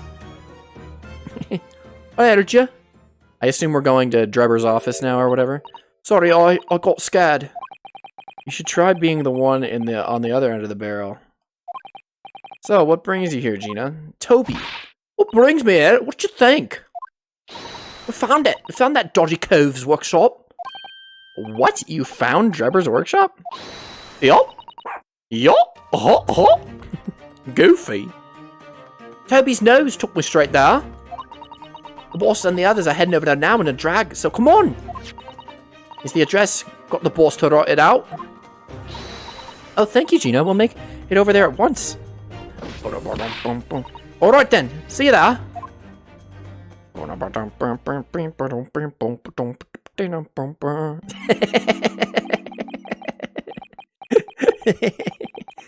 I just like the sound it plays whenever he's sad. I like the animation where he's like turned sideways and like looking over his shoulder more, but this one's fun too. You go. Don't mind me, I'll just stay here being still. Huh? I know my place in the exhibit over there. Oh dear, someone is feeling sorry for himself. Okay, bye. Let's go, Mr. Sholmes. You're coming. Your words hearten me, I must say. But if I were to shirk my duties here, Madame would have me pay monetary recompense, and Iris's dinner plate. Forget that, I'll pay for everything. Now he'll come. Yeah, he's gonna snap back to happy. Then there's not a moment to lose, my dear fellow. I shall hail a carriage at once. Yeah, he's back. No offer to share the cost from Mr. Sholmes, then. Alright. I shall gladly pay half, Mr. Naruhodo. Thank you, Miss Sussy. Alright, let's go. Is it time for a dance of deduction, maybe? Maybe. Maybe. Ooh. Oh, it's another super high voltage instantaneous kinesis machine. Indeed, it would appear so. Though only a prototype, naturally. Oh, so you got here then? Oh, so you got here then? Gina, well done for finding the place. And in such little time. You've really worked miracles. It's Toby here who's got the miracle worker. Who's the miracle worker? Wow, wow, wow, wow, wow. Why are your eyes closed? Do you have allergies? Oh, I thought you lot would show up before long. Hello, Inspector. That's one knitted brow. Yeah. He looks like he's eating a lemon, not a bag of fish and chips. So, Inspector, are there any signs of the engineer? Sadly not. We didn't find a soul in here. Oh, what a shame. Well, thank you for letting us know about this place and Giving us a chance to investigate. according to what Gina tells me, we only found it thanks to a clue that you lot turned up. I wouldn't want to say, go to Paris with a debt of gratitude unpaid now, would I? Thank you. Yeah, Greg Z. You're welcome. Anyway, if you're hoping to snoop around here, I'd get cracking. Lord Van Zykes and the forensic investigation team are on their way as we speak. Them again. Yeah, we only got like a couple minutes, probably. I imagine you got the picture by now. They don't take too kindly to the lawyer types. Right. So then, my dear fellow, let's turn this place upside down whilst we have the chance. And you, Sholmes, Pardon? they take even less kindly to great detectives than they do lawyers. Oh, very droll, Gregson, very droll. But you may consider me nothing more than an inconspicuous waxwork model. Alright. Right then, let's see what we can find in here. Gregson does a little bit of trolling. Sorry,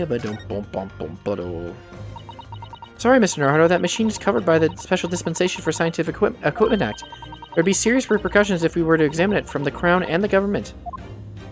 Really? Because I think they're examining it.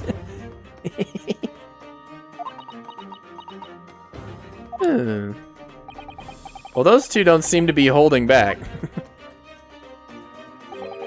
It's quite hollow inside, no working parts or devices of deception to be seen, my dear fellow. No loose change dropped on the floor, nothing. Not even a bone for Tobia, my dear fella. British people are very much ruled by their own ideals, aren't they? I think that's just these two. Miss Sasibaka. Yeah. Okay, I'm not gonna look up yet. A quiver? Why is there a quiver here? Oh, I know why. I'm so stupid. Why is there a quiver? Because we have a fucking crossbow in the court record. This is it's a European style quiver of arrows with steel bolts inside. Oh, do you suppose?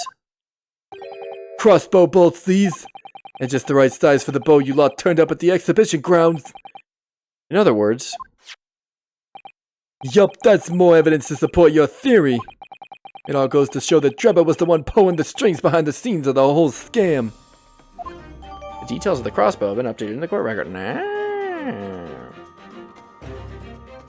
Oh, just don't follow its directions. It's like the other night. Did I guys tell you about this? Ollie, what was the dream? That I was like, I had a dream that was like such a good dream,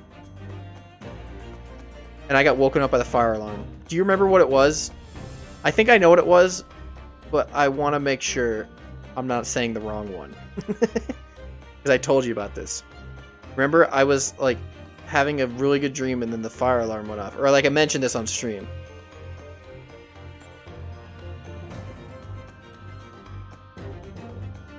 Long story short, I was surrounded by beautiful mermaids in my dream, and then the fire alarm went off in real life, and I couldn't go back to sleep. Those mermaids have eluded me since. This door doesn't want to open. Yeah, looks like it's got a pretty hefty lock on it. There's a specialist locksmith on his way over from the yard, so hands off till he gets here. With permission, Inspector, I would like to kick the door down. I could have that lock open in less than a minute. Well, you don't have permission, and no one's giving it to you. Gregson looked as though he really enjoyed that. Oh, there's no sound of anybody on the other side. No, Drebber must have fled at the first sign of danger. Okay. Drebber fled. Probably. Maybe. Trophy. Number 1 science man. Ah, this appears to be most interesting. Yes, most interesting indeed, wouldn't you say, Mr. Naruhodo? It's an impressive looking back massager, that's for sure. I've no doubt that if you hit your shoulders a few times with that, your aches and pains would go away. Exactly. It's a Royal Society trophy for excellence in science. A young scientist could wish for no higher honor.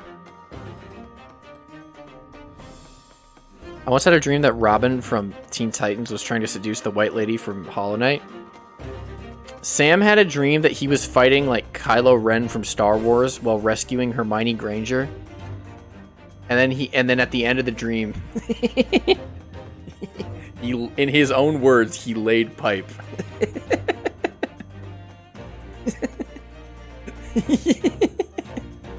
Sam, what was the other person you were running away from?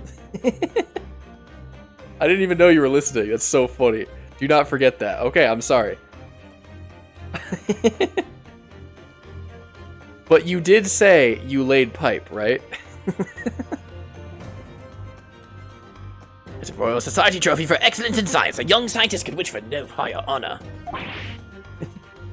Oh, you heard it from my room, so I hopped in to clarify? I see. Epic dream. Would you like a massage? Yes, actually. I would love one. No. I'm good. Thank you. I had no idea it was such a grand thing. Yeah, it's an award, bro. I think it's becoming increasingly clear. Sam, who are you running from, though, in your dream? You have to specify this. Was it Kylo Ren? That'd be my first guess. Or like a Star Wars character? That there's more to this Mr. Enoch Dribber than conjuring tricks. I couldn't agree more, my dear madame. And now about you, Mr. Naruhodo. Would you like to take it with you? No. Not really. For your tired shoulders, of course. He's not going to let that go, is he? It's curious, though, isn't it? You'd expect such an important trophy to be proudly on display somewhere, not haphazardly cast aside. English gentlemen can be quite a mystery at times. Oh, we're adding the science trophy. Okay. Oh. What's going on over there? Hello? Oh, Something wrong, Miss Sussybaka. well, I thought I heard a noise from the far side of that door. Well, Gina, do you hear it too? Yeah, I heard it no. What do you reckon, Toby? Ow, ow, ow, ow, ow, ow, ow. Little pee-pee goblin. Right, mind the grease. Who the hell? Is somebody in there? Watch, it's gonna be like the victim of the murder. It's gonna be like Mr. Rich Robert Bingley, or whatever his name is. Whoever's in there, open up. This is Scotland Yard. Clomp. Is someone laying pipe in there? Is that you, Sam? What's going on? We're stormtroopers, which you beheaded both by force throwing the lightsaber at them. When me and Hermione were boarding the Falcon, the Inception sound played, and both headless stormtroopers rose from the ground and continued to chase us. So, did you escaped though on the Millennium Falcon? I assume someone's getting ahead in this room. Sam, is this what happened in your dream? I'm willing to bet. Who's in there? Oh my, someone is in there. We gotta go in there, dude. Ah, this rotten bleeding luck. My dear Gregson, as I said minutes ago, if only it were countenanced, I could unlock this door in less than a minute. He's gonna say, okay. Fine, I'll take the rap for it. Just get us through that blasted door. Click. What, did he just unlock it instantly? There, you may enter at will. What? Time is of the essence, I feel. What are we waiting for? Hey, yo. Nothing for it, I suppose. This is an emergency. There's a strong possibility that beyond this door is the engineer you all seek. Be prepared for action, my dear fellows. Get your gun. Who's back there? Who's there? Oh my. Dynamite? Whoa. The hell went on in here? What the hell? There's a bomb on the floor. There's Uh-oh. Is that gonna explode? Why is everything upside down? What the hell? Rats, there ain't no one in here at all. There must be. It was only moments ago that we heard those noises. Maybe that was the sound of Drebber running away. The chase then moved to ships. Sam's ragtag team and the Falcon. Ragtag team. With the headless stormtroopers and Kylo Ren and the Slave One Boba Fett ship. And they were chasing us through a snowy forest, but the trees were made out of those big, thick pretzel sticks. Okay. Alright, I like it. I wish I could have elaborate dreams like that. It's either me dancing through like a field full of corn dogs, or me getting head from like 30 mermaids, or like one time I was Shaggy from Scooby-Doo in the White Ghost episode. Or like, I'm trying to think, what else happened? What else happened in my dream recently? I just remember I was having a really good dream and I woke up from the fire alarm and I was mad. There's only one door in this room. Okay, well, I'm just going to continue. On that night, you became a man, Sam. On the couch. On the dorm couch. I mean, I did have the Goodyear blimp dream on that couch, too. Wait, no, it wasn't clean your room. It was some contest. I did... Have I told you guys about the dream that I had where I, like, half sleptwalked and half didn't? It was, like, not really sleepwalking, but it was kind of. It was, like, a month ago. This dream's so funny. I'm just gonna go on, like, a little side tangent here. I was having a dream that I was just, like, in a void of nothingness, and there was, like, my mom was just, like, giant. And she was just, like, pointing down at me, yelling at me to pick up my toys. And so, I was, like, really ashamed of myself for some reason in the dream. And then in real life, I got up, opened my drawer with my pants in it, and took all the pants out and folded them and put them on the ground. But, like, halfway through while I was doing it, I'm like, wait a minute, no, I shouldn't be doing this. And I just went back to bed. My mom told me to pick up my toys, and I'm like, fold pants? All right, here we go. And that whole situation lasted about 15 seconds. But, like, when I was going back to my bed, I was like, what the fuck am I doing? Like, I was, like, awake in that moment. But I think it's funny. What was the contest stream, though, Ollie? What are you talking about? There was a contest where... Oh, yeah, it was the one with the hot dogs. Where I would eat the hot dogs at the Nathan's hot dog eating contest. And I was, like, winning the competition. But people didn't know that I actually had, like, a tube in my sleeve that, like, would suck the wieners down and, like, put him, like, in a pouch that it was strapped onto me. And so, like... I was like, like, munching. Absolutely demolished the competition. And people didn't notice that I had so much hot dog in me because I was getting fatter, but that was actually just because the hot dogs were being held in underneath my shirt. And then I don't remember anything past that. Unless you do, Ollie, because I don't. And no windows that can afford an escape route. Those skylights are too high. There's literally a bomb in the middle of the room. What's up there? Are they footprints on the ceiling? Blow me!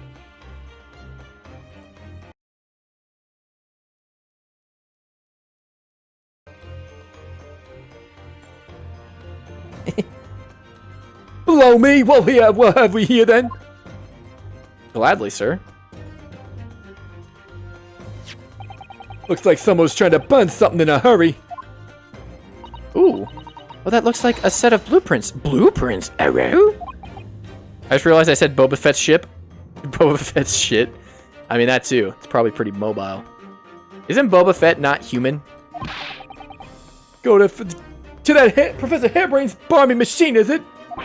Blimey! If we had these, there'd been no need to muck about trying to investigate all that scrap metal. There's something of great interest here, too. This rope was lying on the floor at the foot of that pillar. A rope? What's the significance about that? Never mind. It's a sexy rope. You see, but you do not observe, Mr. Naruhodo. Yeah, you need to observe, Mr. Naruhodo. Come on, man. You must investigate the entire room thoroughly, and before the forensic investigation team arrives too. Yes, sir. Alright, Ollie, when are we going to do the dance of deduction? That's what I want to do. There's literally a bomb in the middle of the field. Mr. Sholmes, have you found something? Yes. Ah, Mr. Naruhodo. Yes, in fact, something rather fascinating. When are we? Is it right now? I want to do it right now. I want to dance. What do you make of this? It's a bomb. Let's see. I've never seen anything like it before. Looks like a bundle of thick cigars wrapped in a large watch to me. Ah! Oh, is it Gaboom? Miss Sussy. No, we're good. What's the matter? Surely that's a time bomb, isn't it? What? What'd you say? A time bomb? Who is this Sasato chick? She seems to be smart and funny with a great personality. Sam, I need you to read something for me. What does that say, Sam? What does that say right there? What's the number there? I don't want to hear any more comments out of you, mister. But we're about to explode. And I also think we're about to dance. Oh, this is one of your favorite parts of the entire game, right? Right? I hope so. Sorry, but what is a time bomb? You don't know what a bomb is? Oh, you truly are one of a kind, Mr. Naruhodo. I won't take that as a compliment. Ha! Don't know nothing, do ya, Odo? You got a clue? You haven't got a clue what it is either, Gina. Come on. I invite you to consult the dictionary later, Mr. Naruhodo. But this particular specimen is no time bomb, though I confess it has a very similar appearance. Oh, well, thank goodness. But then, what is it? Yeah, literally, Sam, the two smartest people in this entire game, the two smartest, like, actually well-meaning, good, productive people in this entire game are two people, and they're 16 and 10. Like, Iris Wilson lives with Sholmes, but Wilson cooks breakfast for Sholmes and, like, does the laundry and everything. I see, so that's it. So you're accurate in saying she was smart then? Sasato is actually by far the, like, most helpful assistant. Yeah, absolutely. Nico, what is that? What? Mrs. Sholmes, have you seen to the heart of the matter? Is he deducing right now? There are times when I consider my lot most unfair, for I'm fated never to know how it feels to flounder as you do when a puzzle presents itself. It's not a bomb? What is that? Wait, what? What? Did I miss it? But I have learned to accept the hardships that come with being a great detective, Miss Susibaka. Here we go. I feel a great... Oh, great deduction! Once again, I can draw two conclusions from the scene we see before us. The first is that the inverted nature of the furniture in this room is the work of Drebber himself. Oh, but how could you... And the second conclusion, that the small device on the floor there is, without question, completely genuine. It's a bomb, and we're just chilling in here. Please, Mr. Sholmes, you must explain everything. It would be a pleasure. After all, it is a great detective's civic duty to teach Scotland Yard the finer points of the trade. He's squeezing one out. Gregson seems delighted with the idea. Oh, you deflected the inspector's glare with such fortitude there, Mr. Sholmes. Well done. You're too kind, my dear madam. I hereby dedicate this great deduction to you. Kindly stand just there, Miss Sasato. It's time. Let's dance, baby. Oh, yes, I'd be delighted. So, shall we begin? Once again, Herlock Sholmes is proud to present his logic and reasoning spectacular. Hey, yo. Hey, yo! The great deduction. The game is afoot! Topic 1, flipped furniture. It's plain to see that this room is in complete disarray. The bed, the table and chairs, the lamp, everything is upside down. Almost as if every item in the room had, until recently, been happily positioned on the ceiling, before falling straight down onto the floor. Every item in the room was on the ceiling. Are you suggesting that... Indeed, the key here Oh, what the fuck? is gravity. Hey, yo. It would appear that technology has at last succeeded in freeing us from the great pull of the Earth. Okay. I don't know about that.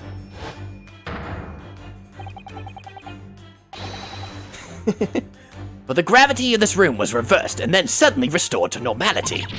Goodness. The inverted furniture clearly reveals the truth about the part gravity played in this whole business. Hey, yo.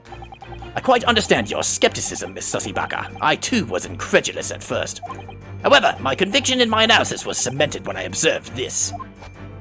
Bomb. An anti-gravity device? I don't know about that. An anti-gravity device almost identical to the one that's featured in a dream of mine only the other day, in fact. What? But then why does it have a clock on it?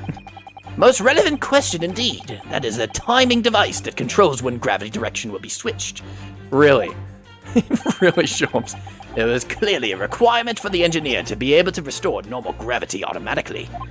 And the commotion we heard earlier from the other side of the door was the moment that restoration occurred. No, so I'm convinced someone was getting sloppy in here. Yes, the reason why everything in here has been turned upside down is because of the anti-gravity device. I love his deductions. So you see, we need to look no further to explain the state in which we now find in this room. Hey, yo. The direction in which gravity acts here was reversed by Mr. Drebber, before being restored to normality in an automatic fashion sometime later by the timer device. The exaggerated swagger and confidence. Sam, these scenes are kind of hype. The thing that they fixed about newer Ace Attorney games, Sam, is that they make the investigations kind of hype now. I've witnessed precisely this scene in a dream I once had when I fell out of bed. You fell out of bed? Because gravity was reversed. Of course it was. Of course it was. Why not? Topic 2. Missing engineer. Yeah, where'd he go? Now, let us consider this next conundrum. What about our engineer's... what was our engineer friend's aim? Indubitably, the greatest clue we have yet to explain... that we have to explain his actions is above our heads. Yes, how is it possible there are footprints all the way up there on the ceiling? A question whose answer will lead us neatly to the truth, my dear madam. The reason there are footprints on the ceiling is because of the nearby skylight. Sholmes, you got... Of course, Drebber's aim was singular, to escape. However, there is but one way into this room. Excepting the skylight, that is. Ah. Oh my god, what is going on? By inverting the gravity in here, Drebber was able to fall conveniently into the ceiling and make his escape via the otherwise inaccessible skylight, leaving those footprints behind on the way. But the ceiling here is very high, Mr. Sholmes. And if the gravity reversal was sudden, wouldn't Mr. Drebber have fallen up to the ceiling rather violently? Falling up is both scientifically and philosophically a rather interesting concept, I feel. But the man was concerned with nowhere to run, so escape through the skylight was his only option. You may recall that I found this in the room earlier, which I believe offers a solution. Hey, yo? Oh, the rope. To reach the intended destination, what better tool than this rope? Okay. By anchoring one end to the wall, the man was able to lower himself safely to the ceiling, which explains how Drebber was able to escape this room before our arrival. Hey, yo? He reversed the pull of gravity and fled via the skylight. And personally, I should very much like to reverse the pull of gravity again now, just for fun. Okay, well, now we're gonna have to be like... I'm gonna pull this up one more time for, So basically, how this game works, Sam, is that Sholmes is a, like, literal dumbass, and his assumptions are always wrong, and we have to correct them. Where's this me, Molly? Where's the me and the bestie? Where is it? I need it. Where is it? I can't stand his dumb ass. There it is. Bitches be like, I can't stand his dumb ass. 10 minutes later, me and the bestie. Now we get to dance with him, though.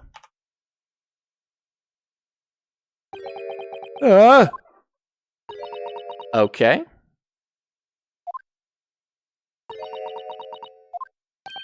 She's completely spellbound.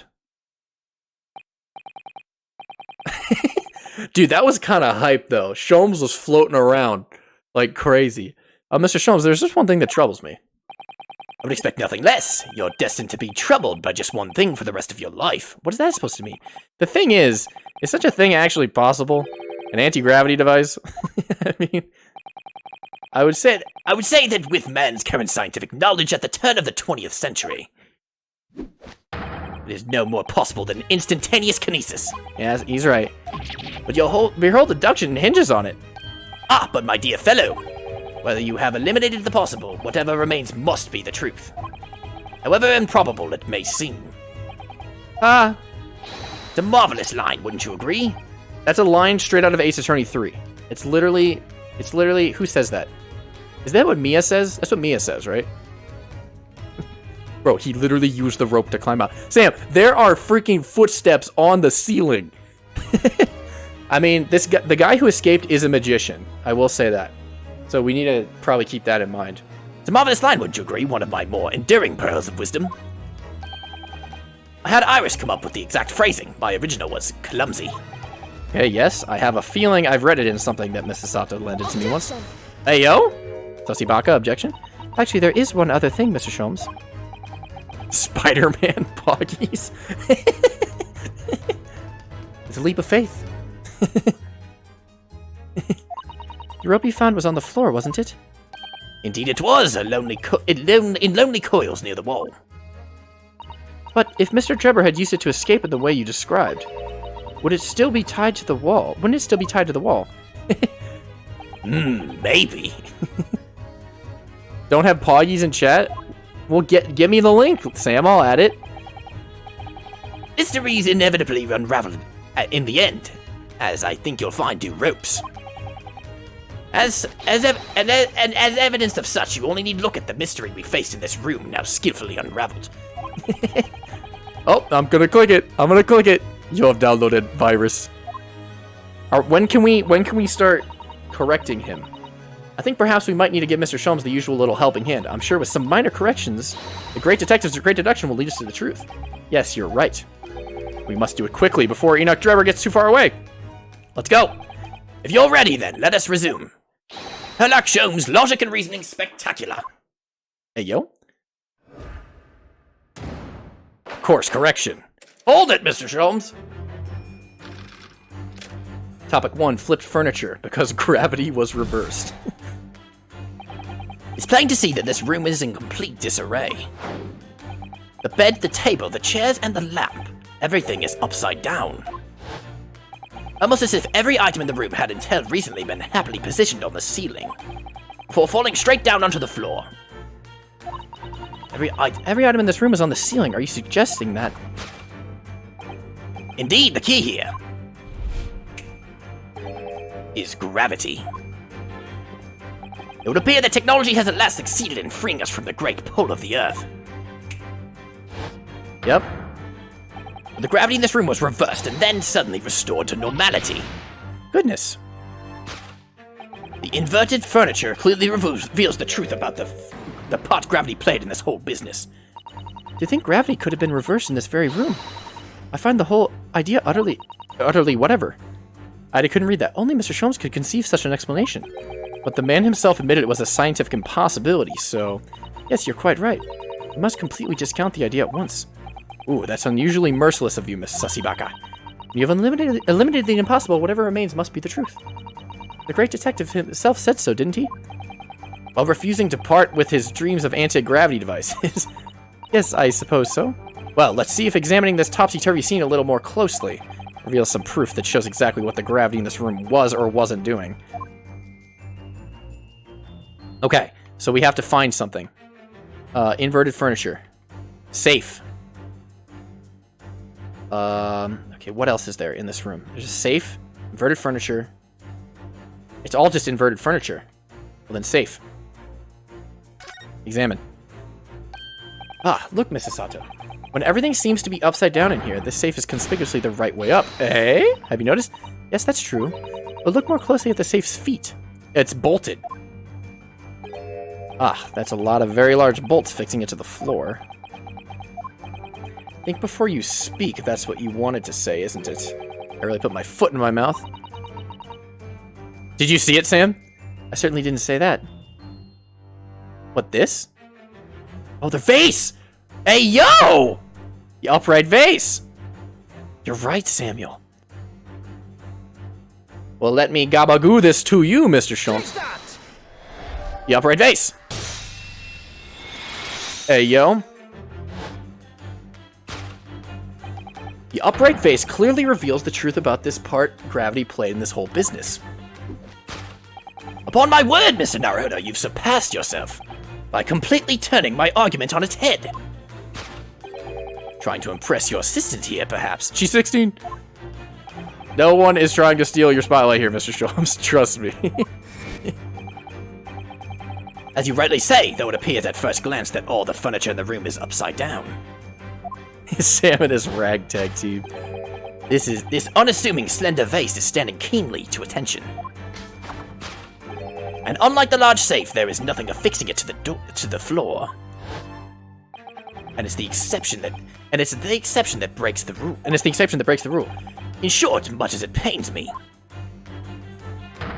the gravity in this room was never inverted at all. Yeah, how did you figure that one out, Sholmes? My deepest sympathies for your loss. Oh, poor Mr. Sholmes. But the show must go on, so let us continue with our deductions. Now that we know this contrivance is not in fact an anti-gravity device, there remains but one other possibility. It's a bomb? You don't say. Someone deliberately turned over every piece of furniture in here. Yep. Oh, well, I guess. Which might sound obvious, but leaves one mystery very much unsolved. Namely, why would anyone choose to do that? Quite, and naturally there is an explanation.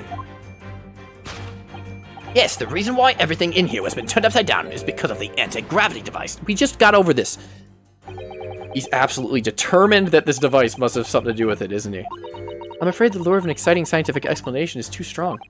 Well, there's no doubt that somebody did this. Somebody turned all this furniture over. Whoever did it must have had a reason. I'm afraid nothing comes to mind at all, though. Well, let's look around and see if the answer presents itself. The reason that everything in here... Wait, what did it say? Has been turned upside down is because of the anti-gravity device. Okay, what turned... What...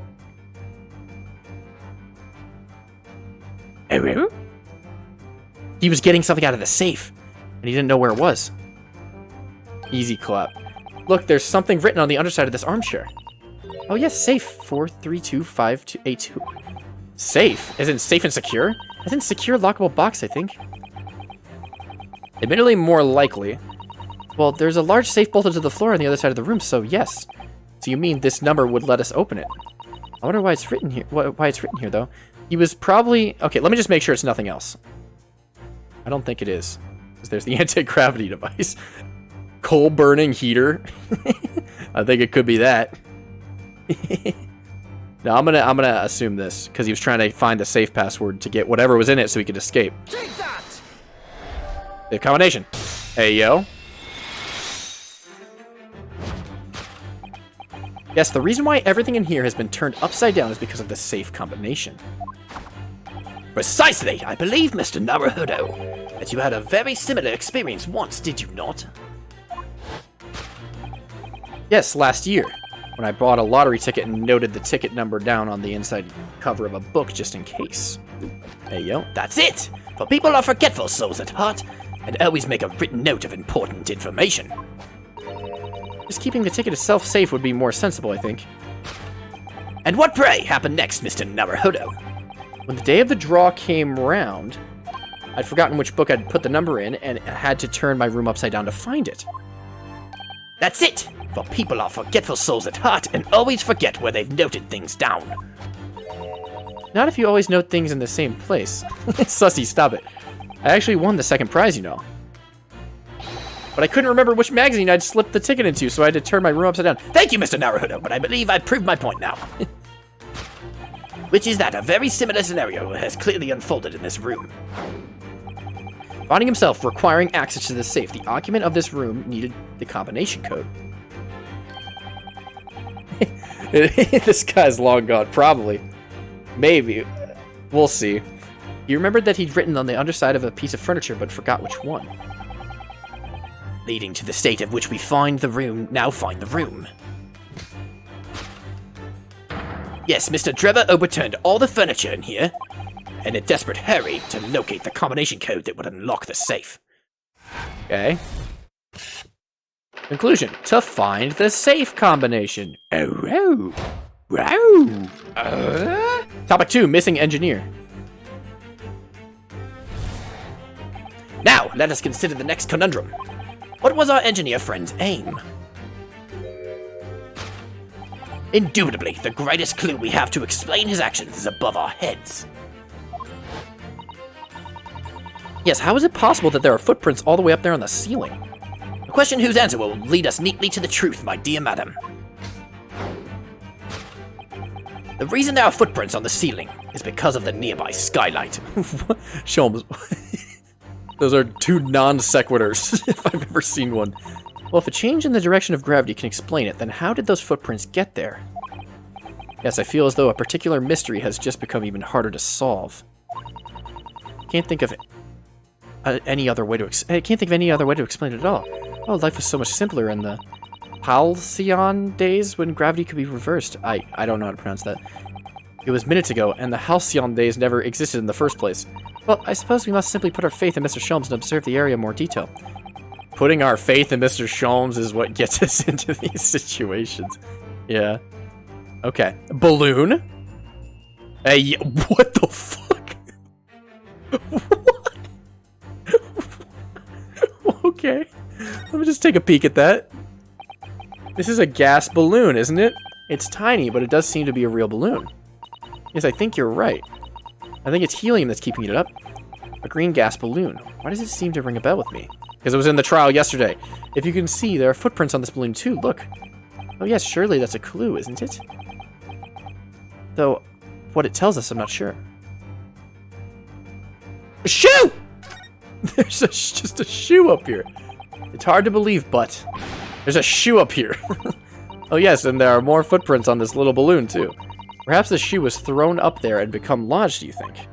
If so, then judging from the number of footprints, it must have been thrown up several times. Why would anyone be throwing shoes up at the ceiling, though? Oh dear, that's beyond me, I'm afraid. I'm just gonna make sure there's nothing else. It's probably... Wait, so what's the statement? The reason there are footprints on the ceiling is because... Yeah, it's because of the shoe. Take that! Shoe!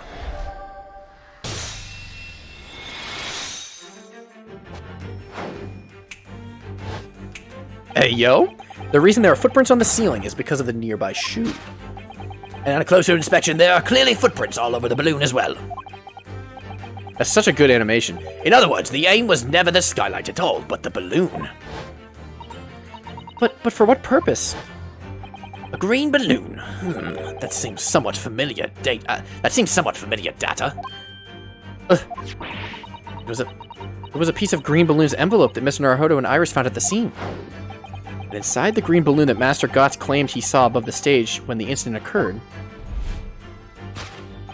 was the second birdcage, the crux of the whole instantaneous kinesis deception. You mean to say, we assume the balloon here is a model of the one used on the day. There is a strong possibility something may be concealed inside of it. Hey, yo. Something our absconder was desperate to retrieve before making his hasty getaway. But the balloon's out of our reach. And 'tis why he restored to a projectile, namely the shoe. I guess. Most probably Drebber intended to tear a hole in the envelope by assailing it with a shoe. However, his efforts were thwarted when the shoe itself became a prisoner of those lofty heights. Couldn't he have just thrown like a book? Oh dear, we desperately needed to examine that balloon. If only there were some way we could see inside. You may recall that I found this in the room earlier, which I believe offers a solution. Oh, the rope. To reach the intended destination, what better tool than this rope? Okay, well, it's not the rope. Mr. Sholmes has managed to bring the deduction back to the rope. Alright, I have to admit, that was clever. So we just throw the rope up on the balloon and then pull it down to us on the ground. Which is much easier said than done, I feel. It could take us a very long time as well. True, perhaps we need a more surefire method. In fact, we already have one, of course, don't we? Bow and arrow? Hey, yo, are we gonna shoot it? Let's just shoot it. Take that! Crossbow.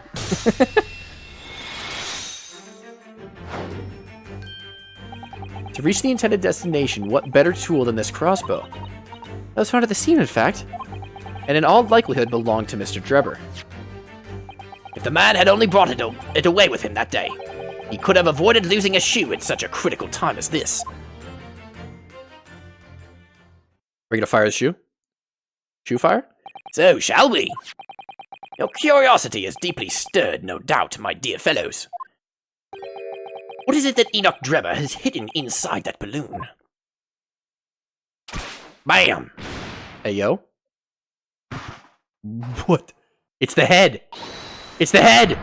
So no head? What the? A waxwork? Indeed it is. A waxwork head inside a metal mask. A mask that is shut tight and fastened with a strong and quite impenetrable lock. We can't see the face inside, that means. Just a moment, this is the head of a waxwork model? Does that mean? Oh, goodness. This is the professor. I see you've joined the dots, Miss Sussy Baka. Excelente. Ah, of course, the headless waxwork model. The case of the abducted Madame Tuspel's model that you'd largely solved. It was only the head of the killer that we're still missing. Indeed it was. But I believe Madame Tuspels will now have to settle her sizable account with me. This, as you now surmised, is the head of the infamous professor. Yes. But why is it here? This conclusively confirms my suspicions. The man responsible for stealing the professor from Madame Tuspels and returning it, sans tet. I don't know how to pronounce that. Earlier today was none other than Enoch Drebber. This is incredible. Professor Harebrain's case and the waxwork abduction they're inextricably linked by Enoch Drebber's workshop.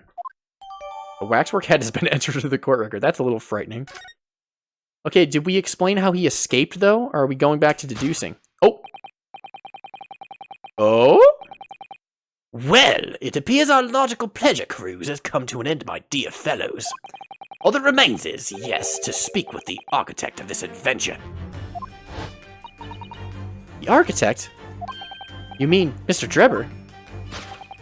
It seems quite impossible that he escaped via one of the skylights.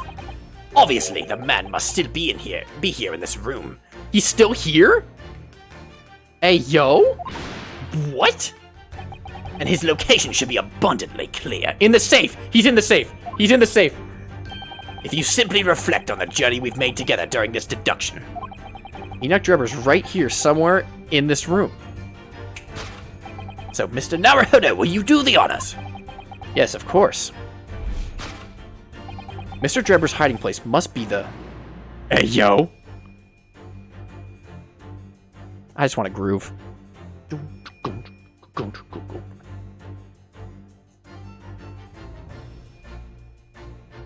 Take that! Take that!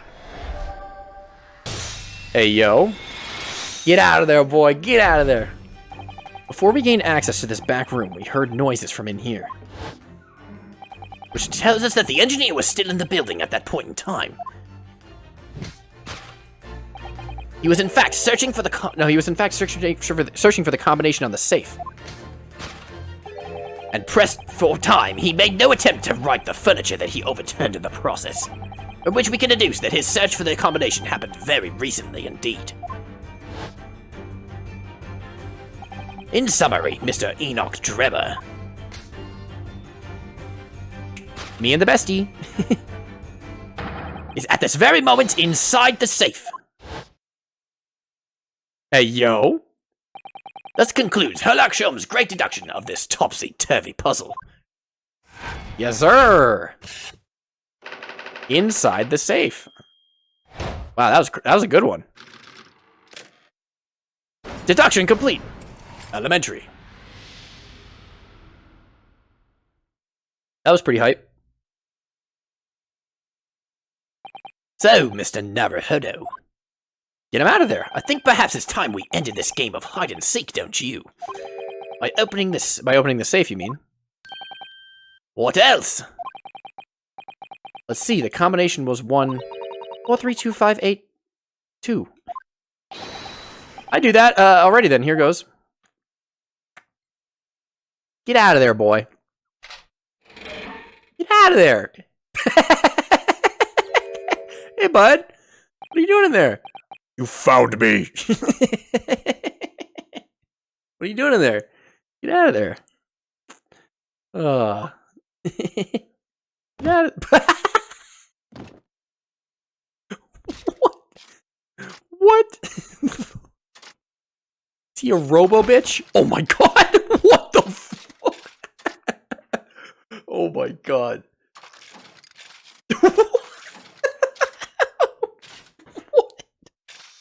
What? Meow. Meow. Meow. Right then, sir, Mr. Enoch Drebber, I presume. Correct. You should have a robo voice, right? Correct. You better start talking. You tricked Professor Hairbrain with that bogus machine you built. And you shall have to explain the theft of the waxwork from Madame Tussbells as well.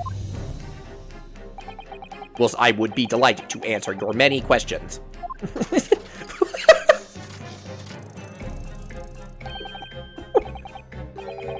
Man, just hit the yoinky sploinky. Personally, I would advise that you deactivate my little parcel first. His bomb. Deactivate? Your parcel? There's literally a bomb in the middle of the room. I refer, of course, to the time bomb. I left it in a most prominent position. Ha! Ha ha ha ha, I see. Stunned silence. You're all gearing up to die with me then. No, we're good, we're good. Let's just, like, not do that. Let's not die. Please, please, please, please. The way he rolled out of the safe and then aggressively started breakdancing to get up. Mr. Sholmes, with only 7 seconds to spare. That was too close for comfort. We got 1 foot in the grave already. Are you trying to help us get a killer or get us killed? Mr. Sholmes' deductions can be completely life-altering, can't they? Well, my dear fellows, that was a close shave. The resemblance of to an anti-gravity device is really quite startling, I must say. Has he encountered anti-gravity devices in the past? Anti-gravity devices don't exist. I wouldn't push it, Mr. Sholmes. This guy's funny. What happened in here, bud? What on earth happened in here? You found me, haven't you? No need to screw me down any further. Everything in here is precisely what it seems. Yeah, well, we've been giving it a thorough going over, don't you worry, Drebber.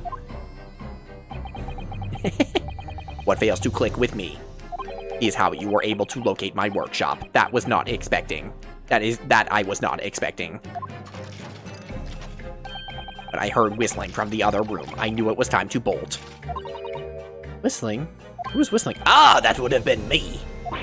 Oh? For some reason, I woke in the fine fettle today. No words, just tightly squeezed chips. Clearly, I must have screwed loose, though, as I couldn't remember the combination for safe. And another one loose, as I couldn't remember on which piece of furniture I'd written it down. We also found a rope over by the wall.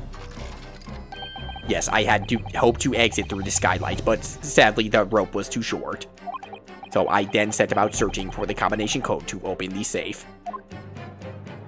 And burning the incriminating blueprints, don't forget. Regrettably, though, you failed to retrieve the head for the balloon among the rafters. Yeah. And after that, you hid yourself in the safe. Having first set this parcel ticking. Well, I had no intention of being nailed by the police. Okay. Why'd you have a time bomb then, bud? What? Got a death wish, have ya? Hiding right beside a ticking time bomb? Well, he was in a safe. He'd be safe. Please, why do you suppose I chose to hide inside the safe? It is no ordinary safe. It is specially designed. A dynamite explosion wouldn't have left scratch on it. No, in fact, the safe was the only safe place. Precisely. But once you climbed inside, you wouldn't have been able to get out again. I invite you to look more closely. Second wheel. The safe is fitted with handle from inside to allow the door to be unlocked from within. Ah, so it is.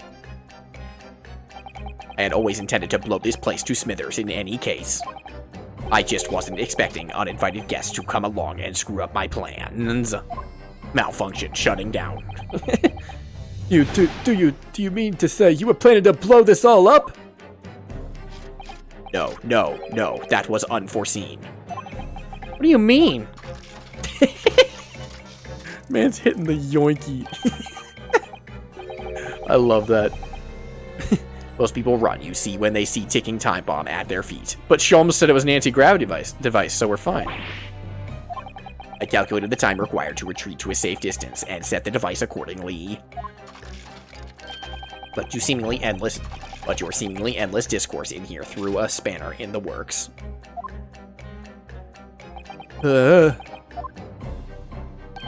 Something wrong, Gregson. Do I have something on my face besides the usual eyes, ears, nose, and mouth? Yes. A silly little smile. I think we have a fairly good idea of what's been going on here now. What about the 2 incidents you've evidently been involved in recently? Yeah, bud. Professor Harebrain's instantaneous kinesis experiment machine at the Great Exhibition. And the waxwork model you stole, which this head belongs to. That is no ordinary head, you see. That's the head of shutting down. The professor. Clad in mask with lock so strong, I'm unable to open it safely to reveal killer's identity. It's caught in there? Really? It's secured in there? You can't see the face? I've been considering carrying it around as protection. After all, that's enough! Who? Oh! She's here. What's going on here, Gregson? I'm sure you're aware that I have the sole jurisdiction to investigate here. She's a snake. Yes, well, Dr. Scythe again. So the forensic investigation team is here. And you know very well that this engineer is the key witness. Why are you allowing this lawyer to access him? I'm a snake. Lord Strongheart knew if this you'd be finished. You lot, leave at once! You get it? You see what I did there? Cause she's got a snake. and leave at once. My dear madam, there's no need for such a threatening tone, I assure you. I love how vacant Sholmes' eyes look in this animation. There's nothing behind those eyes. The lights are on, no one's home. After all, there's no way to greet an old acquaintance, is it, Dr. Scythe? They're acquainted? You know each other? Hello, Sholmes. Mr. Sholmes knows Dr. Scythe? It's protecting the machine next door that's causing such a sour expression on your face. You are quite misguided. It's really nothing more than a shell, you. Get out! But of course we'll show ourselves to the door. I see you haven't softened at all. Mr. Naruhodo. That's his mom. Mommy! Well, we already met the other witness. She actually does have a daughter. She does have a child. The Scythe lady. It appears that our delightfully entertaining investigations have run their course for today. But Mr. Sholmes... Let us leave this place in the doctor's capable hands. What voice did you give the daughter? Just like a very cheerful, innocent voice. Because she only spoke for like 3 lines. I said get out! Now, all of you! Your presence is not required either, Gregson. Gregson! Understood. Well, I'll just say one thing before I head off. If it wasn't for this lawyer and his companions, we'd never have found this place, and the whole workshop would have been blown to bits. There was a time bomb sitting here that this lot disarmed. Give her a squawky voice? Okay, I might change it. We only saw her for like 3 lines. She's a snake. Something giving you a chuckle, has it, Drebber? Ah, so sorry. Didn't mean to offend. You're quite right, of course. You did disarm the time bomb, didn't you? Yep.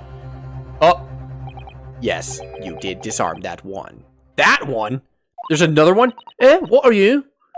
That one? You mean? Uh-oh. Uh-oh. Ah!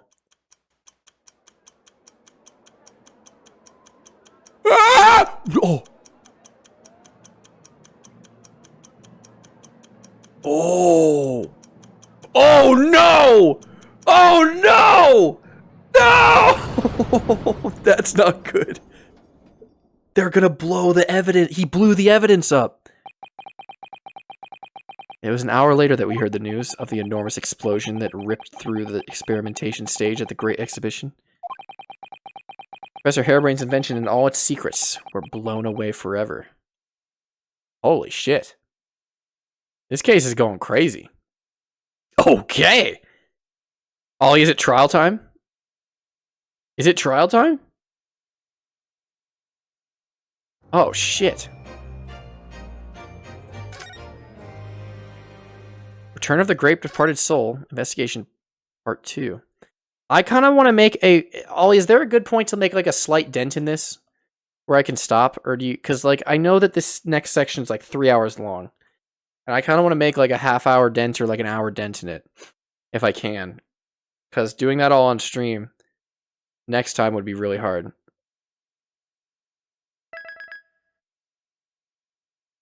We're going to trial, baby.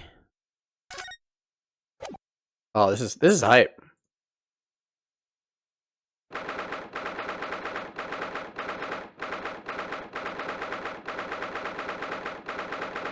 The Old Bailey Defendant's Antechamber. Good morning to you, Mr. Naruhodo. Good morning, Professor. Ready for today's proceedings? I hope so. I should be, even I, with nothing left to, Good morning, my dear fellows. My dear fellows. Hey, bud. How you doing? Oh, Mr. Sholmes, you're here. Why, naturally, a true gentleman stands shoulder to shoulder with his friends in battle at all times. Thank you. I really appreciate it. I'll see you later then. Okay, bye. Bye. Now, Professor, we really need you to remain calm in the courtroom today. Yes, do try your hardest to enter the witness stand. Do try your hardest not to enter the witness stand uninvited again. Yes, I will. I realize it was a mistake. My dear fellows, I must interject. Sholmes, what? Oh, you're still here, Mr. Sholmes. What's the matter? Surely you've overlooked some praise, have you not? To be cast in my direction, Sorry, I don't follow. Must I spell it out? I, the great Herlock Sholmes, the great detective of worldwide acclamation, arose at some ungodly hour to be here now. First thing in the morning, a miracle, you must agree. Okay, I'm proud of you, Sholmes. Well, if I must agree, then. As you know, my sleep is quite impregnable. Okay. Iris had to employ her full gamut of tactics. She pulled the covers off, shook me, poked both cheeks. Which cheeks? Punched me and kicked me from the bed. Both? Then she poured a boiling cup of her latest experimental blend on my face. And at last I was bestirred. Oh my, Iris has been busy. Iris doesn't have it in her to go that far. She's too nice. Oh, it's the sense, the spirit of a fellow scientist, one who relinquishes the infinite possibilities of blending tea. I'm the one worthy of praise here, not Iris. This is my victory. Yes, it is. Good job, Sholmes. Sorry to cut in. Who? Oh. Hey, bud. Oh, Inspector Gregson. Good morning. Gregson, my dear fellow, why the grim expression at this delightfully early hour? Because the evidence got blown up, dude. Oh, I don't know. Maybe because I've been confronted with a grimmer expression, huh? Dear me, after you. Are you going to take that insult lying down, Professor? What? I don't know! Poor Professor. Anyway, here's the paperwork you asked for. What paperwork? Sussy probably asked for it. Ah, I took the liberty of requesting it yesterday. I have a feeling it may prove useful. You wouldn't believe the hoops I had to jump through to get this brought out of the archives. It's the professor's autopsy report. The professor's autopsy report? Are we gonna solve that murder too? Are we gonna solve 2 murders? Hey, yo. That mass murderers? Who killed 5 members of the aristocracy? He was found guilty in a closed trial 10 years ago now. It was all done under wraps, and he was quickly executed soon after the trial. It's all in here. The killer's autopsy report has been entered into the court record. Give Greg some more of a lisp? No, I like his voice. He's Luigi. Not really.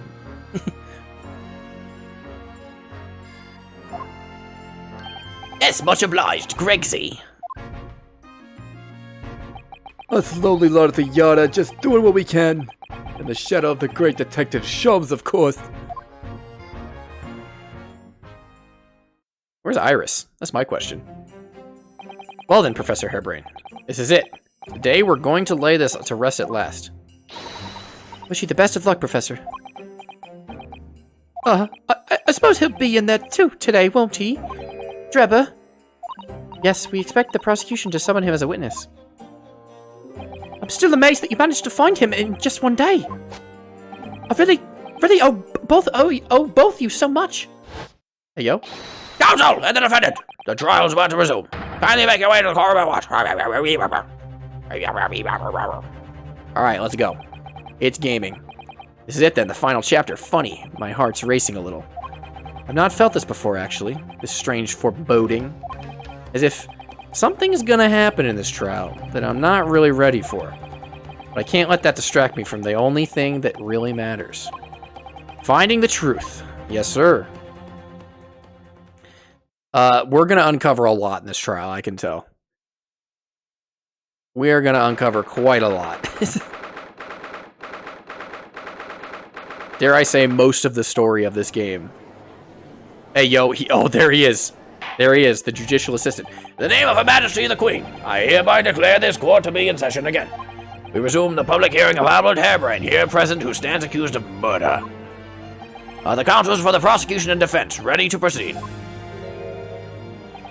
I don't like that. The prosecution is ready, my lord. I don't like that. He's there. He's there. Kazuma's there. Why is he there? The defense is ready, my lord. As promised, Lord Van Zykes and his apprentice with him. His apprentice with memory loss.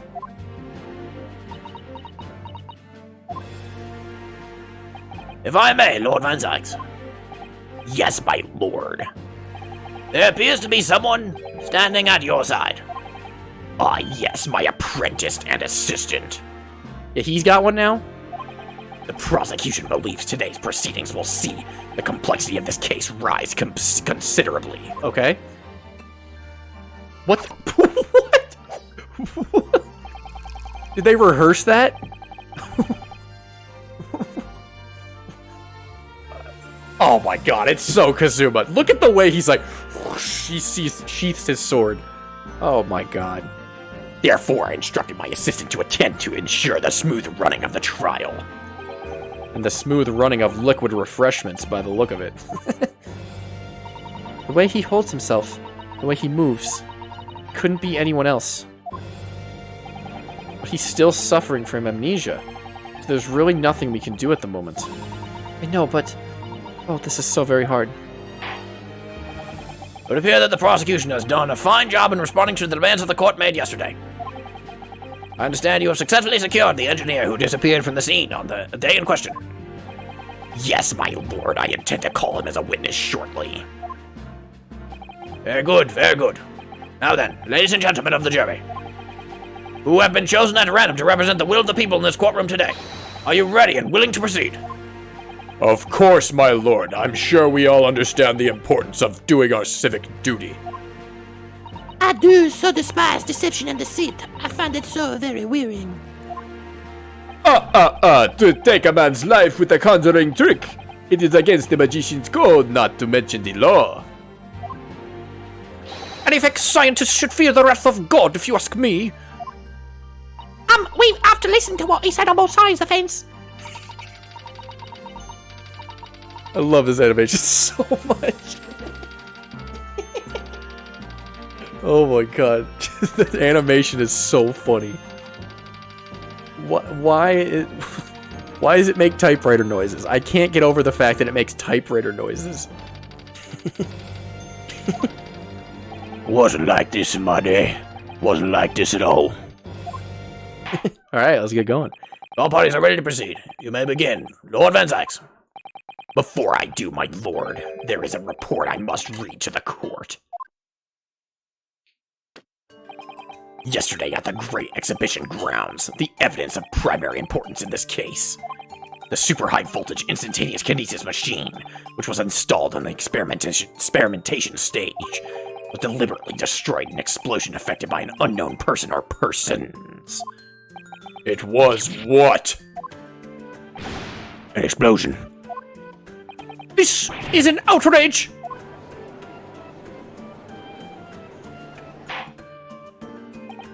Yes, I heard this grave news yesterday.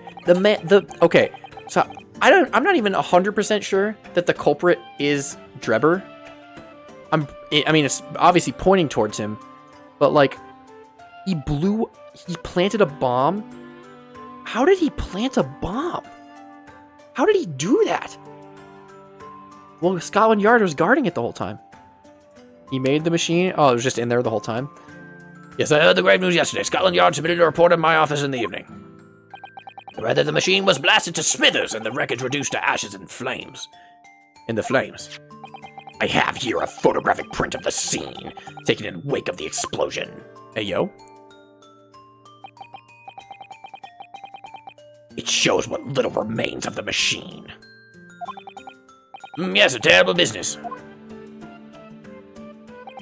He did it to destroy the evidence, did he? That Enoch Drebber. The court will take the print as evidence, counsel. Post-explosion photograph has been entered into the court record. Yes, sir. Late yesterday afternoon, the protection afforded to the machine by the Special Dispensation for Scientific Equipment Act was revoked. However, before a thorough investigation could begin, the invention was obliterated from existence. Okay.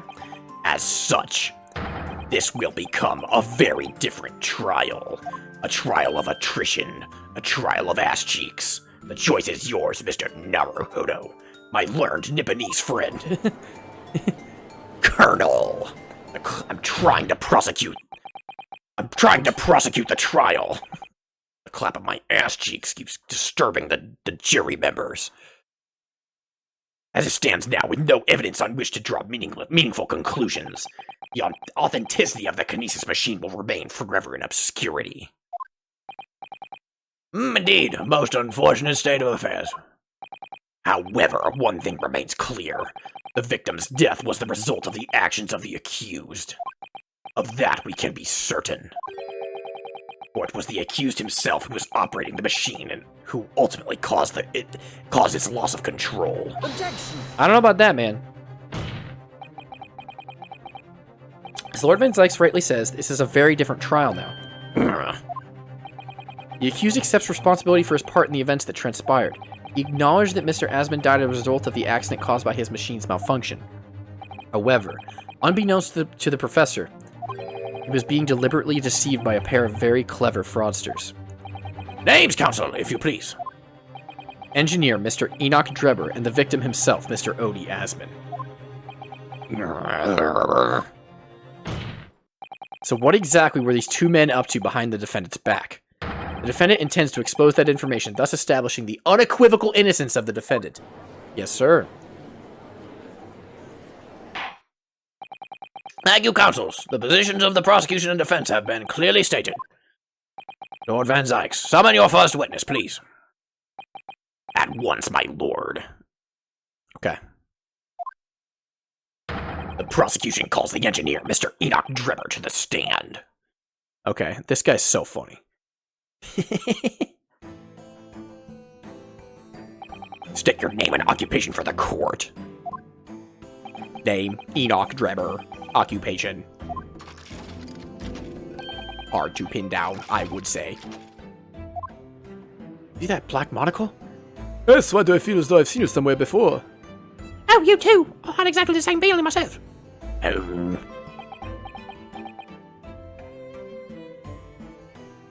I like and hate how he makes so many words orange.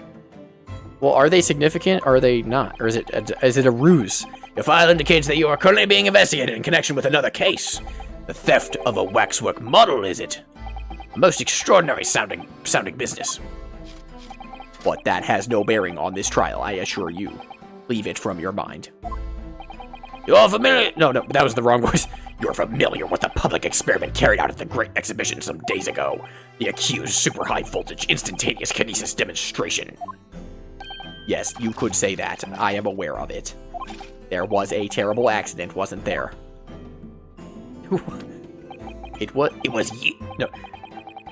It was you, Mr. Drebber, who constructed the vast machine used in the experiment. Or so our investigations indicate. Can you confirm your involvement? Yes, I constructed it in precise accordance with the blueprints, but that is all. Then the court would be very interested to hear your thoughts on the machine, I'm sure. Testimony. He hits the yoinky sploiky. An amazing device, if you ask me. The pinnacle of modern science, making instantaneous kinesis a reality at last. What? Good gracious! Do you mean to say that the experiment was bona fide? Is that your belief, sir? Yes, that is very much my belief. Such a waste that it blew up. You blew it up! What the hell? Objection! What do you mean? We've already established that the machine was nothing more than a prop for an elaborate conjuring trick. Objection! You've established nothing of the sort. Eh? All that was shown during yesterday's proceedings is that the same outcome could have been produced by means of staged trickery. The defense merely proposed a method and demonstrated its feasibility, nothing more. But... We've procrastinated long enough, I feel. Witness, you will now give your formal testimony. Ollie, can you do me a favor right now and like find a good place for me to end on? Whether it be like after this testimony or like another spot. Like it doesn't have to be the end of a trial, just like a spot that makes sense. Or are you busy? If you're busy, don't worry about it. Because I can't do this whole trial tonight, clearly. It's already almost 1 a.m. About the machine you constructed for the purpose of the demonstration at the Great Exhibition. Understood. I want to end in like half an hour or less, Ollie. So maybe like a testimony or two, maybe. Unless there's a good spot. Kinesis machine. I met the young professor approximately 1 year ago through Mr. Asman's introduction. He provided me with the blueprints and I constructed the machine to his precise specifications. It was no trick. If the whole show was a fraud, it would have required a body double. Tell me, did the victim have a twin? Yeah. The waxwork thingy. All the spectators saw the birdcage appear above their heads and then crash headfirst into the crystal tower. A terrible accident, I grant you. Perhaps the science on which the machine was built was flawed somehow. Okay. A body double? That goes without saying, surely. You give the impression that something has moved when it really hasn't. It's basic conjuring principle. The deception cannot be achieved without substituting the original with a fake at some point during the performance. But I would be right in saying if you haven't managed to establish anything along those lines.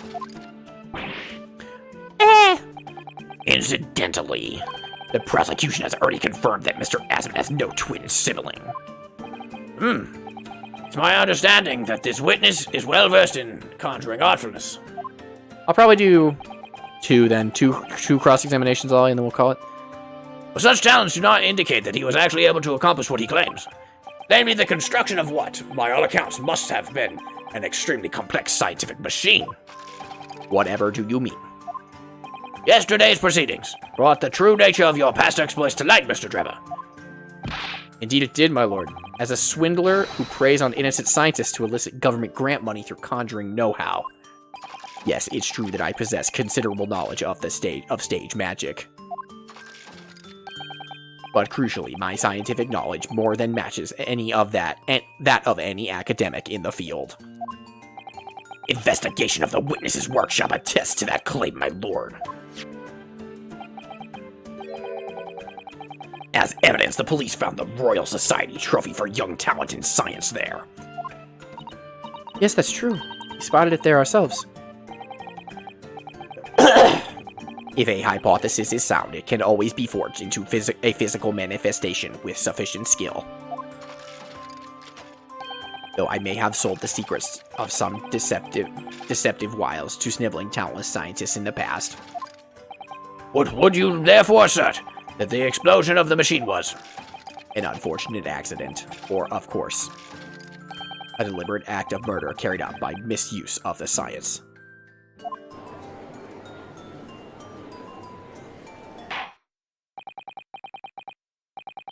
Counsel for the defense, your cross-examination, please. Yes, sir.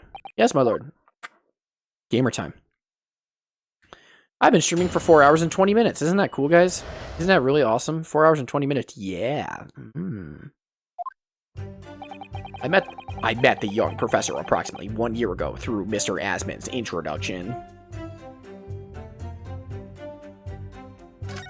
He provided me with the blueprints and constructed the machine to his precise specifications. It was no trick. Hold it! It's clear that you have both scientific... It's clear that you have both scientific knowledge and knowledge of conjuring magic, however. He's the rondo between science and magic. Fool. The more knowledge you have, the better equipped you are to handle whatever comes along. But your implication is that I furnished the machine with some trickery, I think. It's a possibility that we have to explore. Well, you literally told us that you furnished it with a bomb, dude. Yesterday. Unfortunately, though, the machine has been blown to Kingdom Come. So there's really nothing left to explore, is there? It appears that the kinesis machine was fitted with a timed explosive device of some kind. And there's nothing left of that device either. Not a single shred of evidence remaining, I hear. I'm gonna check that picture that we got, because I haven't actually looked at it. Oh, we have so much evidence. Oh, God. This is the first 3-pager. Yeah, so this is what it looks like. Well, there's clearly a chute downward of some sort. I don't think I see anything else, though. Like, at the moment, it could be, like...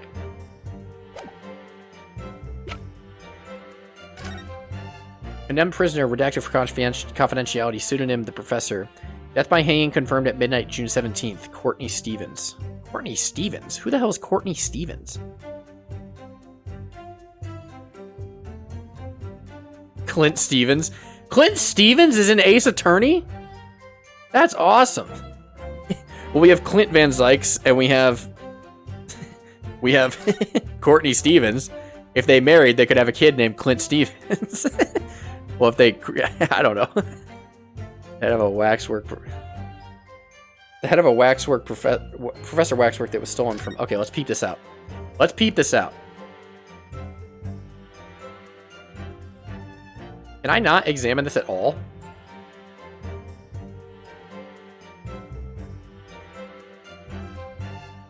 Can I not examine this at... Oh, ayo. Key? This lock does look very strong, doesn't it? There's definitely no way you could remove the mask yourself if it was put on you. What a terrible way to treat someone, even a convicted criminal. I know, it's starting to make me livid, actually. Mr. Naruhodo, please. I mean, just think about it. Imagine if you had to itch on your cheek all of a sudden. You'd be utterly helpless. Yeah, he also got hanged, Mr. Naruhodo. So I think there's bigger concerns. Well, yes, that's true. I'm not sure that warrants quite so much anger. Alright, sorry.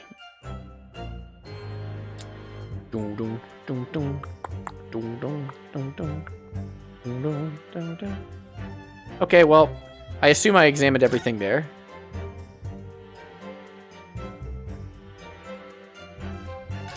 Royal Society Award. There's a little metal plaque here, look. Fostering burgeoning talent for the future of scientific discovery.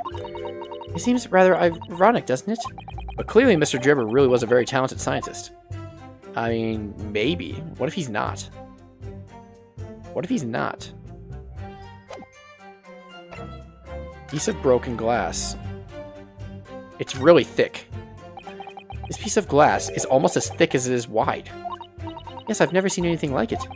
If you were to compare it to a human, only Mr. Sholmes has such thick skin. There's really no need for such a comparison, Mr. Naruto, as you well know. Anyway, it can only be from the Crystal Tower, surely. Yes, I think so too. It was probably made especially to meet the demands of that great structure. Okay, yep. Camera. I already examined the camera. We haven't examined this yet, though. Is that blood up there? On the top right? What is that? Hey, yo? Ah, look here, Miss Sussibaka. Oh yes, the wood's cracked and broken a little. Suppose it fell from such a height? Yes, from the height at which the balloon was flying down to the Crystal Tower below. Fall of about 30 feet, or 9 meters. Leaving a man inside tragically dead. Okay. Damage to the base. Okay, yep. I want to make sure there's nothing else I can examine. Examine. Oui, oui. Enoch Drebber. Is there anything in the street that's important? Los examinar. I mean, I don't think so. Other than it's him. It's definitely him. That's about it, though. We already used this.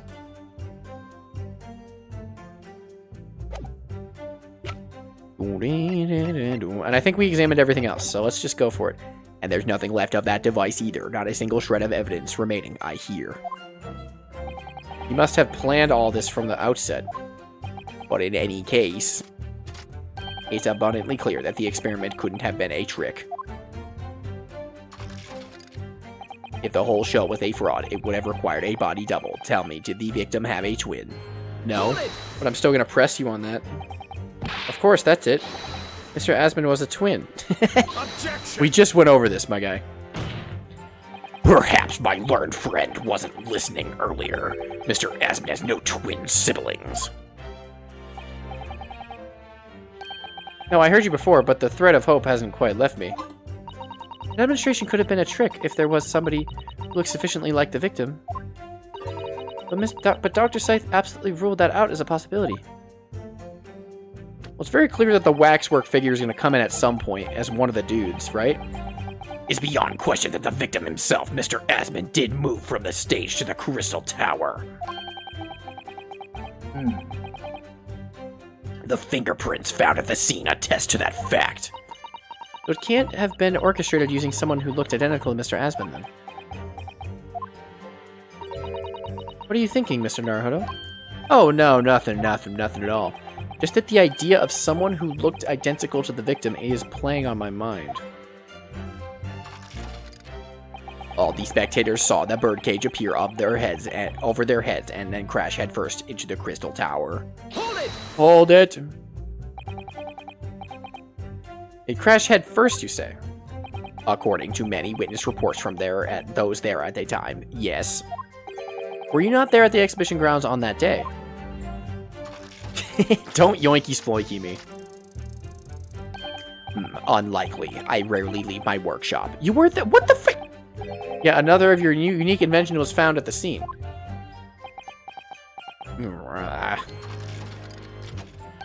Well, it was the unveiling of a machine I'd labored over for many months. So now you say you're there? Okay. I saw it clearly with my own eyes, the birdcage plummeting headfirst into the tower. What a surprise, since you shot it down, probably. I believe the victim's neck was broken from the headlong fall, wasn't it? How would you come by that information? Even an infernal recluse like me reads the newspapers, you know. According to the reports, 2 injuries were apparent on the victim's body. I think I might know the answer. We'll see. Yes, he's been stabbed in the chest with a screwdriver believed to belong to the defendant. And he had broken vertebrae as a result of the fall from a considerable height. Correct. My learned friend has been doing his research, it seems. Do we know which injury was the fatal one? Sadly not. Forensic science is not yet at a level where such things can be determined. What we do know is that the victim died having sustained both injuries at some point during the experiment. And since he was found in the birdcage with his neck broken, It is obvious that he fell from a considerable height. I suppose that's hard to deny. A terrible accident, I grant you. Perhaps the science on which the machine was built was flawed somehow. Hold it! Just gonna press. You understood the science, did you? Not in the slightest. Oh, right. As I've said a number of times, I'm an engineer. My job is to manufacture according to the blueprints I'm given. I would be inviting manifold problems if I foolishly allowed my brain to shutting down. Rebooting. Digest the ideas behind them. I could be accused of stealing those ideas, for example. How is it possible to construct a machine without really understanding the principles it relies on? Don't yoinky sploinky me. Well, you're practicing law without really understanding the principles it relies on, aren't you? How do you know that? I mean, yes, but how do you know that? Very good point. Stand up for yourself, Mr. Naruhodo. the point is the experiment resulted in instantaneous kinesis taking place. As such, the science must be sound. Yes, and really, experimental results are all that matters when it comes to proving a hypothesis. He's certainly very sure of himself. What do you think, Mr. Naruhodo? Well, now that the machine has been completely destroyed by yesterday's explosion, it's going to be impossible to argue its authenticity one way or another. But if we're unable to establish that it was a piece of a stage trickery rather than genuine science, we will have no grounds on which to demonstrate Professor Harebrain's innocence. Both Mr. Asman and the man in the stand tricked the professor and used him. They took advantage of his naivety and his unbending belief in his work, and I won't let them get away with it. And seeing as the professor is an old friend of Lord Van Zyk's, what on earth must he be feeling towards Drebber? Probably not too good.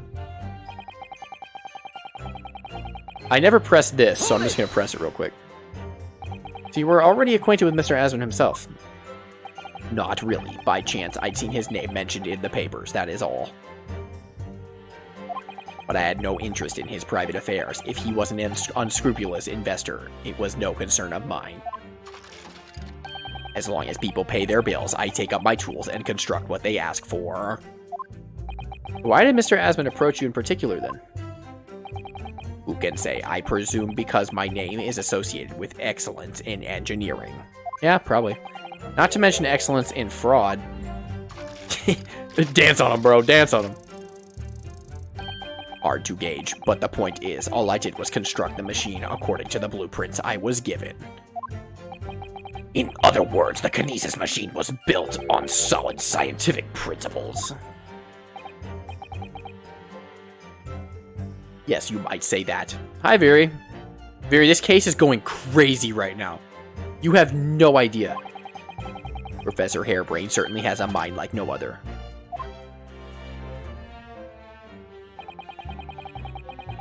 Okay, let's peep this out. Hang on.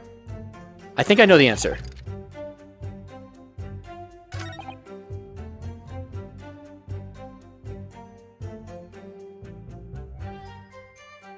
It's this.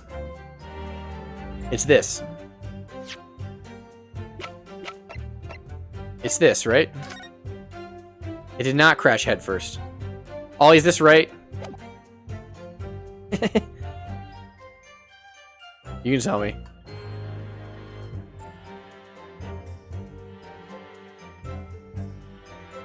Objection! Yes, sir. We've examined the birdcage that crashed into the crystal tower ourselves. As you can see, the cage, which is a wooden construction, has sustained damage in one particular spot. Viri, do you see that guy standing next to Van Zyk's? You see that little fella? See that distinguished gentleman?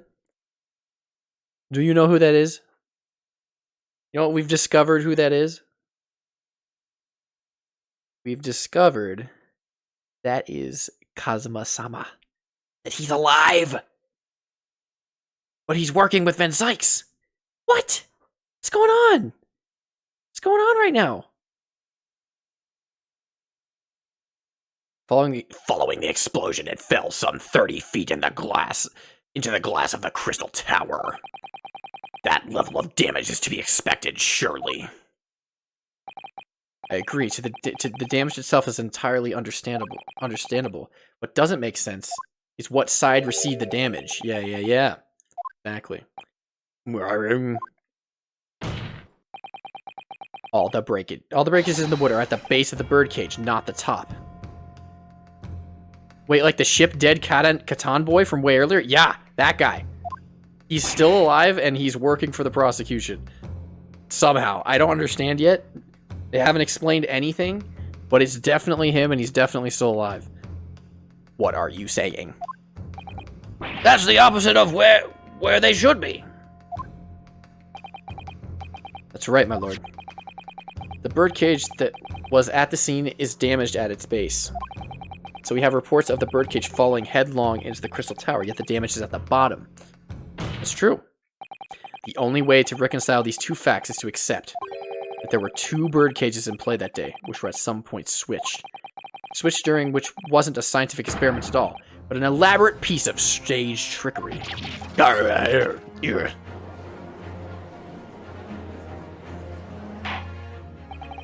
But righteous, explain yourself, witness. Well,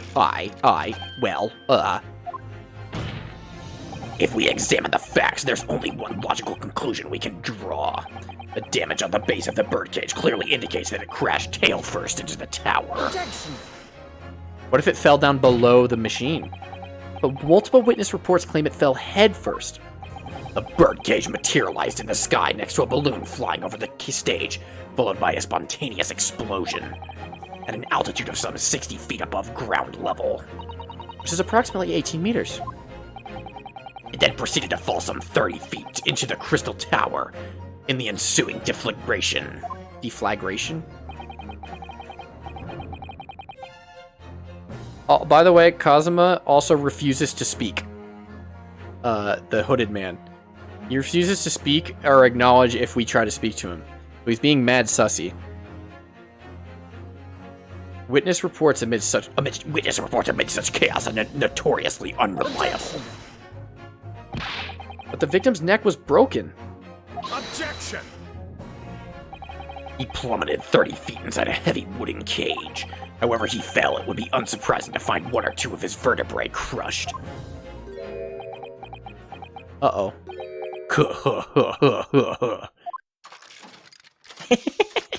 I love that animation. It's funny. A riveting scientific analysis of events from the prosecution there.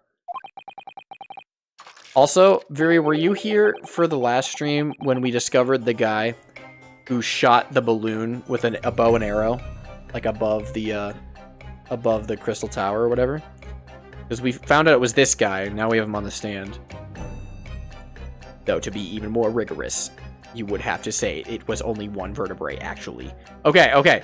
So the whole basis of this case is they transported a guy from here up to here through some science magic, but actually, this just exploded, and there was a balloon up here that also exploded simultaneously that just dropped another body here.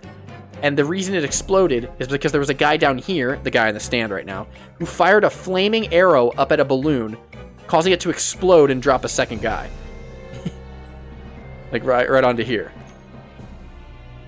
Or like, somewhere on the tower. So this just exploded and didn't transfer anything. Dude shot another bullet, exploded a balloon, fell onto here.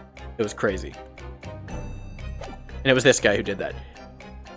There's only one vertebrae, actually. He wasn't quiet for long. I found it hard to see what's motivating Lord Van Sykes. This witness is clearly a swindler and one who deceived a personal friend of his. If you're going to establish this deception, do it right. Sorry? I feel like that's the undertone here. Yes, and there is one more point. The defense appears to have forgotten. It obviously wasn't a trick, as certain truth very plainly demonstrates. What? It seems to me that the cross-examination had better continue until we resolve this matter. Mr. Drebber, you will amend your testimony with details of this truth. Of course, we must treat the matter scientifically after all. I nearly had him there. Ew. Ew. Ew. He's got like neck stabilization. Look at his neck. Ew. Ew. The kinesis clearly took place because there's nowhere else 30 feet high for the birdcage to have fallen from. Yeah, bud, uh-huh. Ew. Ew. Ew. Ew. I can't do it, Ollie. I'm not cool enough. The kinesis clearly took place. Can we just prove this? Ollie, is this as simple as it seems? Is it literally just the balloon? Or do we have to present this? There's a balloon above here. It is not the balloon. This is dumb. So I need to press it. I'll just press it and see if I can figure it out. Well, it's this. Of course it's this statement. What do you mean? Well, before the demonstration began, the victim was alive on stage in front of the audience. Yes, there are lots of witnesses who saw Mr. Asman on the experimentation stage, that's true. And the victim's neck broke as a result of an impact following a fall. Okay. Because he fell underneath the stage, dude. Logically, therefore, the victim must have fallen from somewhere. He fell under the stage. There's a hole. What do you mean?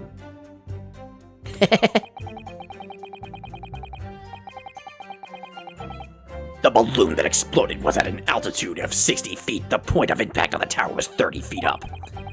The difference is 30 feet is therefore the total distance the birdcage fell. And there's no other location. Okay, yeah, this is easy. I just present the picture, right? Ergo, The victim himself must have been beamed from the stage into the sky above the crystal tower. Attention. Scientific analysis. Hear me every time I hear it explained. It sounds increasingly plausible. Oh yes, it is very well thought out. Certainly all the spectators on the day saw it. The birdcage plummeting 30 feet through the air, I mean. Irritatingly, yes.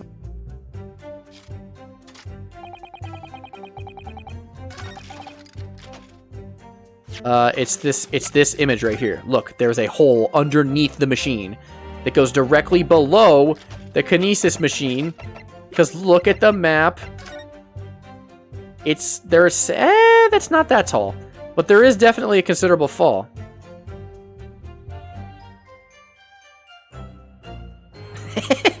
Always, you don't have to give me that. Cheetos. Is it really this, Ollie? Because I'm right. I know I'm right. Is it really not the photo?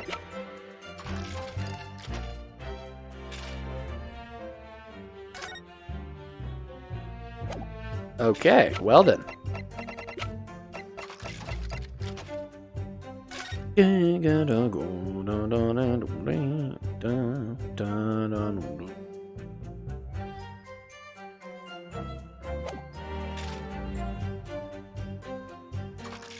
Does it make sense in the end? Ollie, or is it not even like... Were you as stuck as me on case 2 in the final piece of evidence? Because I highly doubt that. Now your logic is perfect, it's just wrong? What?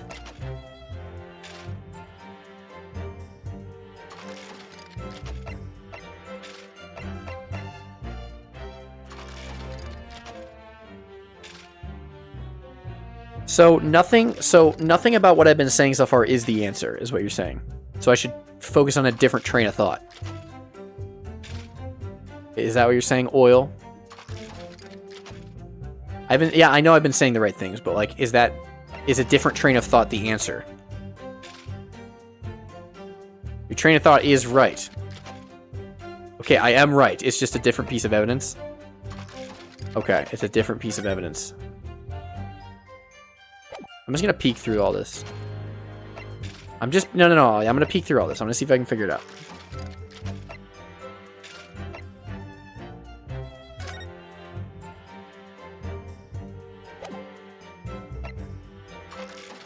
Hmm.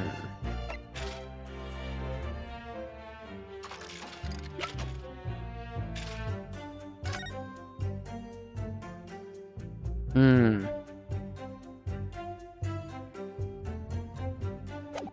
Hmm. Not this. We just presented that.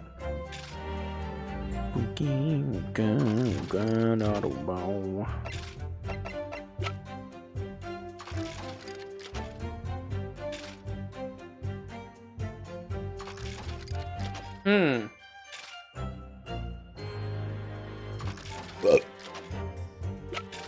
So it's not this. Just to be clear, Ollie. You can tell me.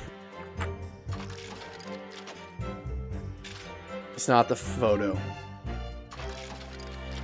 It may be the sketch. Why would it be the sketch?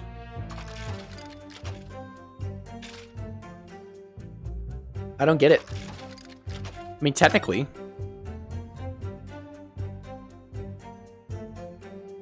It's not the photo of the hole. Yeah, I know. I know.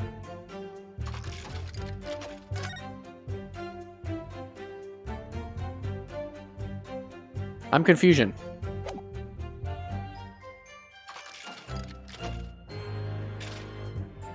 Can I just yoinky and do it, Ollie? Or is this... Ollie, is it this? Just tell me if it's this. I don't... You can say. You can say if it's this. As if it's that stupid, I don't get it. If it is this, I'm not gonna get it. So I don't want to be sitting here for a while. Okay. We're gonna have to see their explanation because this seems silly. Objection. Okay. It was that, but why? This is a diagram of the experimental stage and its surroundings. Yes, I know that. I am a robot. Uh-huh. We know that somehow the birdcage appeared in midair before falling down to the crystal into the crystal tower. A fall of about 30 feet or 9 meters. Yeah. And 30 feet is the height of the machinery itself. However, if you examine the diagram carefully, you'll see that there is one other possible location from which the birdcage could have fallen. The same distance of 30 feet. No! Oh, I do not like what you are saying. The other things totally should work. My logic is sound. Well, it appears the defense has a possible explanation to put forward. Go ahead, counsel. Yes, my lord. Of course.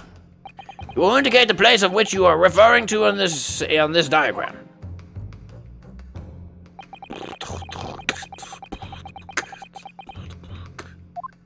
Right here. Take that! The place I'm referring to is here. But that's where the birdcage would have been to begin with. Which is exactly the point, my lord. Yes, the birdcage was in the machine on the stage. What we must also consider is the height of the stage itself, 30 feet. Go on, counsel. It turns out that the experimentation stage was built at a considerable height above ground level. If you look at the diagram, in fact, you'll see it's about the same height above the ground as the balloon was above the crash site. That's right. The hollowed rumblings. Am I winning? Viz, this trial is insane. When the experiment got underway, the machine and the birdcage were engulfed in steam. And it fell below the fella. At that moment, the floor on the stage gave way, and if we assume there to be a void underneath, this birdcage and the one seen by the audience would have fallen almost exactly the same distance. What happened? That guy. The hooded figure. That's our best friend who's still alive. Even though we thought he was dead. Once again, my lord, this all points to the fact that there was not one birdcage, but two. Objection! My learned friend has no evidence that the stage had such a contrivance in its design. The guy standing next to Van Zykes is Kazuma, who is the victim of the second case of the first game. who didn't actually die, but is somehow now prosecuting against us and also refuses to talk to us. However, the stage still stands. And take a moment to look at the photographic print of the scene following yesterday's explosion. Yeah, so our like best friend died in case 2 of the first game, Viz. And this is the second game, case 3. And now he's back. He's just alive. And no one knows why. Or how. And he refuses to talk to us. Good lord, the metal grill that formed the floor of the machine is undone. Yes, most likely blown open by the force of the explosion that destroyed the rest of the machine. The defense calls for the space below the stage to be investigated immediately. It's very smart. We should do that. Mr. Drebber. What? It was you who built the kinesis machine, which means that it was you who built the 2 bird cages that were used to carry out this deception. Malfunction. Whether Professor Harebrain's hypothesis is sound or not makes no difference, because it's the construction of this machine that matters. A machine that is designed to take Mr. Asmon's life. And lay the blame firmly on the professor's door, something that could only have been carried out by you! What happened to the science guy before? He's still on he's still our defendant. We still have to defend him. And we're accusing this guy of being the killer. Oh my god, what? What the f- We're accusing this guy of being the killer.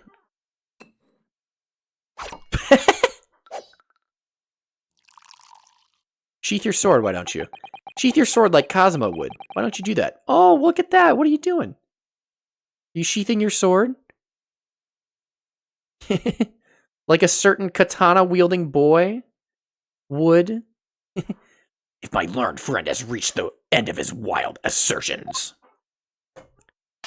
What? My man just poured you a glass. Come on, you can't just do that.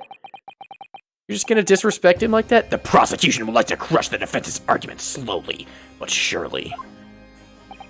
What? Your argument fails to hold water on 2 counts. How? I don't know what these could be. 2? Firstly, before and after the experiment, this witness went nowhere near the kinesis machine. Every relevant member of staff from the exhibition has attested to that. Uh-huh. And I believe members of Scotland Yard have also been on watch duty at every public experiment.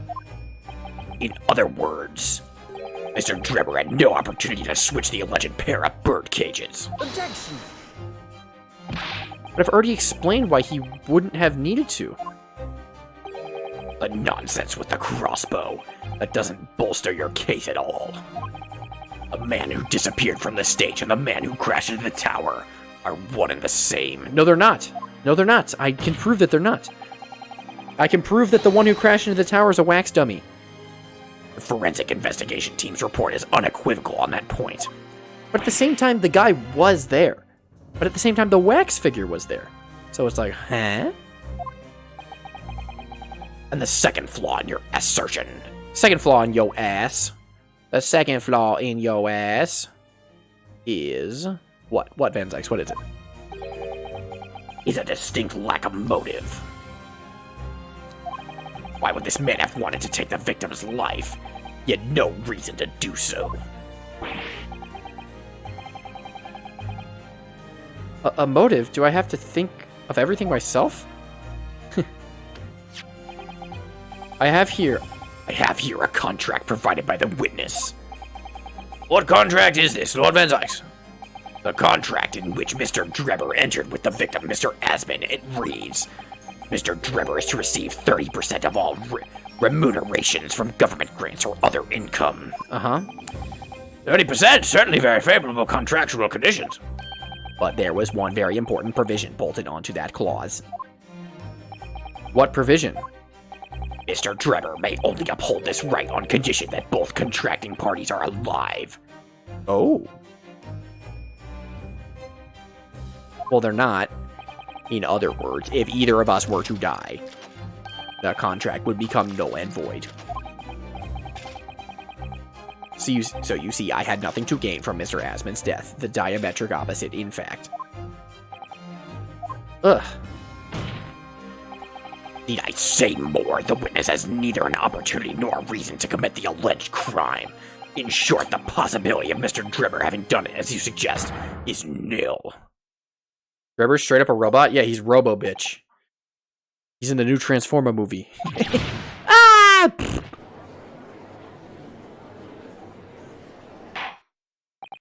It seems the defense assertion was somewhat wide of the mark. Well, Van Zyx, you will submit this contract as evidence, please. Okay, guys, we're gonna do this one. We're gonna like whatever the next present evidence thing is. We're gonna do that, and then I'm gonna go to bed because this trial has about 2.5 hours left, and I think it'll be good for just like one stream to go Doki Doki on next time I stream this game. Why are we accepting the testimony of a robot? Because he's cool. Look at him. He drops a yoinky sploinky on you. I think you might want to back out now. Now? Like right now. Wait. Let me read this. It's true. If Drebber had no opportunity to switch the birdcage under the stage with the one in the crystal tower, he couldn't have done it. In any case, I have no idea what his motive might have been. This motive thing is a huge chunk of the trial, so I need to stop right now. I mean, it is 1:16 a.m. That's probably a good stopping point. Guys, if apparently, according to Ollie, this is the, I don't know if I'd say the best trial in the game, but this trial is already insane and goes more insane. And so next stream we will finish this. But I cannot finish this tonight because it's going to take me another 3 hours and that I'd be awake till 4 a.m. So we're not doing that. We're not going to go any further. I'm going to end right here before we get to the motive because Ollie said this is a good spot. And once we start this up again, it's going to go Doki Doki, I can tell. Not the best. This isn't the best in the game. So far it is, but that's because the first two aren't, you know. Alright, guys. You like Case 5? Of course Case 5's good. Case 5's always good. Lads, I don't want to leave here, but I have to. So I must bid you farewell. Thank you for being here. If you guys want to join me in a raid real quick, I would love that. We'll be back next week when we finish this game. Or not this game, this case. This Doki Doki case. I need to find out what the hell Cosma is doing. Because why is he on their side? And he needs to tell me what the heck's going on. And I think at the end of the case we'll find out. But hopefully, maybe not. I want to know how he didn't die on the ship. That he was dead. And then he's not? And then Sholmes lied about him dying? And then he escaped the boat? Like, what? Excuse me? Buscusis? So yeah, let's host somebody, though. Let's host a Splatoon streamer. Who's playing Splatoon right now? Host Clint Stevens? I'm not hosting Clint Stevens, Ollie. That guy has like 6.9k viewers. Hey, that's nice. That's nice. Well, lads. The real murderer, Courtney Stevens. Clint Stevens. Lads. Oh, this is getting good. I'm very excited to play this, though. But we went pretty far today.